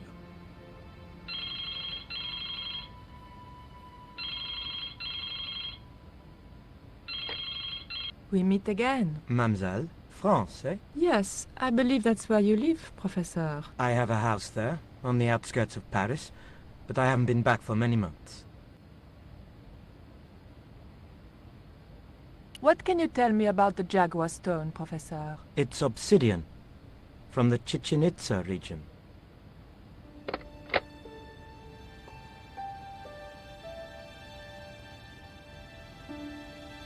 Professor Aubier, your taxi's here. If you'll excuse me, I have some urgent business to attend to at the docks.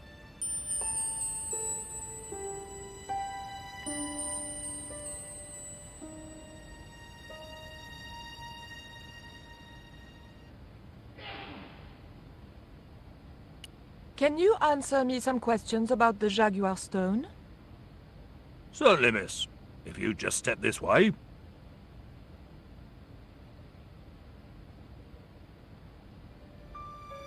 It's gone. Some sods half-inched it. Half-inched? Stolen it, miss. Never mind. The silent alarm will have been tripped. I'm afraid nobody can leave until our crack security team gets here. How long will that take? Could be a while. I think it's their tea break. The thief could be miles away by then. Don't you worry about that, miss. Just don't try to leave. It was too much of a coincidence that Aubier showed up and the stone promptly disappeared. I didn't have time for their crack security team to finish their tea. I had to get after him.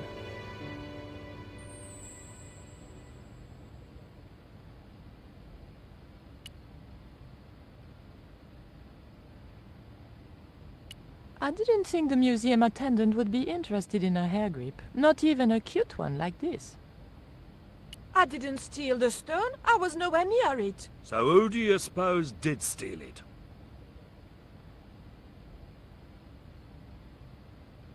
It must have been Aubier. Huh! Begging your pardon, but he's a man of letters. A professor. So was Moriarty. Man of letters or not, he's your culprit. Don't you think it's suspicious that Aubier has urgent business at the docks? Not in the slightest, young lady. He's gone to oversee the unloading of cargo. An exhibition of Mayan sculpture on loan from Mexico City. What's the name of the ship? The Xibalba Princess. Moored down by Tower Bridge. Why do you ask? Just wondering. Thank you. You've been most helpful.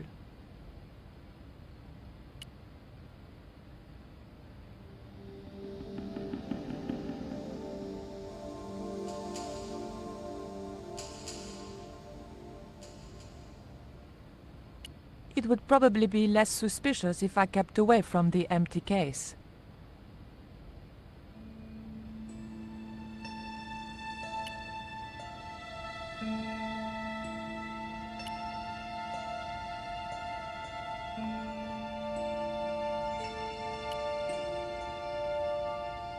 Look at this. The thief left this key in the cabinet. Oh dear. Oh dear, oh dear, oh dear. That makes the theft an inside job, right? Oh dear.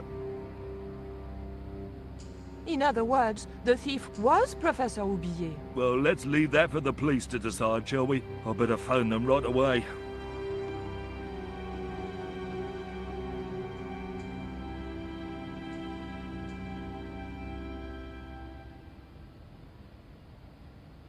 Hello? I knew I had nothing to worry about if the police were called. Yes, I'll hold. But I had to catch up with Oublié, and fast.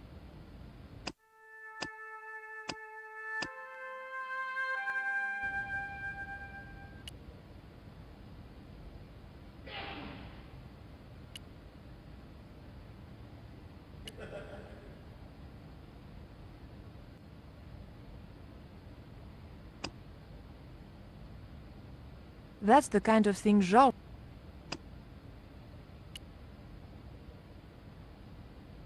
The key unlocked the case.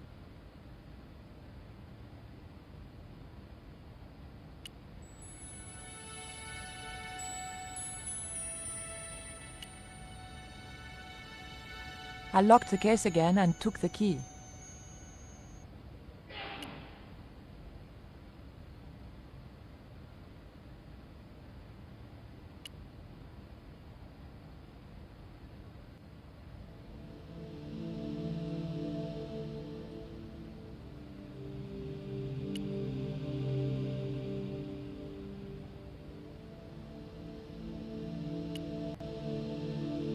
The doors were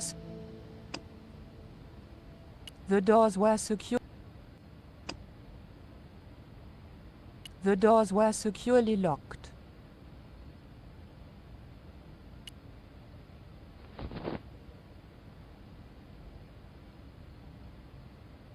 I didn't want the mask, although it certainly reminded me of somebody.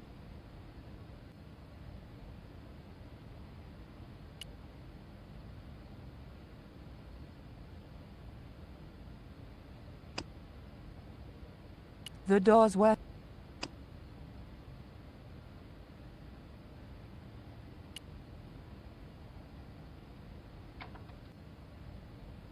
I levered the handle open with the thin dagger.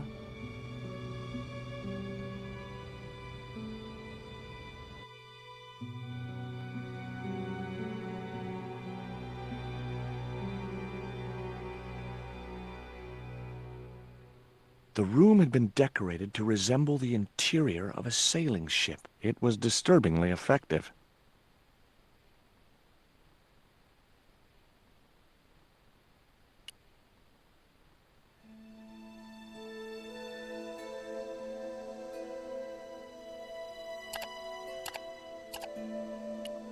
It was a beautifully crafted model of a sailing ship. The ship looked too fragile to touch.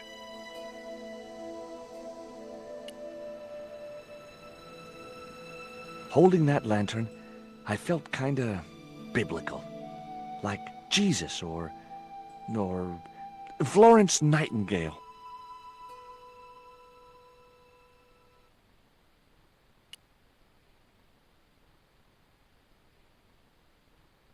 March 20th, 1670 fix.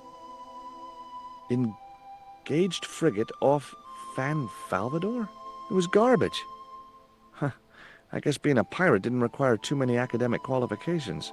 The passage went on to describe how Ketch had got wind of the approach of a fleet of English ships. It seemed the new governor had not shared his predecessor's views on Ketch's activities.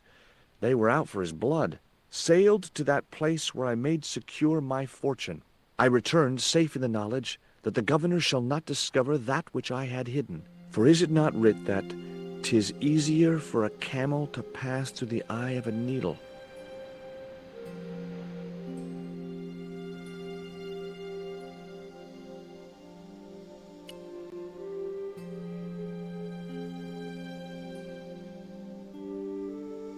That might come in useful in ticklish situations.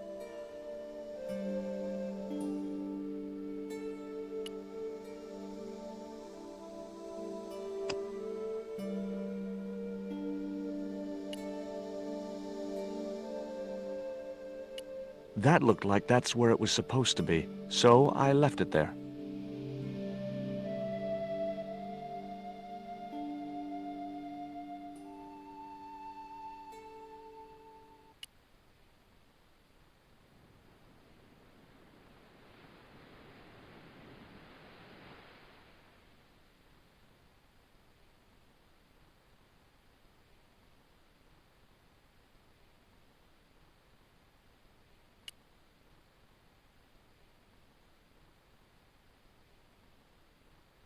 The lantern fitted so precisely in the inkwell, it could only be deliberate.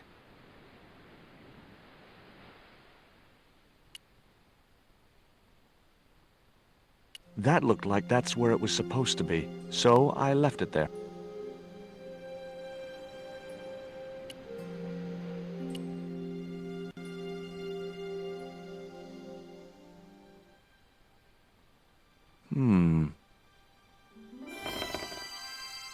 Surprise!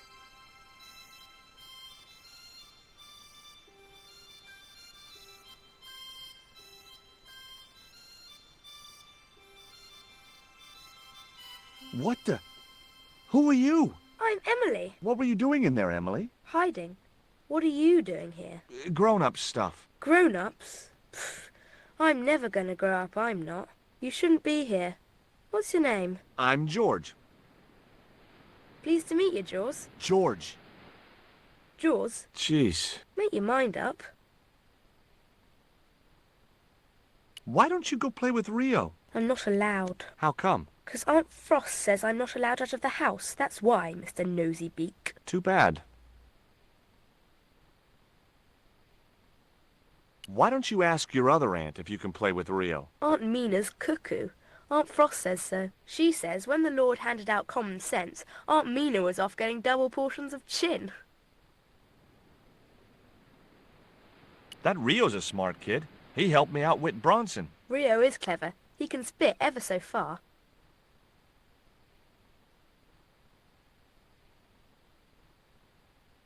What can you tell me about Captain Ketch? That's him on the wall, in the picture. Yeah? Boy, that's interesting. He was a sailor captain. This is his house. I bet you can't keep this piece of coal in your mouth for the next half hour. Could too. I could keep it in my mouth for hours and hours and hours. Yeah? Go on then. Prove it. Don't want to. And if you try to make me, I'll tell Aunt Mina.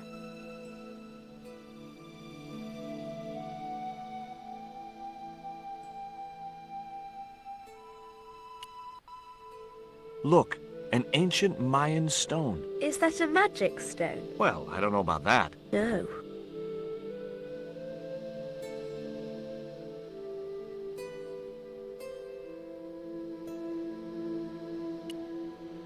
Would you like to play darts? No. Oh, come on. I'll throw, you catch. That's dangerous. Darts will stick in me and make me bleed. Do you know how to use a theodolite? We don't learn anything about surveying at my school. Not until 5th grade.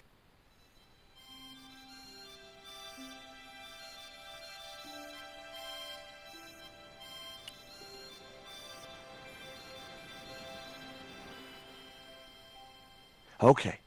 I've had my hands on an historical document. Now what?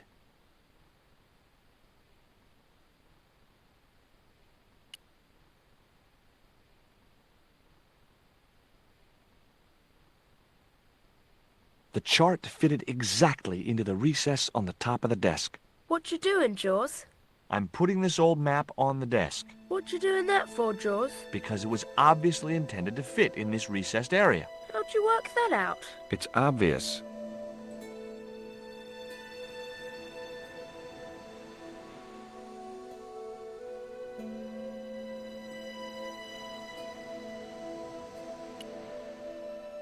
That looked like that. Why don't you run along and play? Aunt Mina told... Well, that doesn't mean you have to stay indoors, does it? On a beautiful day like today? There's a storm coming. Oh, nuts. You don't know that. I do so. I can see the whole world from the window. Yeah, well, like I said, I'm busy. There were several things I wanted to say to that awful kid, but I held my tongue.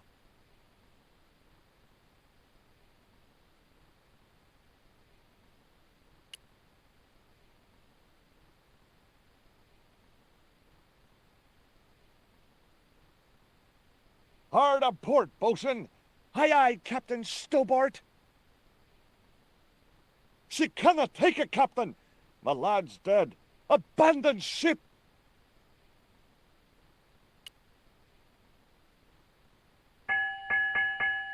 Two bells and all's well. Pirates were cool.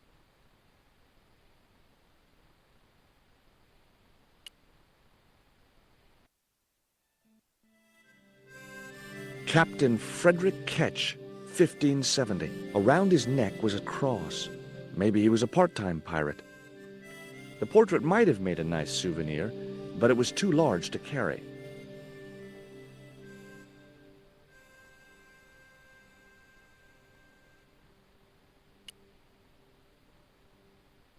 It would have been easy to reach the cutlass and slip it in my pocket. It would also have been the most regrettable action of my life.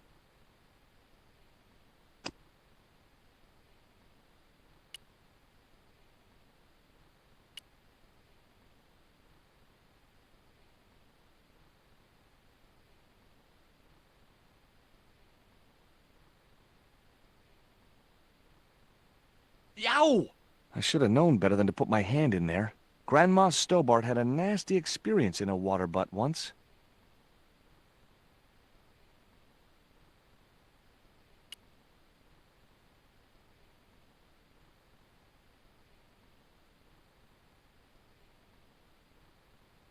That cross you're wearing, Emily, It's my lucky Jesus cross. it's just like the one Captain Ketch wore. Uh-huh. Can I borrow it? Uh-uh. What would you trade for that cross, Emily? A puppy. Well, I don't happen to have a puppy in my pocket right now. Can you think of anything else you'd trade? Don't know.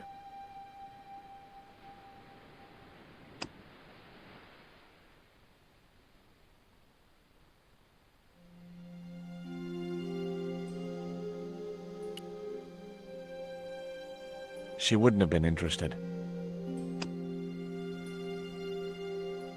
She wouldn't have been interested.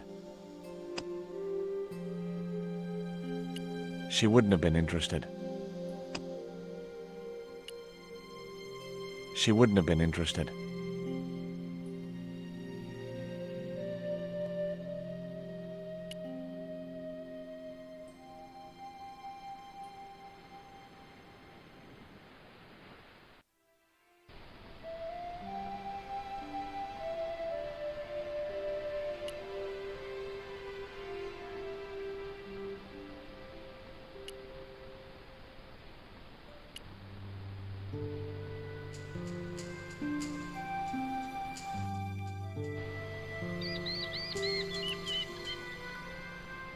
I didn't want a fishing net.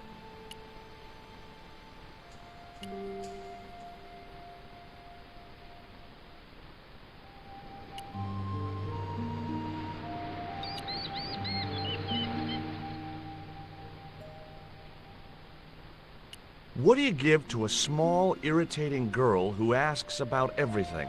Try a conch. Delicate colors, interesting shape, and when you put it to your ear, you can hear the sea. Yeah, why's that? Usually because you're standing next to it. Cool. Have you got one? Yeah, but I promised it to my sister. She well vexed with me.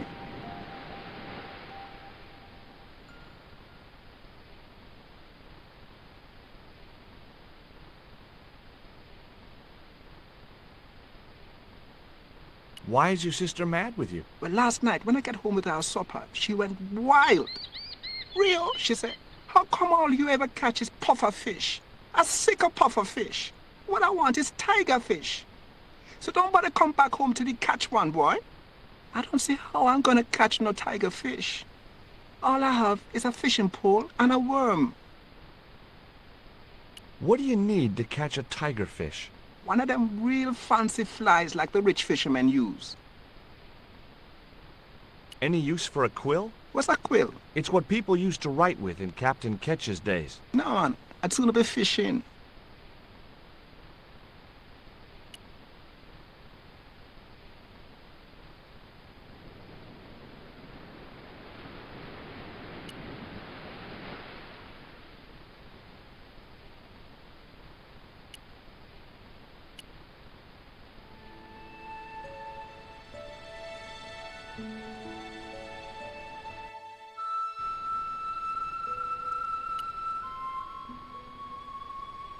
I wasn't going to risk further laceration.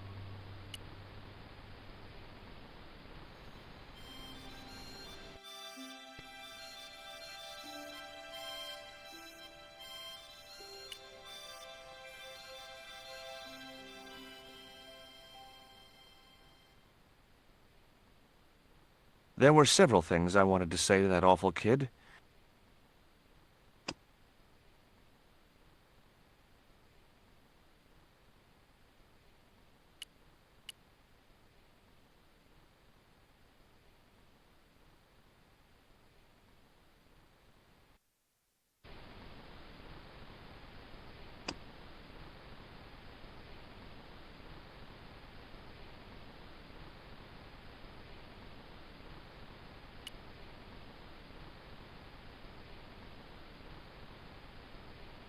The cat made short work of the feather, tearing it into a blizzard of small pieces.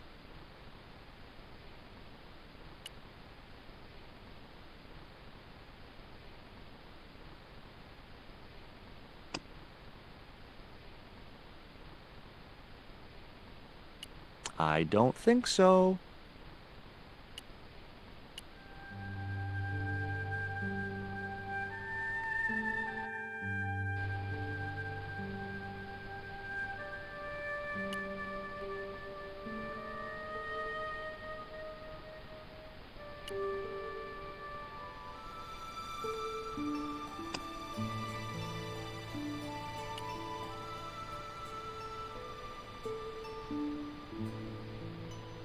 What you got there? Hey, this is just what you need to make a fly. Thanks. Let's hope them tiger fish hungry. A deal's a deal. Here's a conch.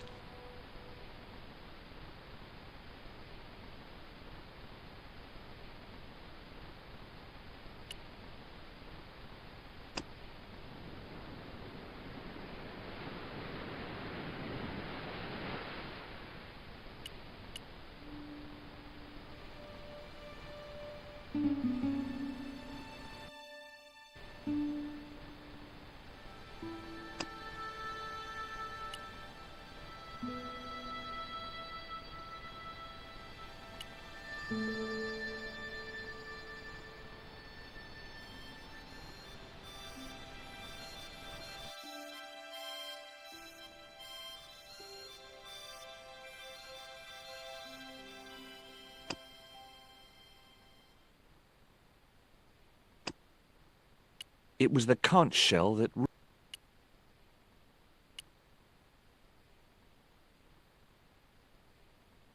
Here, I've got a conch. Would you like it? Dunno. Aunt Frost told me never to take presents from strange men. I'm not a strange man. Then why are you called Jaws, Jaws? That's a stupid name. I'm not called... Look, conch, pretty. Swap for the cross, yes or no?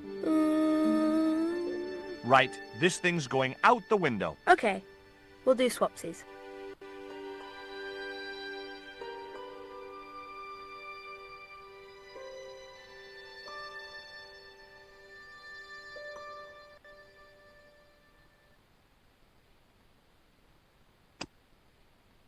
Ketch's crucifix was encrusted with precious gems.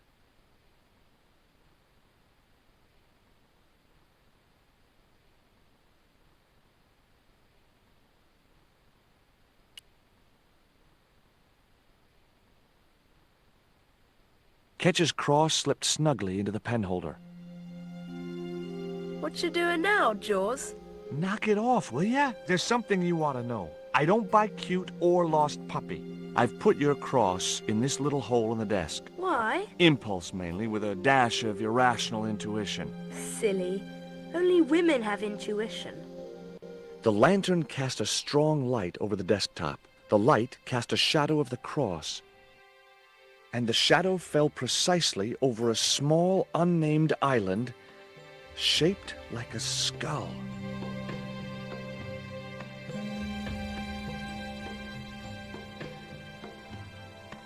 That must be it. Ketch's Treasure Island. Uh-oh. That's Zombie Island. It's a bad place. No kidding?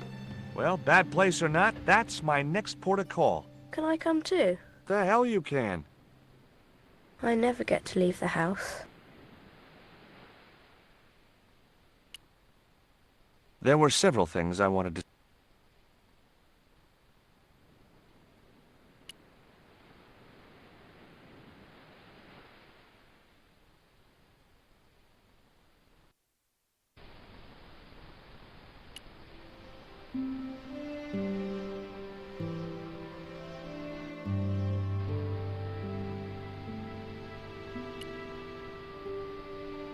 I didn't want a fishing net.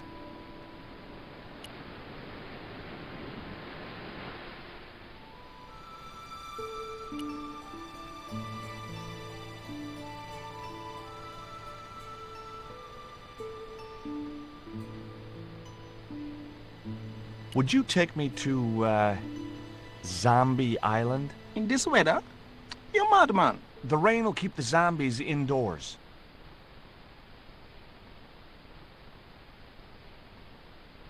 Just say I did meet a zombie. What would you do? There ain't no zombies on Zombie Island. At least, not anymore. It's uninhabited. Good. What do you mean, not anymore? You still want to go? I guess. Well, I ain't had no luck with them tiger fish. And with the mood my sister is in, I'll be safer with the zombies.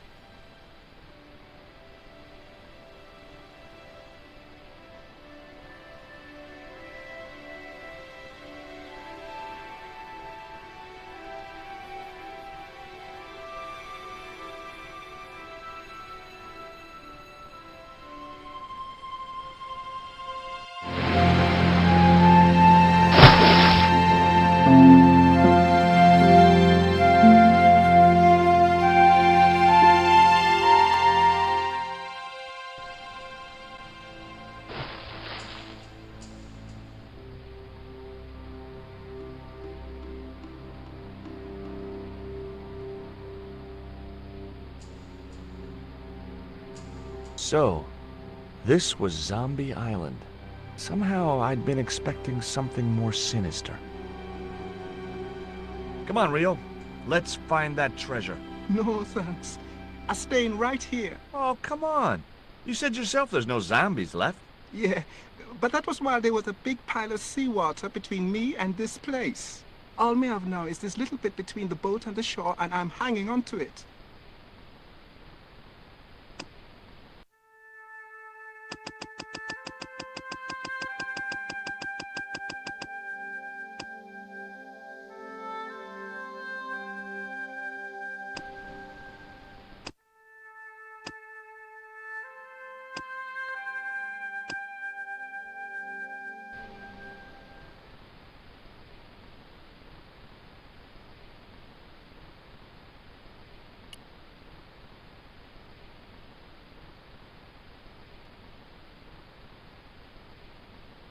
It was too high. I couldn't get up there.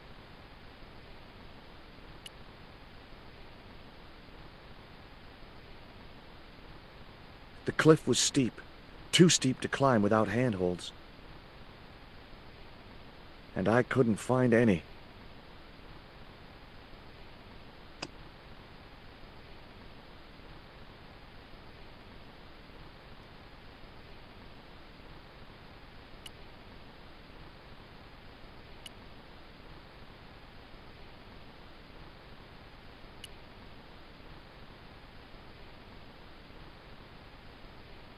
That Emily sure asks a lot of questions. Rest, man. This whole Emily business just isn't funny. Look, we're obviously at cross purposes here. I'm talking about Emily Ketch. Yeah, and so am I. She was my friend. Her aunts hated it, but we did move together, you know. She used to be real keen at hide and seek.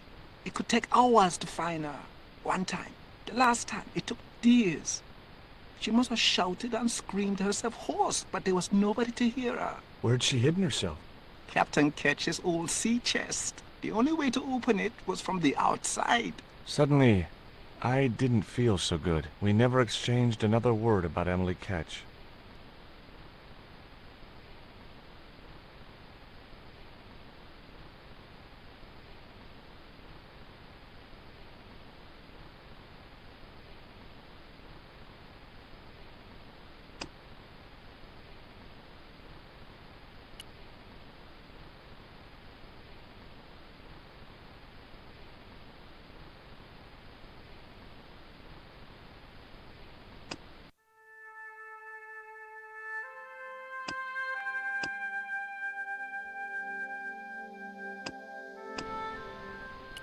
Rio's boat was strewn with fishing nets and tackle. I was quite happy where I was. Could I borrow your net? Yeah, man, no problem.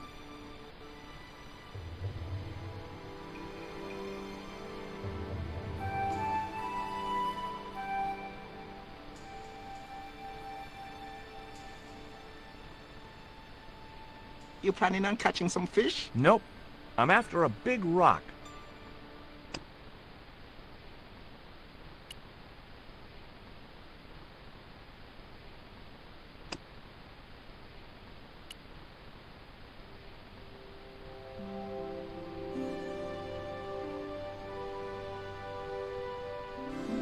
Well, here I go. Wish me luck, Rio. Good luck, George. Watch out for the walking dead.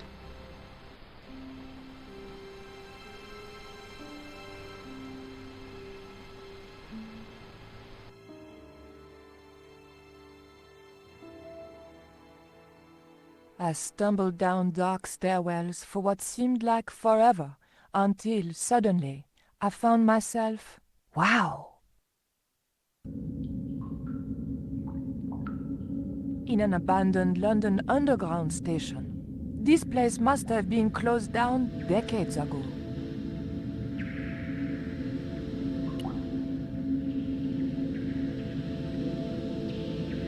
The machine needed to be fed a coin before it would operate. The machine looked like it had sold its last ticket a long time ago.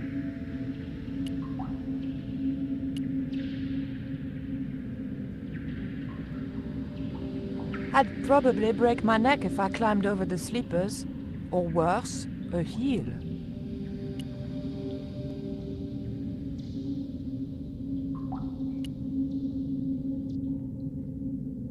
The machine wasn't about to weigh me for nothing. The date on the poster was before I was born.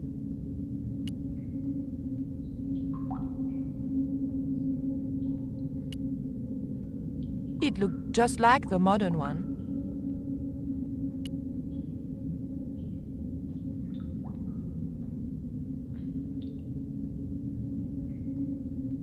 A warning sign saying high voltage convinced me to leave the lights alone.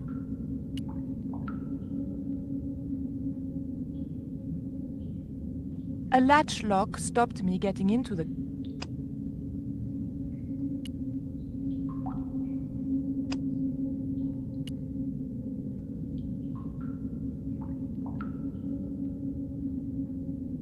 The blade of the dagger just fitted between the door and the softwood frame. The door gave slightly, and then held firm.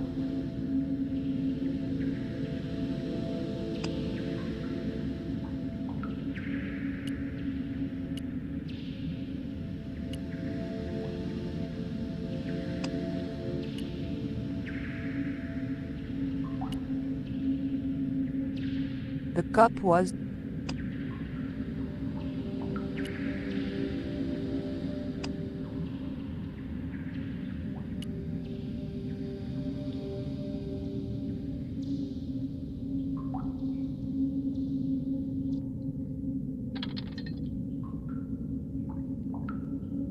I pushed the hair clip into the slot and whatever was stuck there disappeared into the machine.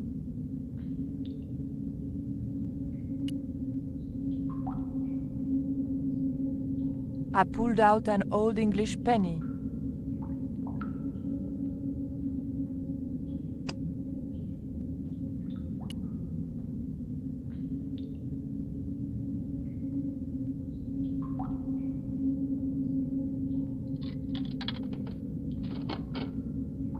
I put the old penny into the slot, the needle twitched rustily, and the machine spat out a card.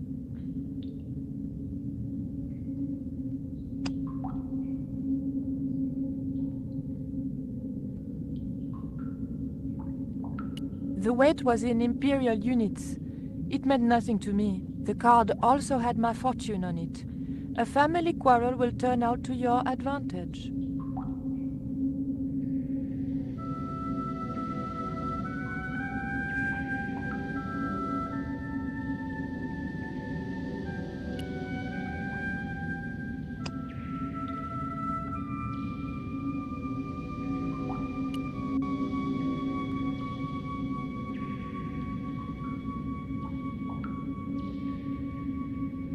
I remembered my student days when I regularly forgot my house keys. A wiggle with the thick card between the frame and the lock, and the latch lifted.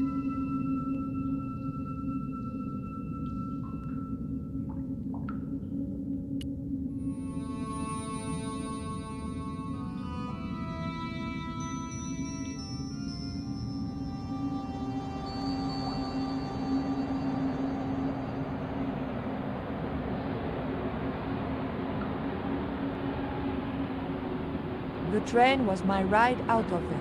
I could worry about not having a ticket when I got to the docks.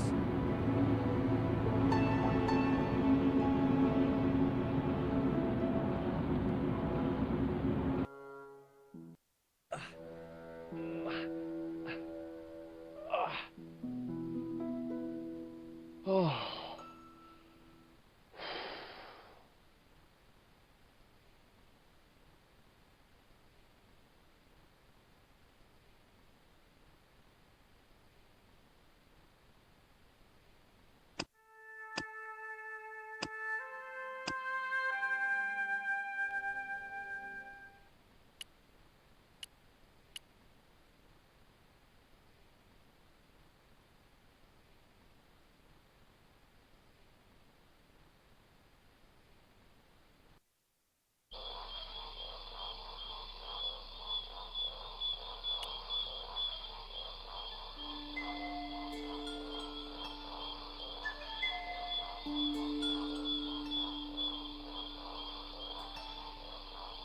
Nothing, I mean nothing, would possess me to step into that swamp.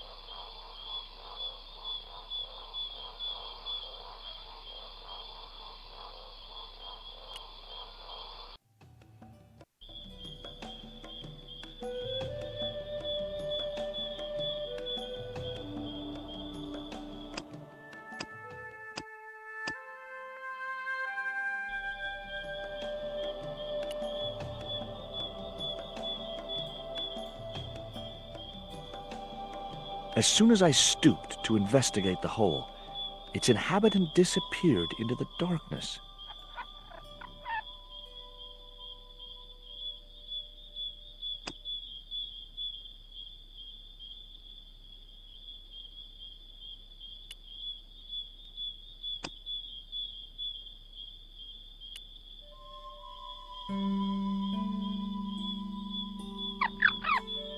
The end of the reed had been neatly bitten off. Now I knew what was living in there. A long-toothed, snarling, furry wild thing.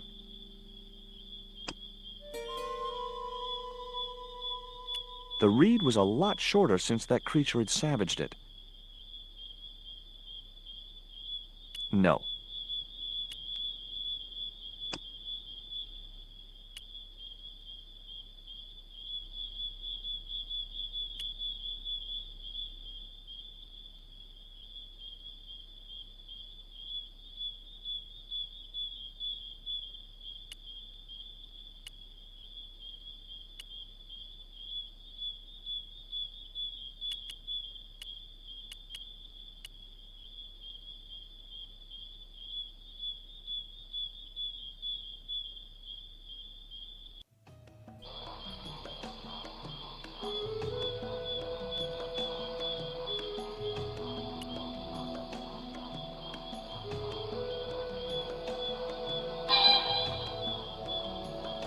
Ah! Stay cool, Stobbart. It was only a bird.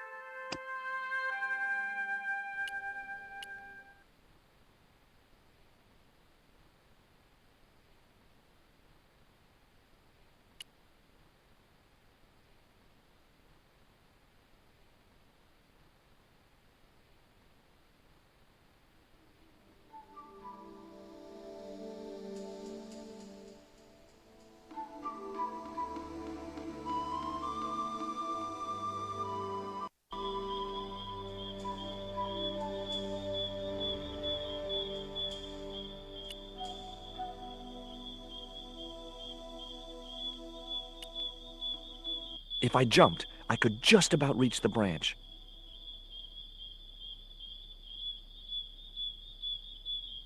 Climbing the tree wasn't going to help any in this situation.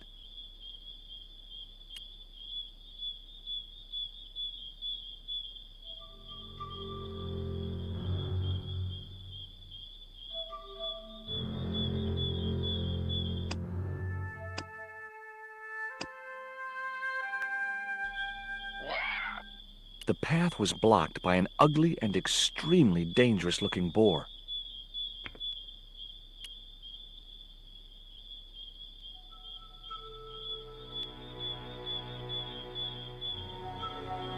The boar's expression said, "Forget it, Stobbart."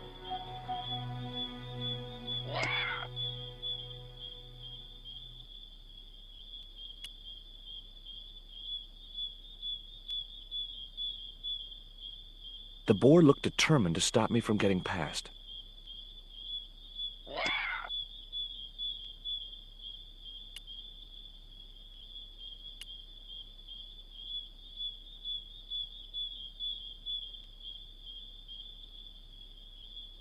The dart fitted snugly into the reed. Great. I was tooled up and dangerous.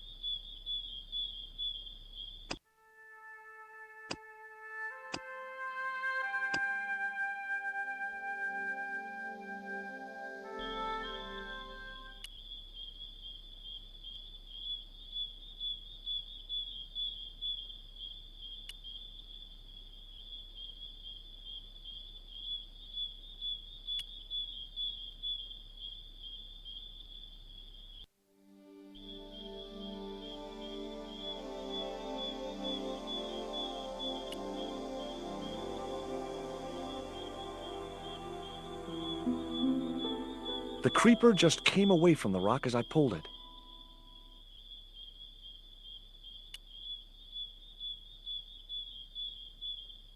The creeper didn't look like it would hold my weight.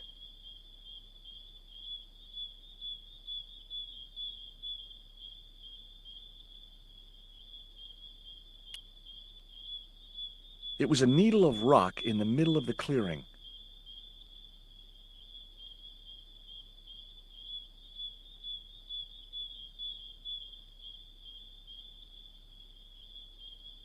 It didn't look like a natural formation. I remembered Ketch's log.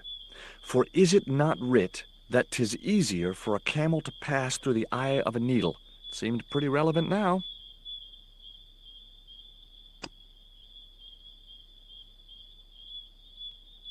I'd better think this through.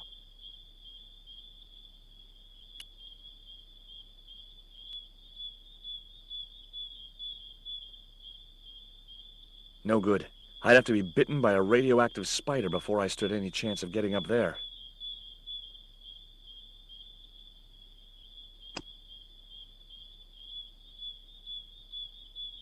I could see no point in tying the net to the creepers on the rock.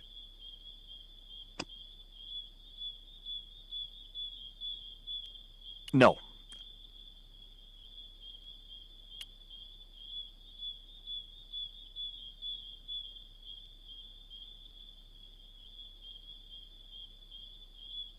The net attached easily enough to the creeper and seemed secure.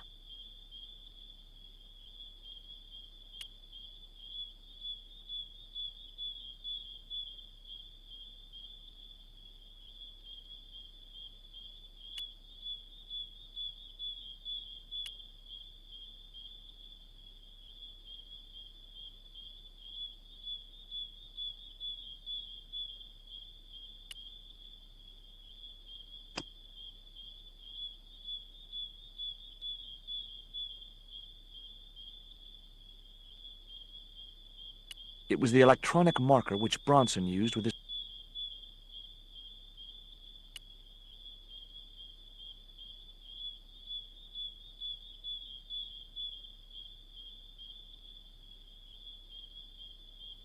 Great. I'd created some sort of creeper marker fishing net assembly. Sometimes I terrify myself with my creative genius.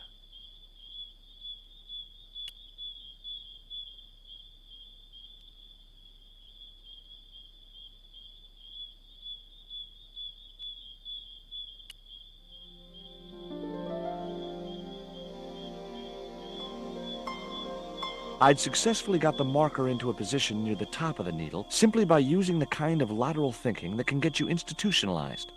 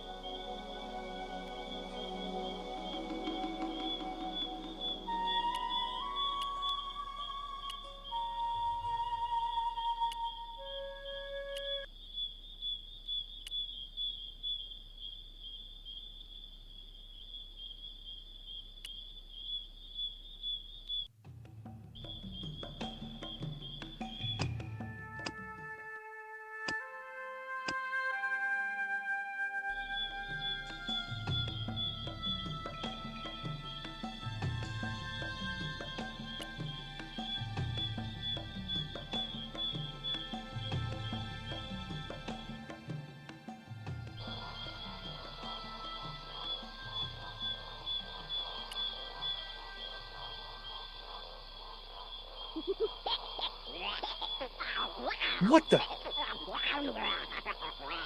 Steady, guy. It's just a monkey.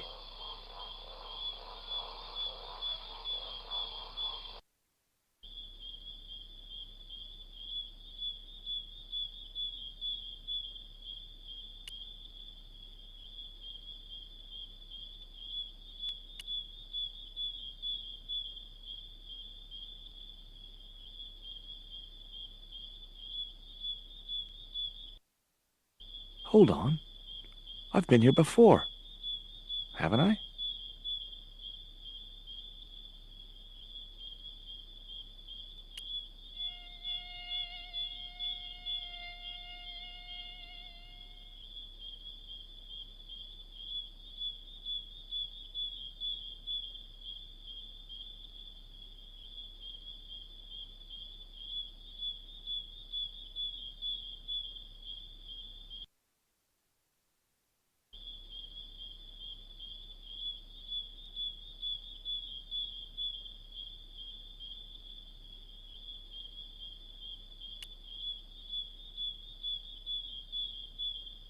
Initials carved into the stone read F.K.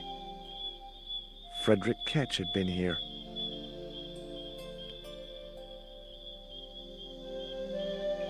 Joining the dots would make an equilateral triangle.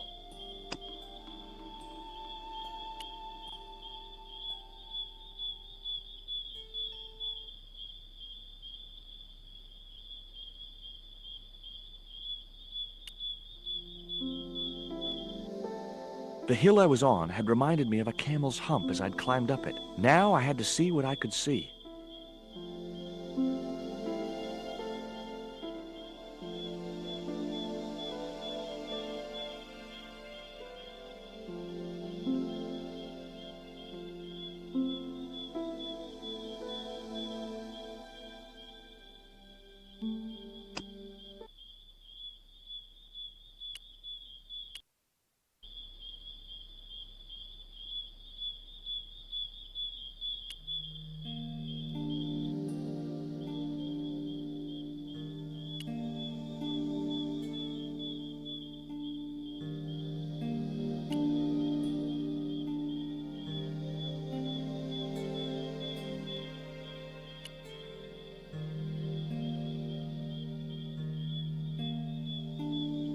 It was a good cave for hiding treasure in.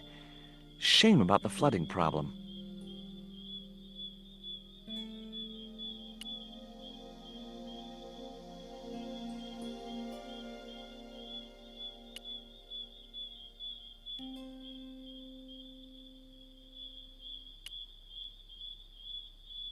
A needle rock.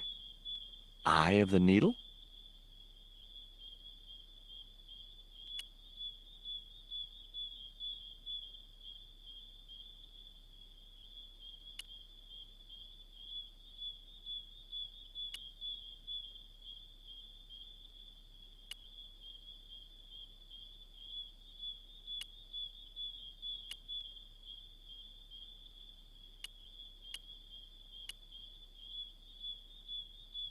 There was an enormous cave.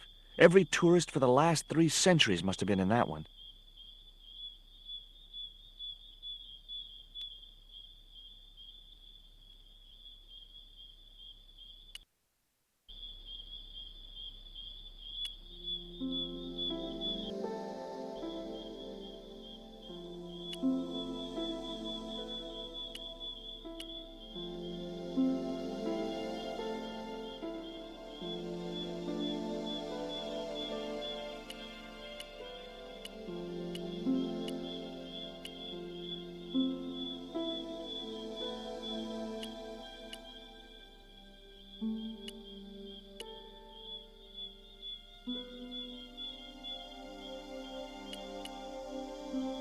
A needle rock. Eye of the needle?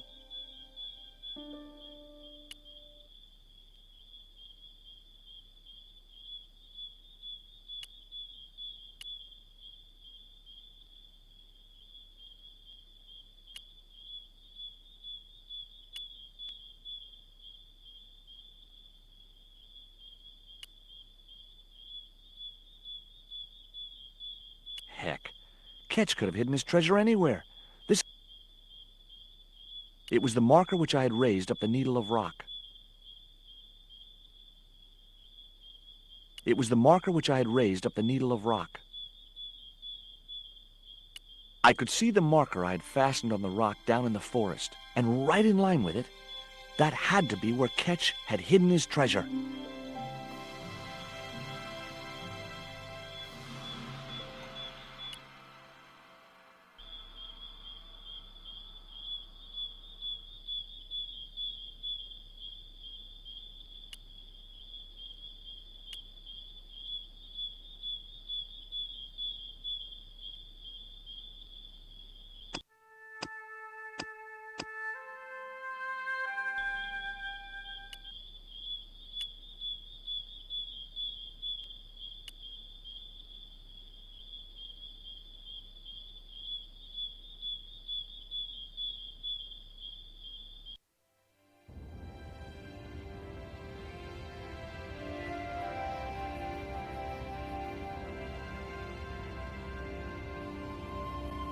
I couldn't open the crate, and I couldn't move it.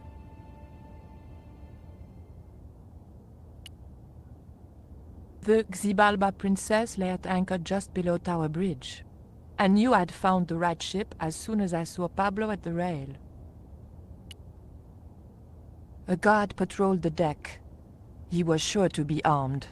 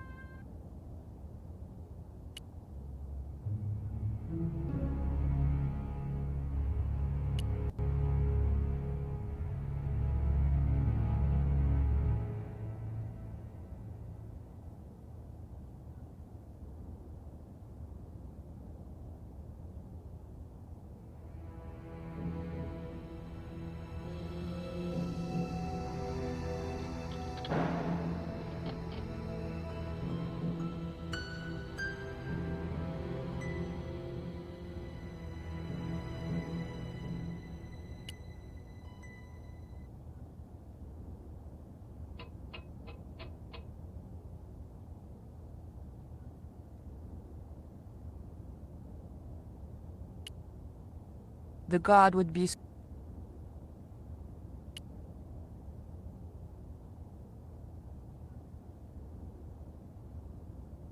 The tactical advantage of hiding in there escaped me. The tactical advantage...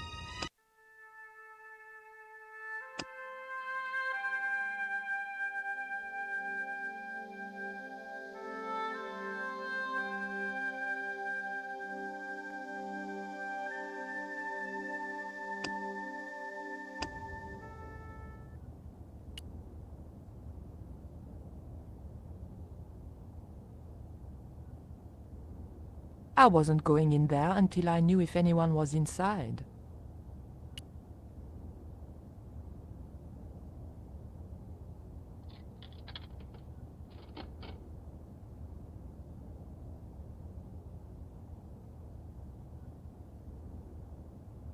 A guard patrolled the... I couldn't let the guard see me.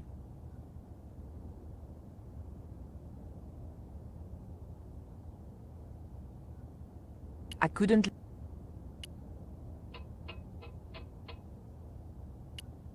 I couldn't let...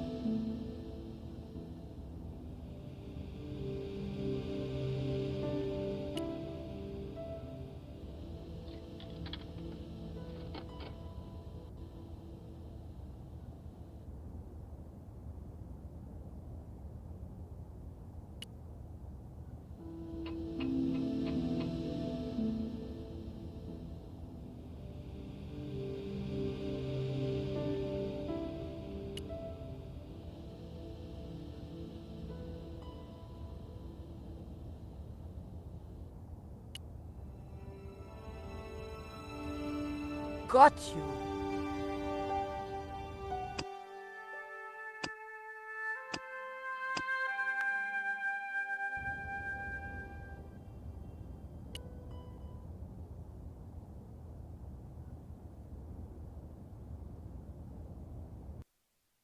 But the Collard woman was there. They'll know it was me. But you have the stone. The right stone, you're sure? Yes, of course, it's the Jaguar stone. No possible mistake. Here it is. Garzak, please. The police will be looking for me soon. You're going to get me out of the country, aren't you? Stop your whining, Ubier. Do you have any idea what this stone symbolizes? I thought you just wanted it to frighten the natives. Fool. I intend to cast this stone into the sea. But why?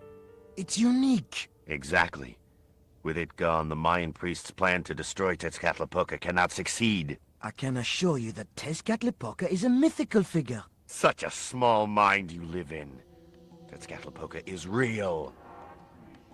I have seen him in my dreams.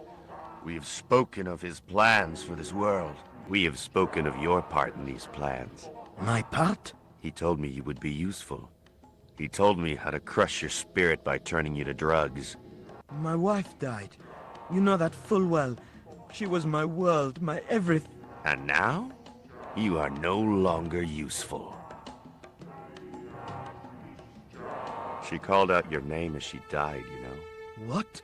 What are you saying? And then they thought you'd done it. It all worked perfectly. You? It was you? You bastard! You monster! For the love of God, Karzak! Which one?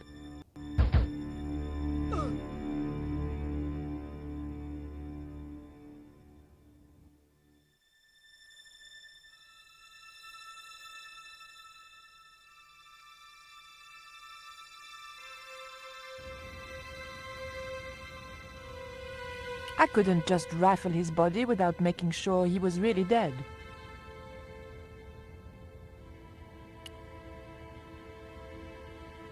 There were no signs of life, but I checked that Oublié really was beyond help. We were going to need the stone to thwart Karzak. I knew Oublié would have approved. It was the Jaguar stone, all right.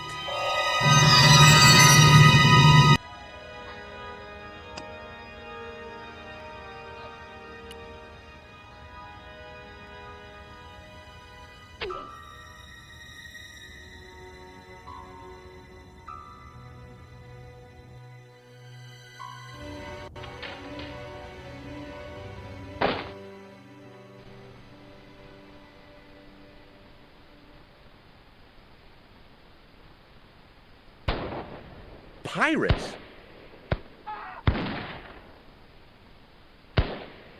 I was about to make good my escape when... Cut! Who the hell are you? I can explain everything. Don't bother.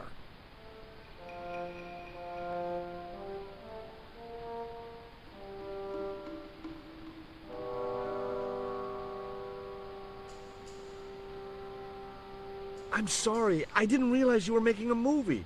So who are you? Stobbart. George Stobbart. 2 B's and 2 T's. It's okay, Mr. Hawks. He wasn't in the shot. Hawks? This had to be Carlton Hawks, the newest enfant terrible of Tinseltown. I'd read about him. Mailroom boy makes good. Nice to know it was still possible to get to be a director armed with only an encyclopedic knowledge of postal charges. Stay out of the way, surfer boy. I'll deal with you later. Surfer boy?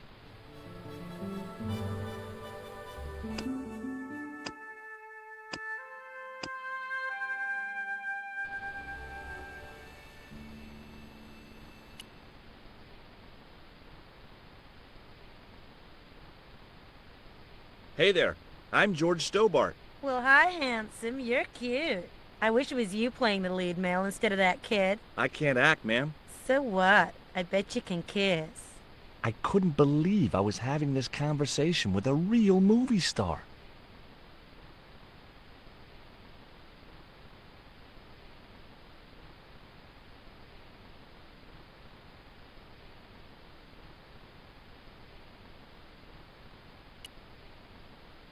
What do you think of these? Ew, they're awful. You have no idea how much you've just gone up in my estimation.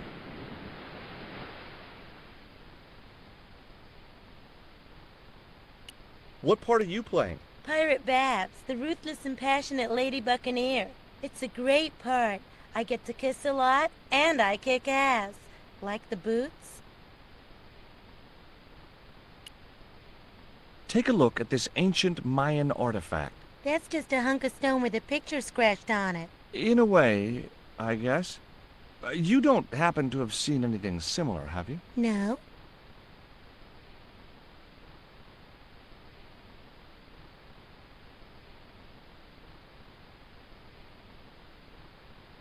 What's it like sharing the spotlight with an actor who's young enough to be your son? What do you mean?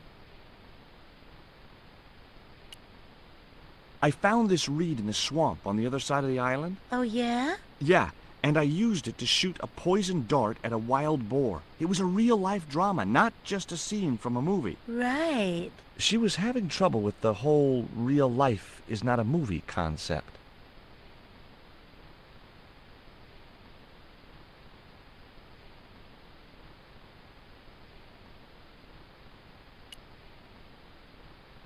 Hi there, George Stobbart. Uh-huh. Yeah. Haiku McEwen.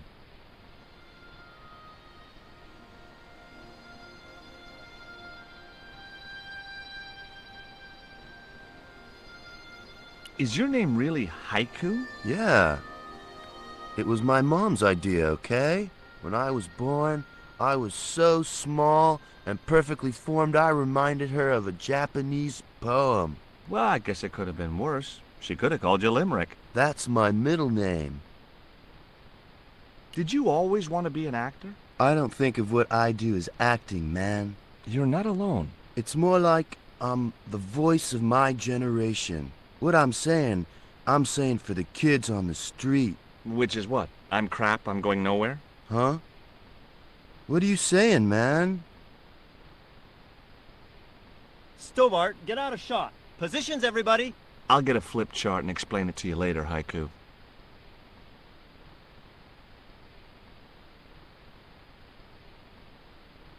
Haiku, baby, are you ready? Okay, man. Which scene is this? You've been captured by Silver's accomplice, Pirate Babs, who's fallen in love with you. Okay, people, top of page 76, Sharon. What about my big speech? It's been cut. Everybody ready? Up to speed. Quiet on the set. Okay, let's make magic. Oh, please. And action! Why don't you forget that dumb old squire and his bunch of merry men? Can't you see we were made for each other?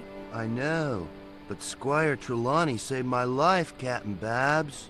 Why, if it hadn't have been for him, that giant octopus would have made mincemeat out of me. But right now he thinks you're a traitor. He's locked you out of the stockade, Jimbo. That 20-foot high wall with spikes might have kept out Silver's men, but it ain't gonna stop me. Oh, Jimbo.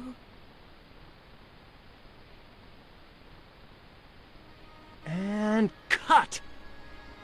Good heavy breathing, Sharon. Natch, I'm a pro. Did you get the heavy breathing, Flash? Did I ever, boss? You should have made this movie in 3D. Haiku, you were great. We're setting up for the stunt now, so get a bite to eat.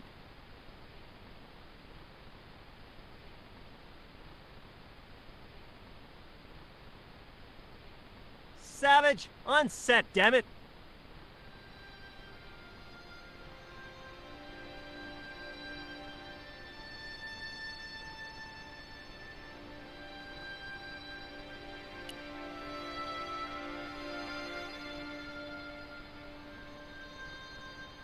The bun was so stale it felt like a small rock.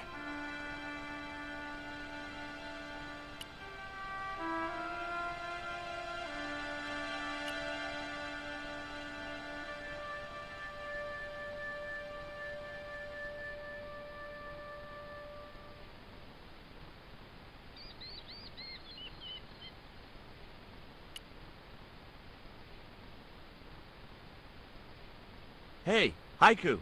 Yeah, man. Would you like a bun? No way, man. I have to be careful what I eat. Yeah. Never eat anything smarter than yourself.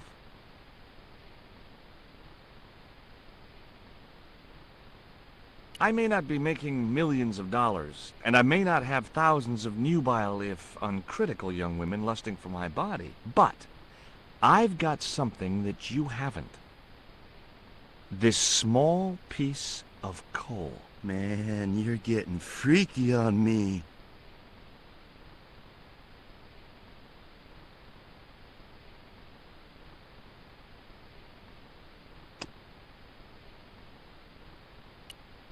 Haiku, Yeah, man. You got something to show me? I'd like your opinion on something. Yeah? What? He was too interested in himself.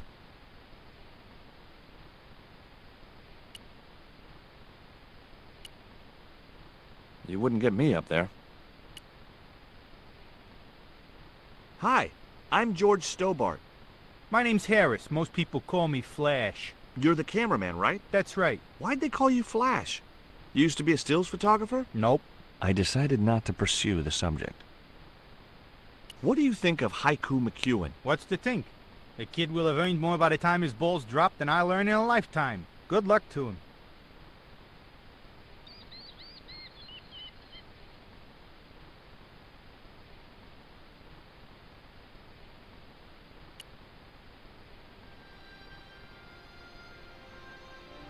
Hi, Hi, gorgeous.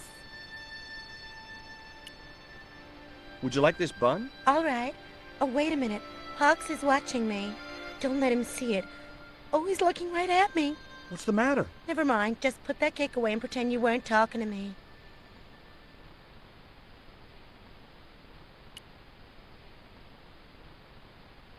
Hi, George Stobbart. Hello, mate. You're English, right? Blimey, you don't miss much, do you? Bert Savage.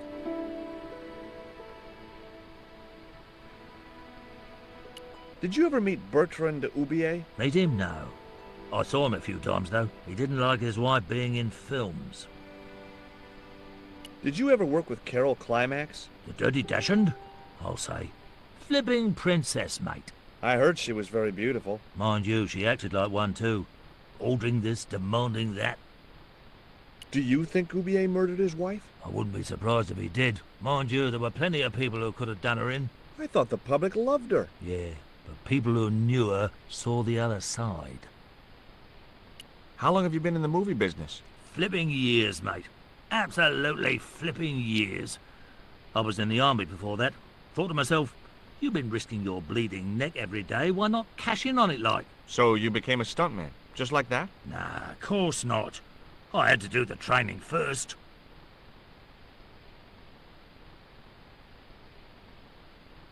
What training does a stuntman do? First, they told me to stand in the road. Then, they rammed me down. Straight up. Drove at me with a car. I couldn't believe it. I was up on the bonnet and over the other side before I realised he wasn't stopping. Then they threw me downstairs a bit and gives me a certificate. Would you like a bun? No way. The last one I tried cracked my dentures. Would you like this pot of syrup? No thanks, mate. I don't like the stuff.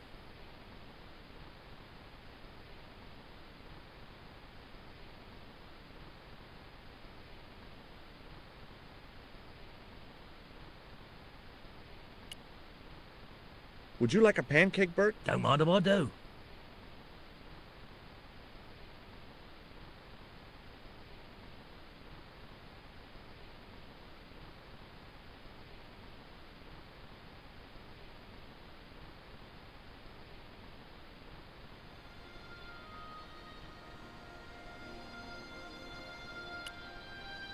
Have you ever seen anything like this before? What's that, mate?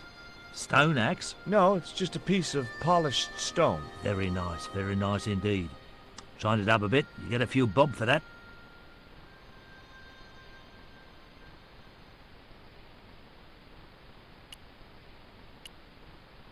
I wasn't going to upset Hawks anymore by tampering with his props.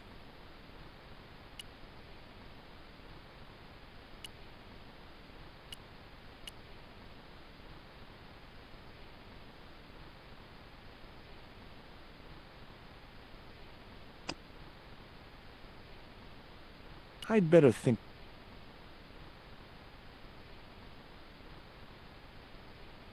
It was a plain pancake.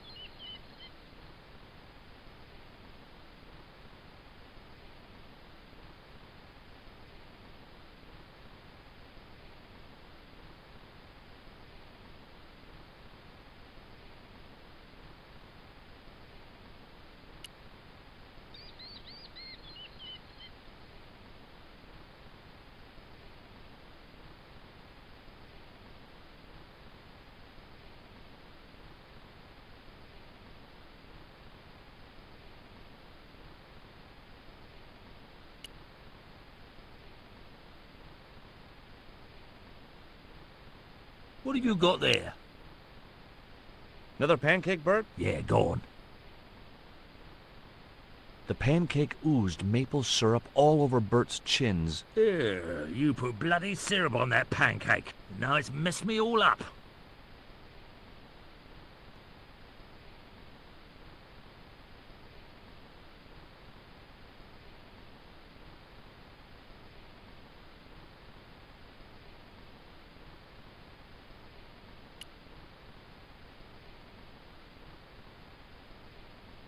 As I walked towards the bush, it started buzzing angrily.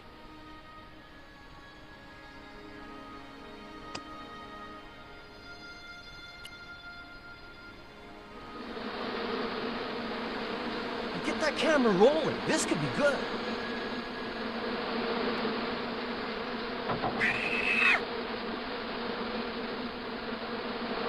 Cut and printed. That was brilliant, folks.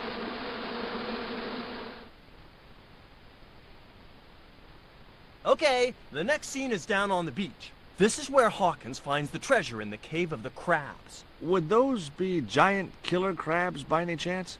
Giant mutant killer crabs with attitude. There it was, the rock I'd seen from the camel's hump. Now that I was close up, I could make out a small cave near the top of the pillar.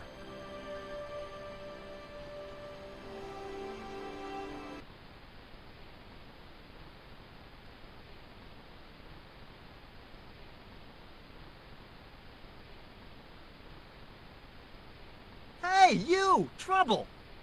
Who, me?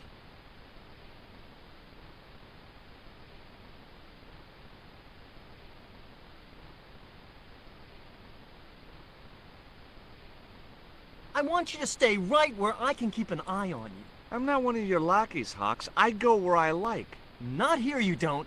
The movie company has rented this island for the duration. You're trespassing. Do as you're told or you're gone.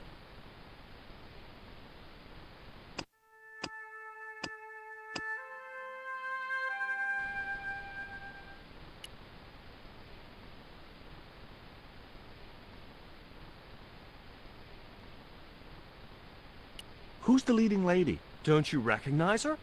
That's Sharon Kowalski. Oh, right. I'd never heard of her.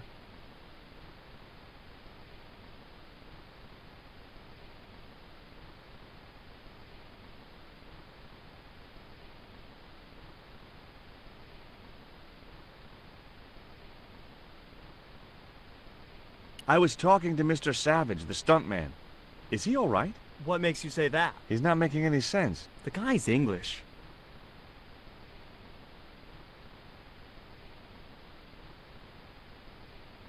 You know what the locals call this place, don't you? No, but I guess you're gonna tell me. Zombie Island. Zombies? A crazed gleam came into his eye. Get me the writers. Get me makeup. I want zombie pirates in this movie by the end of today.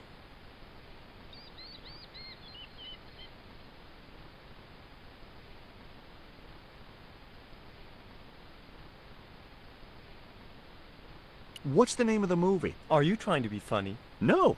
It's Treasure Island, the only book I ever read twice. I don't recall any girls in Treasure Island. Gotta think box office. People like that kind of thing. What other changes have you made to the story? Just a few minor details. You haven't written out Long John Silver. Are you questioning my integrity as an artist? Of course Silver's still in it. We've even hung on to Captain Flint. His parrot. His trained attack falcon. Why do you think Blind Pew's blind? Did you say you've changed the ending of the story? That's right. Do they find the treasure? Yeah, but that comes later, after they've escaped the volcanic eruption. A volcano? Sure. Krakatoa. All the millions spent on a movie, and nobody thinks to buy an atlas. Who's playing Jim Hawkins? Haiku McEwen. Oh, don't tell me you've never heard of him. I don't go to the movies too often. Jeez. Haiku is only the hottest teen star in Hollywood. That's why we're on such a tight schedule. Gotta film the close-ups before he hits puberty. You don't look happy. Why should I be happy? Look at that cave. It's supposed to be where the treasure is. So? Look at it! It's crap! Does that look like the sort of place anybody would hide treasure? I should have had props build me a proper damn cave. A cinematic cave. What do you mean, a cinematic cave? One with drama. Danger. One that looks like the mouth of a big stone skull would be cool, but I'd settle for drama and danger. Why don't you use that cave up on the rock pillar at the end of the beach? We don't have a stuntman anymore. Hey, I'll do the stunt. I appreciate the offer, but if you fall, you'll sue us. No, I won't. Everybody hear that? I heard it. Good enough, we're covered. Got any experience? Death-defying leaps, desperate fistfights, getting caught in explosions, you name it. Okay, people, move out. We're shooting the scene at the end of the beach. No, we're not. The camera's still bogged down. Shoot, I forgot about that. No go, Stobbart. We'll have to use this cave after all.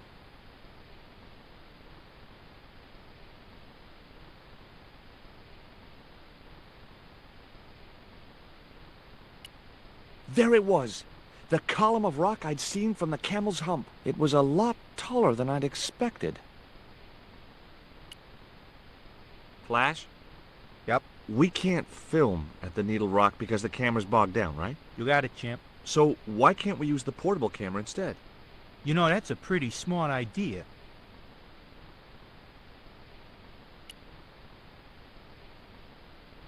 Mr. Hawks doesn't like that cave. He says it isn't cinematic enough. Well, that's just too tough. The camera's bogged down in the sand. If he wants the shot done today, it'll have to be that cave. There's a pretty good cave over on the other side of the bay. The one up in that finger of rock? We'd need a stuntman. You got a stuntman. We ain't got no stuntman. Bird injured his back doing that dumb wall jump.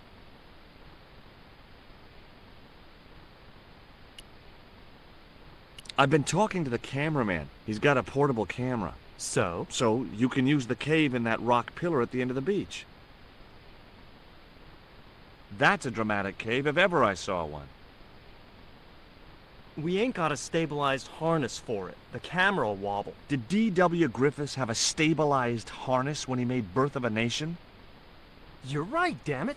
Hitchcock, Wells, none of them needed one. For crying out loud, Sam Raimi stabilized his camera on a plank. Props, get me a plank. We're gonna wing it. Hot dog. We're gonna do a cinema verite pirate movie. George, get to wardrobe. We're gonna make you a star. On my way.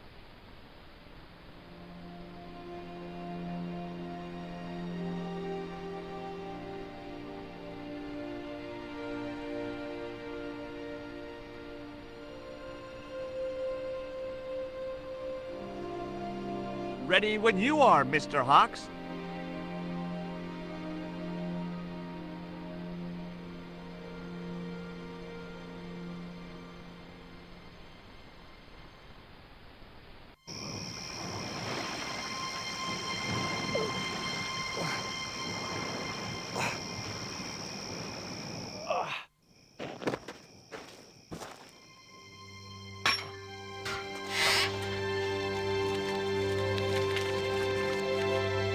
It was the stone which Ketch had captured from the Spanish. The Eagle Stone.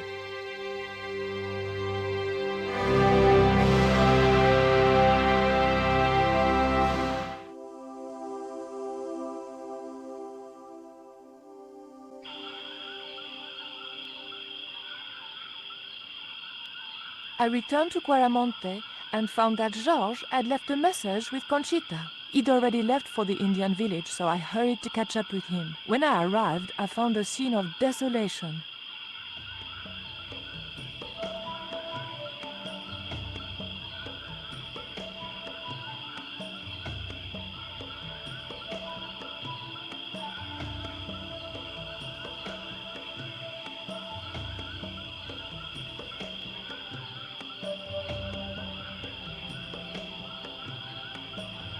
These sunglasses are George's. George, where are you?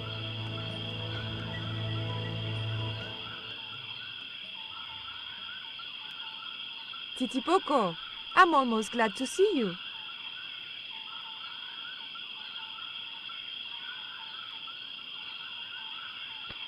You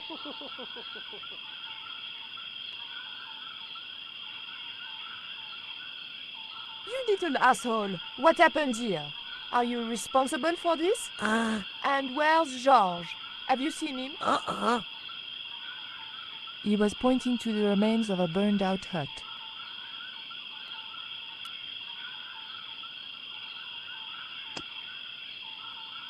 It was too hot to pick up.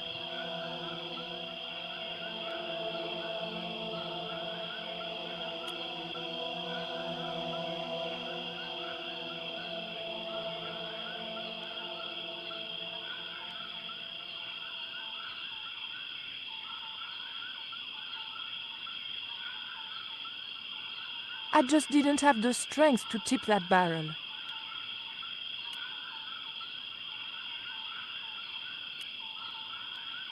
These are George's shades, right? Has he been here? Jaws! Where is he now?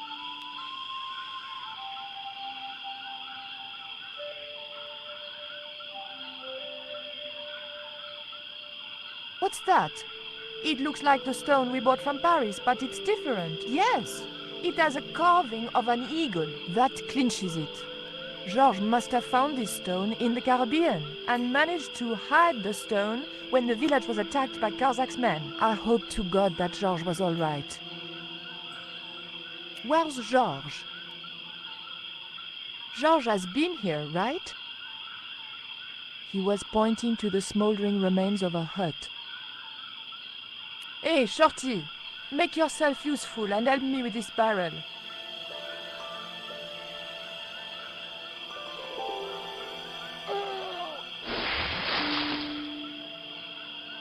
Thanks.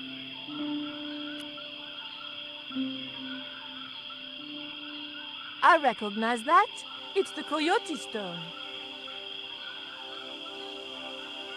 I had the coyote and jaguar stones. Titipoco had the eagle, according to the shaman.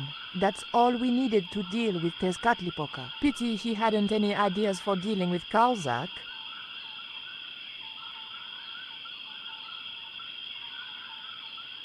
What is it? Where are you pointing? Ashes. The thought that they might be human chilled me to the bone.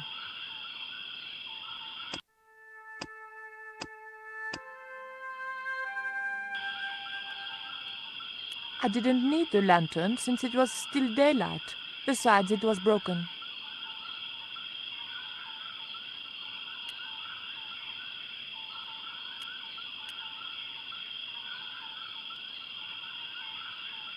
There was nothing.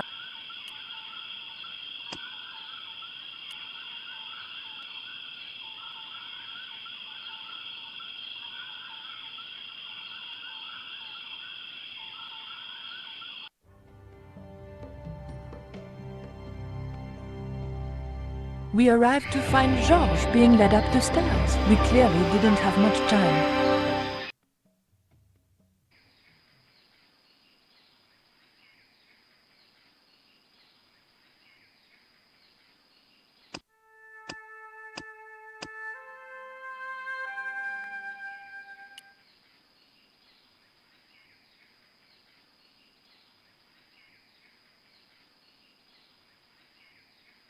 Hey, señorita! Too late. I had been seen.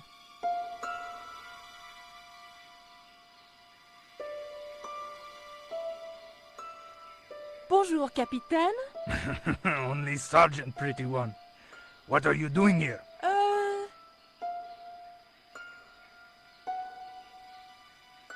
Snuggles said I could come here with him. Snuggles? Oh, I mean the General. We're, friends. May I go up the pyramid? We have strict instructions not to let anybody pass. Oh, but I've told you who I am. Surely nobody would mind. Well... Oh, please, I'd be ever so grateful. I tell you what, I'll ask Pablo if it's okay for you to go up. If Pablo saw me, I'd be dead. No, it's not worth the bother. I'm not really that interested in their stupid pyramid anyway. Well, okay. It's men's work up there anyway. I'll just run along and play around here, okay? Okay, you do that. I didn't want to push my luck by talking with the guards again.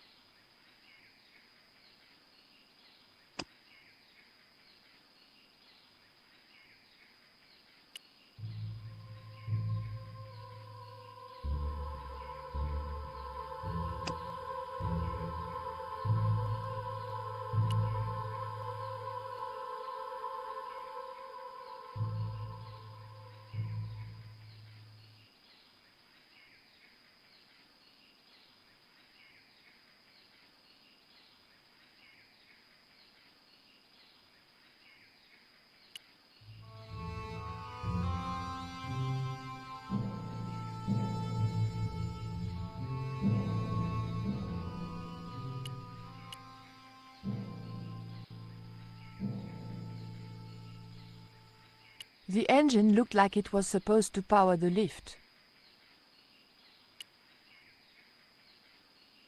The motor spluttered into life.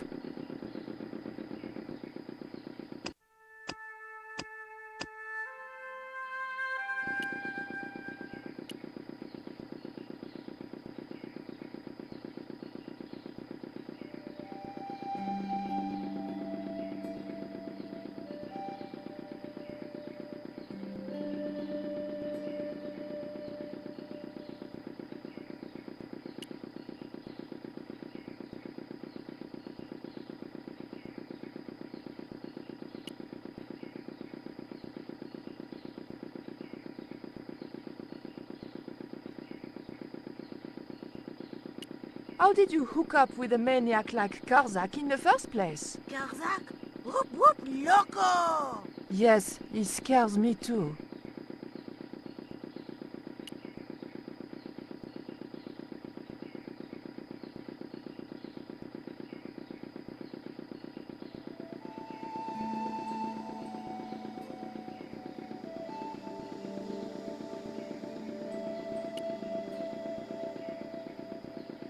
Titipoco, any ideas what I can do with this rope? He just looked at me. If anybody was going to come up with a plan, it was going to have to be me.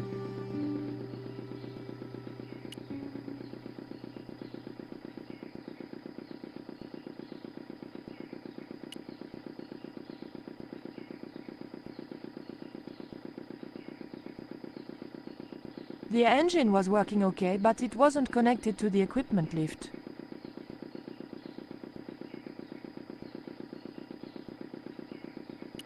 The scaffold gantry went all the way up the pyramid. It was a small but very enticing button. There was a lever mounted on the side of the motor. The cap was attached to the lift engine by a chain. The engine looked like it was supposed to power the lift. It was a simple wooden platform lift, used for shifting equipment, I presumed.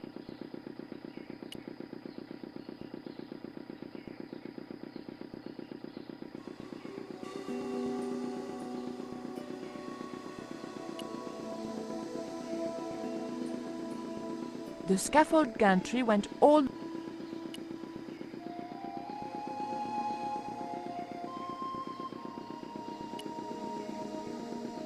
Titipoco, I have an important job for you. Take this rope to the top of this scaffolding and throw it over the top. Oh.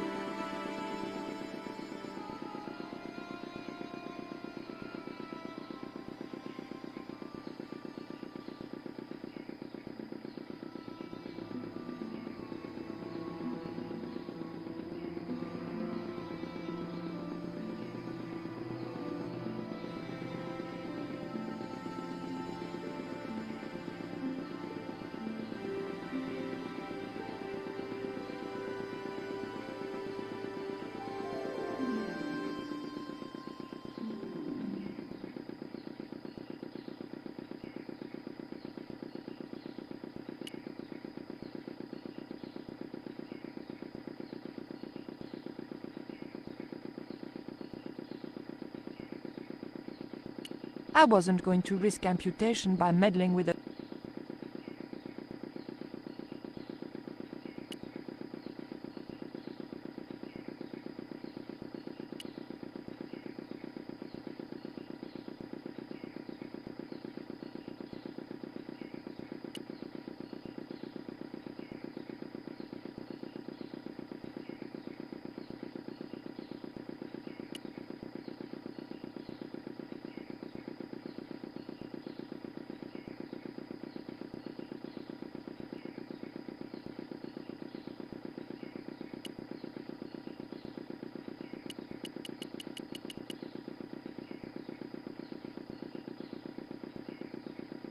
Titipoco, when I tell you, I want you to copy what I am doing. Copy.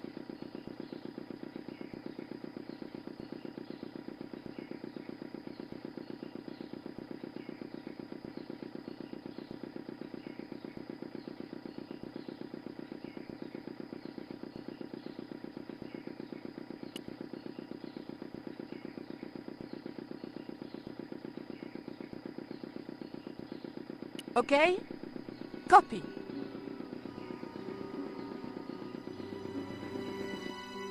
Georges! I realized those bastards were going to sacrifice Georges to Tezcatlipoca over my dead body.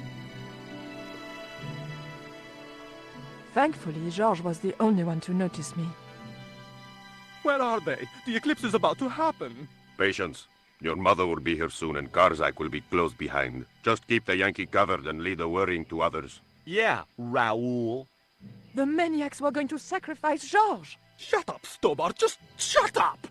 Calm down. He's no threat. Hey, Raoul, why don't you do us both a favor and shoot Pablo? You're very funny, Stobbart.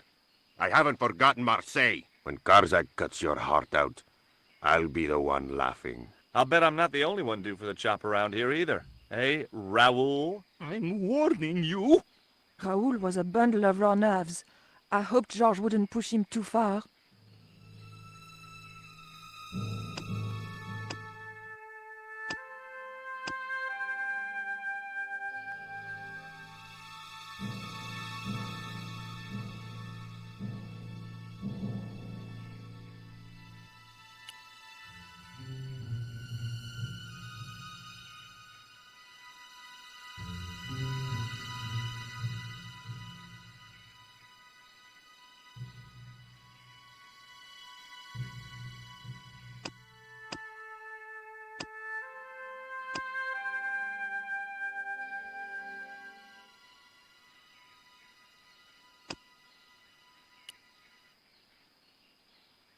I couldn't get the belt into the flames without Pablo seeing me.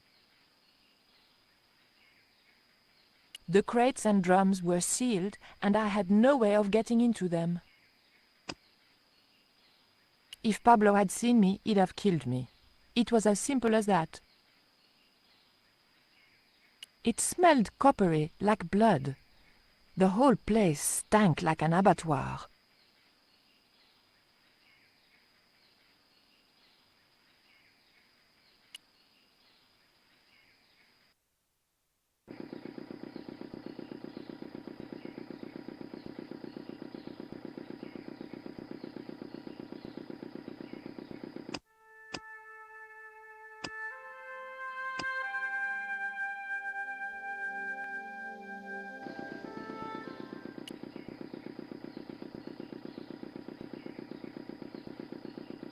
There was nothing I wanted to ask him.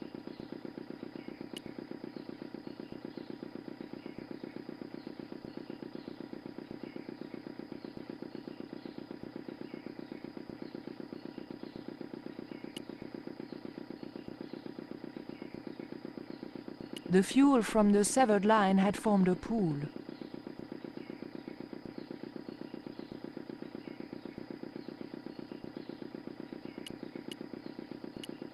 There was an unlit torch by the base of the steps.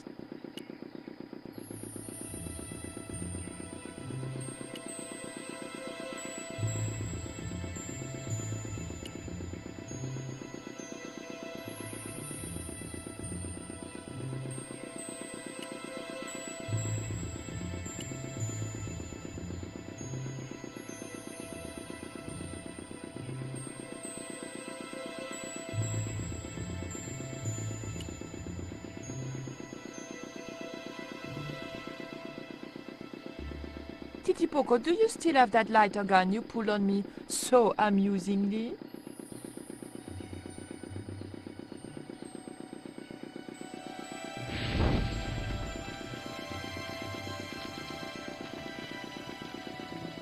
What's going on over there?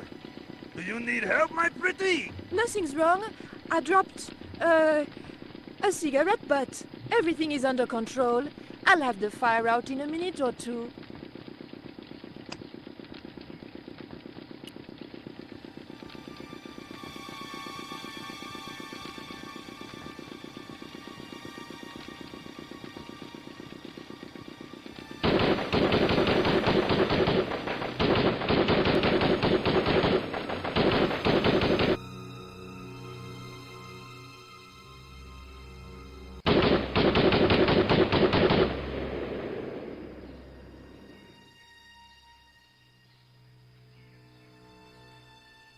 What's that?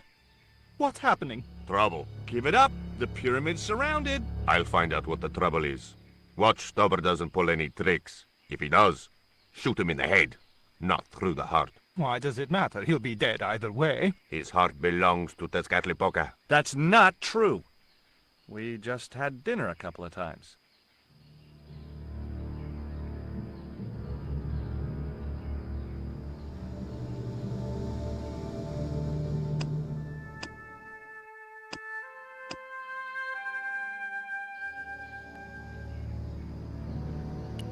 There was a pair of pots from which columns of smoke arose. The crates and drums were...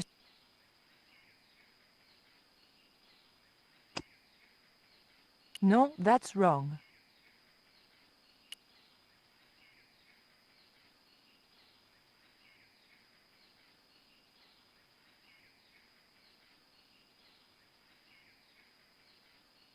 Drop the gun or I shoot!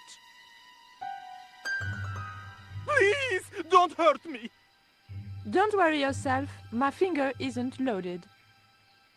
Nico, what are you doing here? Firstly, I'm going to set George free, and then screw up Karzak's scheme. No, I can't let you do that. Karzak has promised me power! Raoul, wake up. The only thing Karzak has on offer is death. You may want to ask Oublier, except you can't. Karzak murdered him. You're lying. Oubier's in Europe. Sure, he's in Europe. In London, on a mortuary slab with 2 bullet holes in him. But Karzak promised. When he frees Tezcatlipoca, we'll all be granted great power. Listen to her, Raoul. Karzak's insane. I don't know. I need to think. You've let your mother do your thinking for you up to now. You need to think for yourself. Your mother and Karzak think alike. There's only one expendable member of the plan left, and that's you. Mother would never betray me. Oh, I'm tired of trying to reason with you, Raoul. Titipoco. Watch this man, and if he makes a move, shoot him with your gun.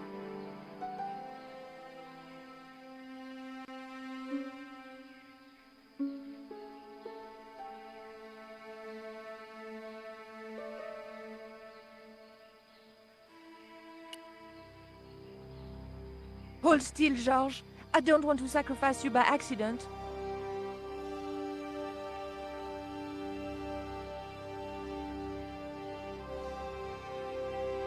You have no idea how glad I am to see you. They were going to cut your heart out. I think I can guess. We can save the happy reunions for later. We've got to move. Come on!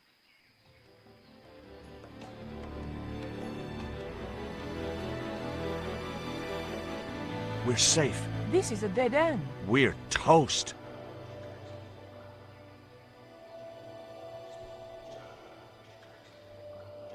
I know, Titipoco. I'm not too happy here either. He knows this is Tezcatlipoca's pyramid.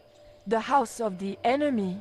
Well, we can't stay here like rats in a trap. And we can't go out the way we came in. It would be suicide. I'll have a look round. Maybe there's another way out. In the meantime... Take this. It's the Coyote Stone. It might bring you luck, I hope. You managed to recover the stones from the village? Then we might have a chance after all. Incidentally, what would Titipoco have done if Graciento had moved? Titipoco? Nothing. He's given up violence.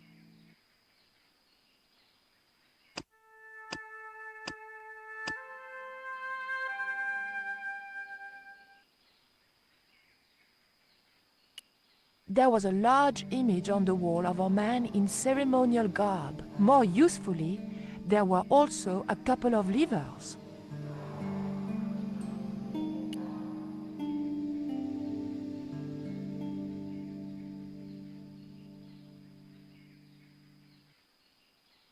Oof! The lever was very difficult to move and appeared to do nothing anyway.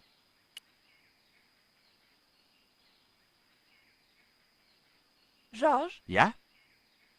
That lever didn't seem to do anything. Know what I say? Nil desperandum. George, sometimes I could just punch you.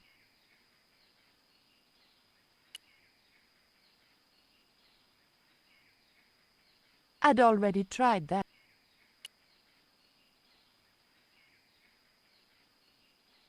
Heave! Still no good.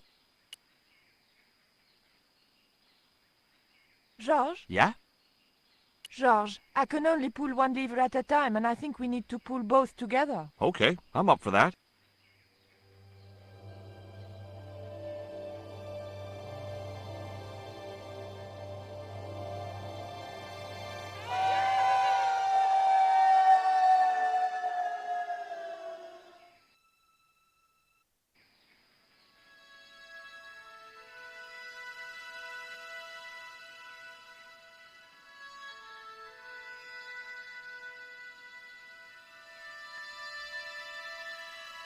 Raoul, there's something suspicious This sacrifice!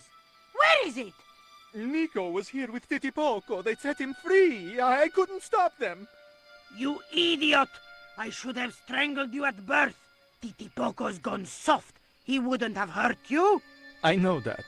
The darkness of this hun is almost upon us, and we have no sacrifice to appease Tezcatlipoca. Have you any idea what your incompetence will cost us? I think so. And I'm glad. What? The Mayans weren't fools. Tezcatlipoca should stay exactly where they put him. Finally got some backbone from somewhere, huh? Shame it's so late in the day. I'd rather die than see you and Karzak with that devil's power. Fine, we're still a sacrifice short. See, the eclipse begins. Pablo, kill him! Tezcatlipoca can feed upon his yellow heart. Nico was right all along, but it's still not too late. Come on then, Pablo. Let's see who sacrifices who.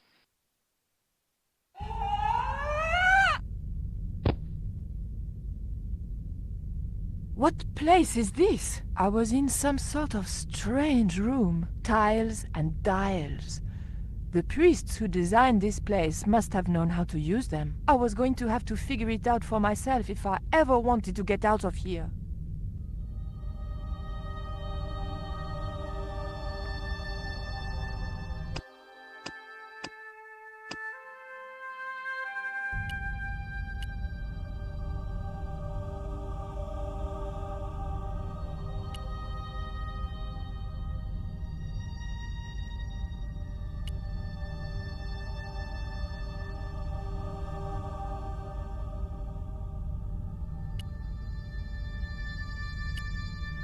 There were several tiles with glyphs on them.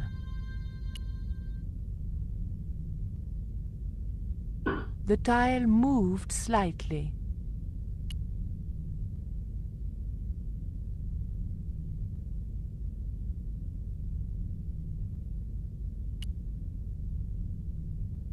The tile didn't want to move.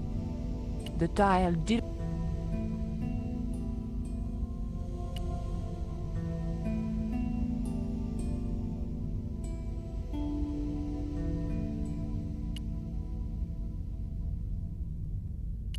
The room was decorated with the usual Mayan motifs. It held two great discs, each covered in glyphs.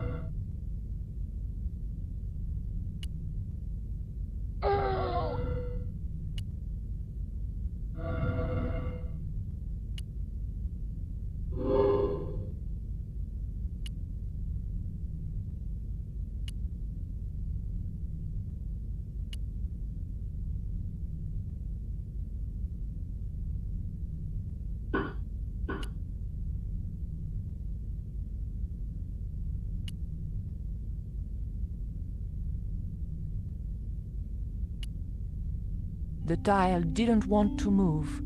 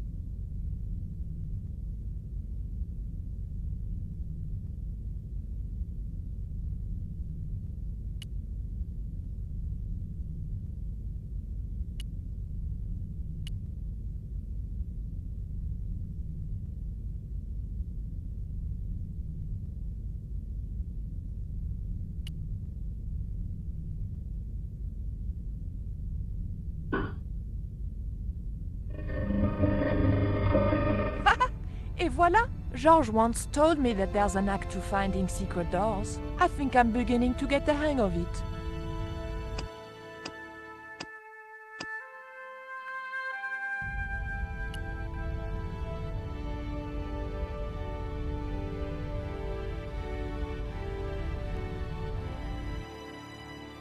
So I thought, this is it, you know? This is true love. Anyway, I have to leave for a few weeks, and when I come back, what do I find? Damn right. And with who? Labano, that creep. Huh? Yeah, that's exactly what I thought.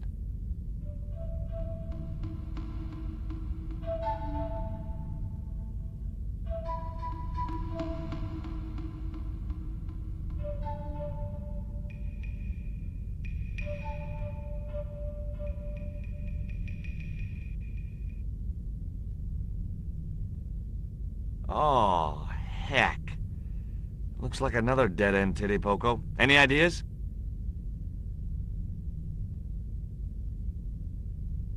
I was hoping for something a little more constructive. Never mind, I'll have a look around.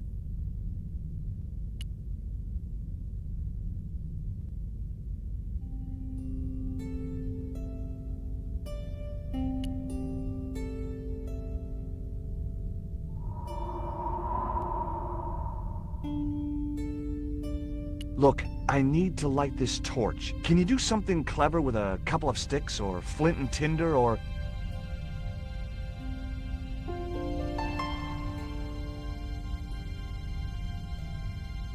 Or a cheesy novelty cigarette lighter, as it turned out.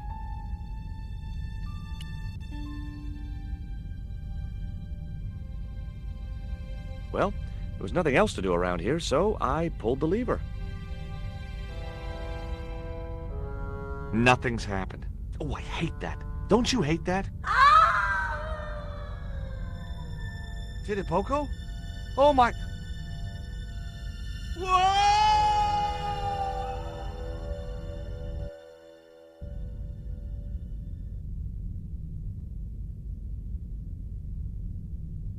Great. I had no idea where I was, no idea where the others had got to, and time was running out to stop Karzak. Still, I wasn't dead yet, so it wasn't all bad news.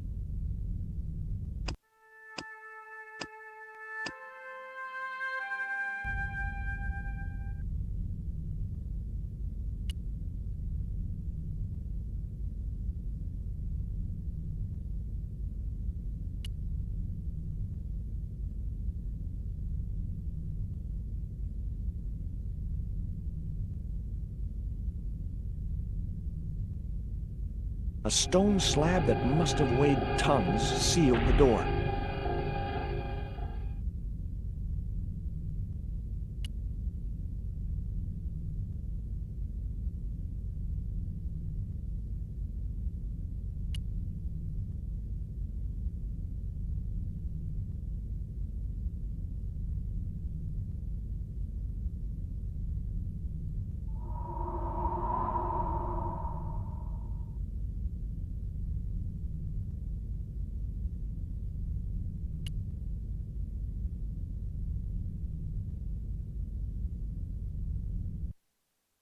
Charming.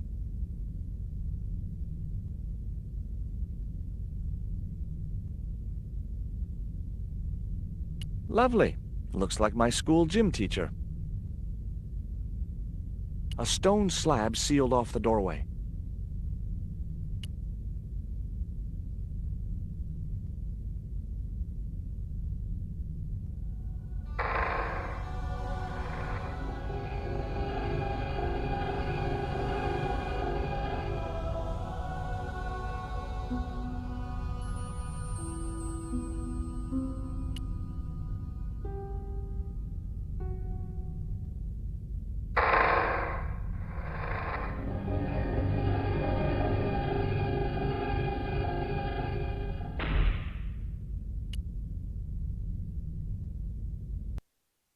Every time I think this place can't get any spookier, it does. How rapoosh. The carving reminded me of Lane for some reason.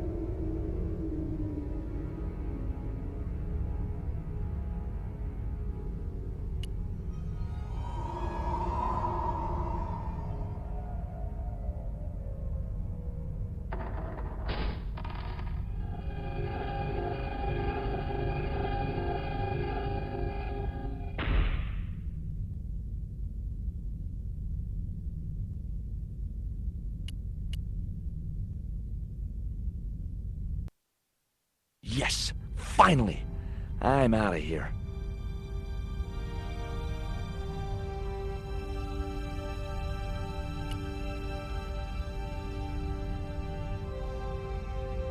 Once more into the unknown.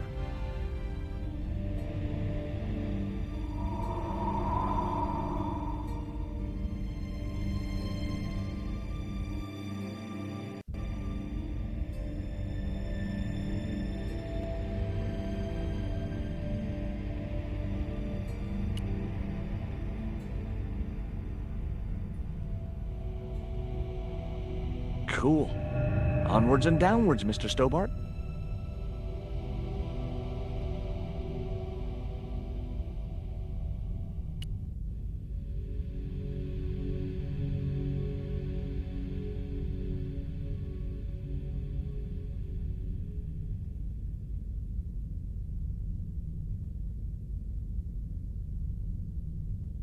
This was it.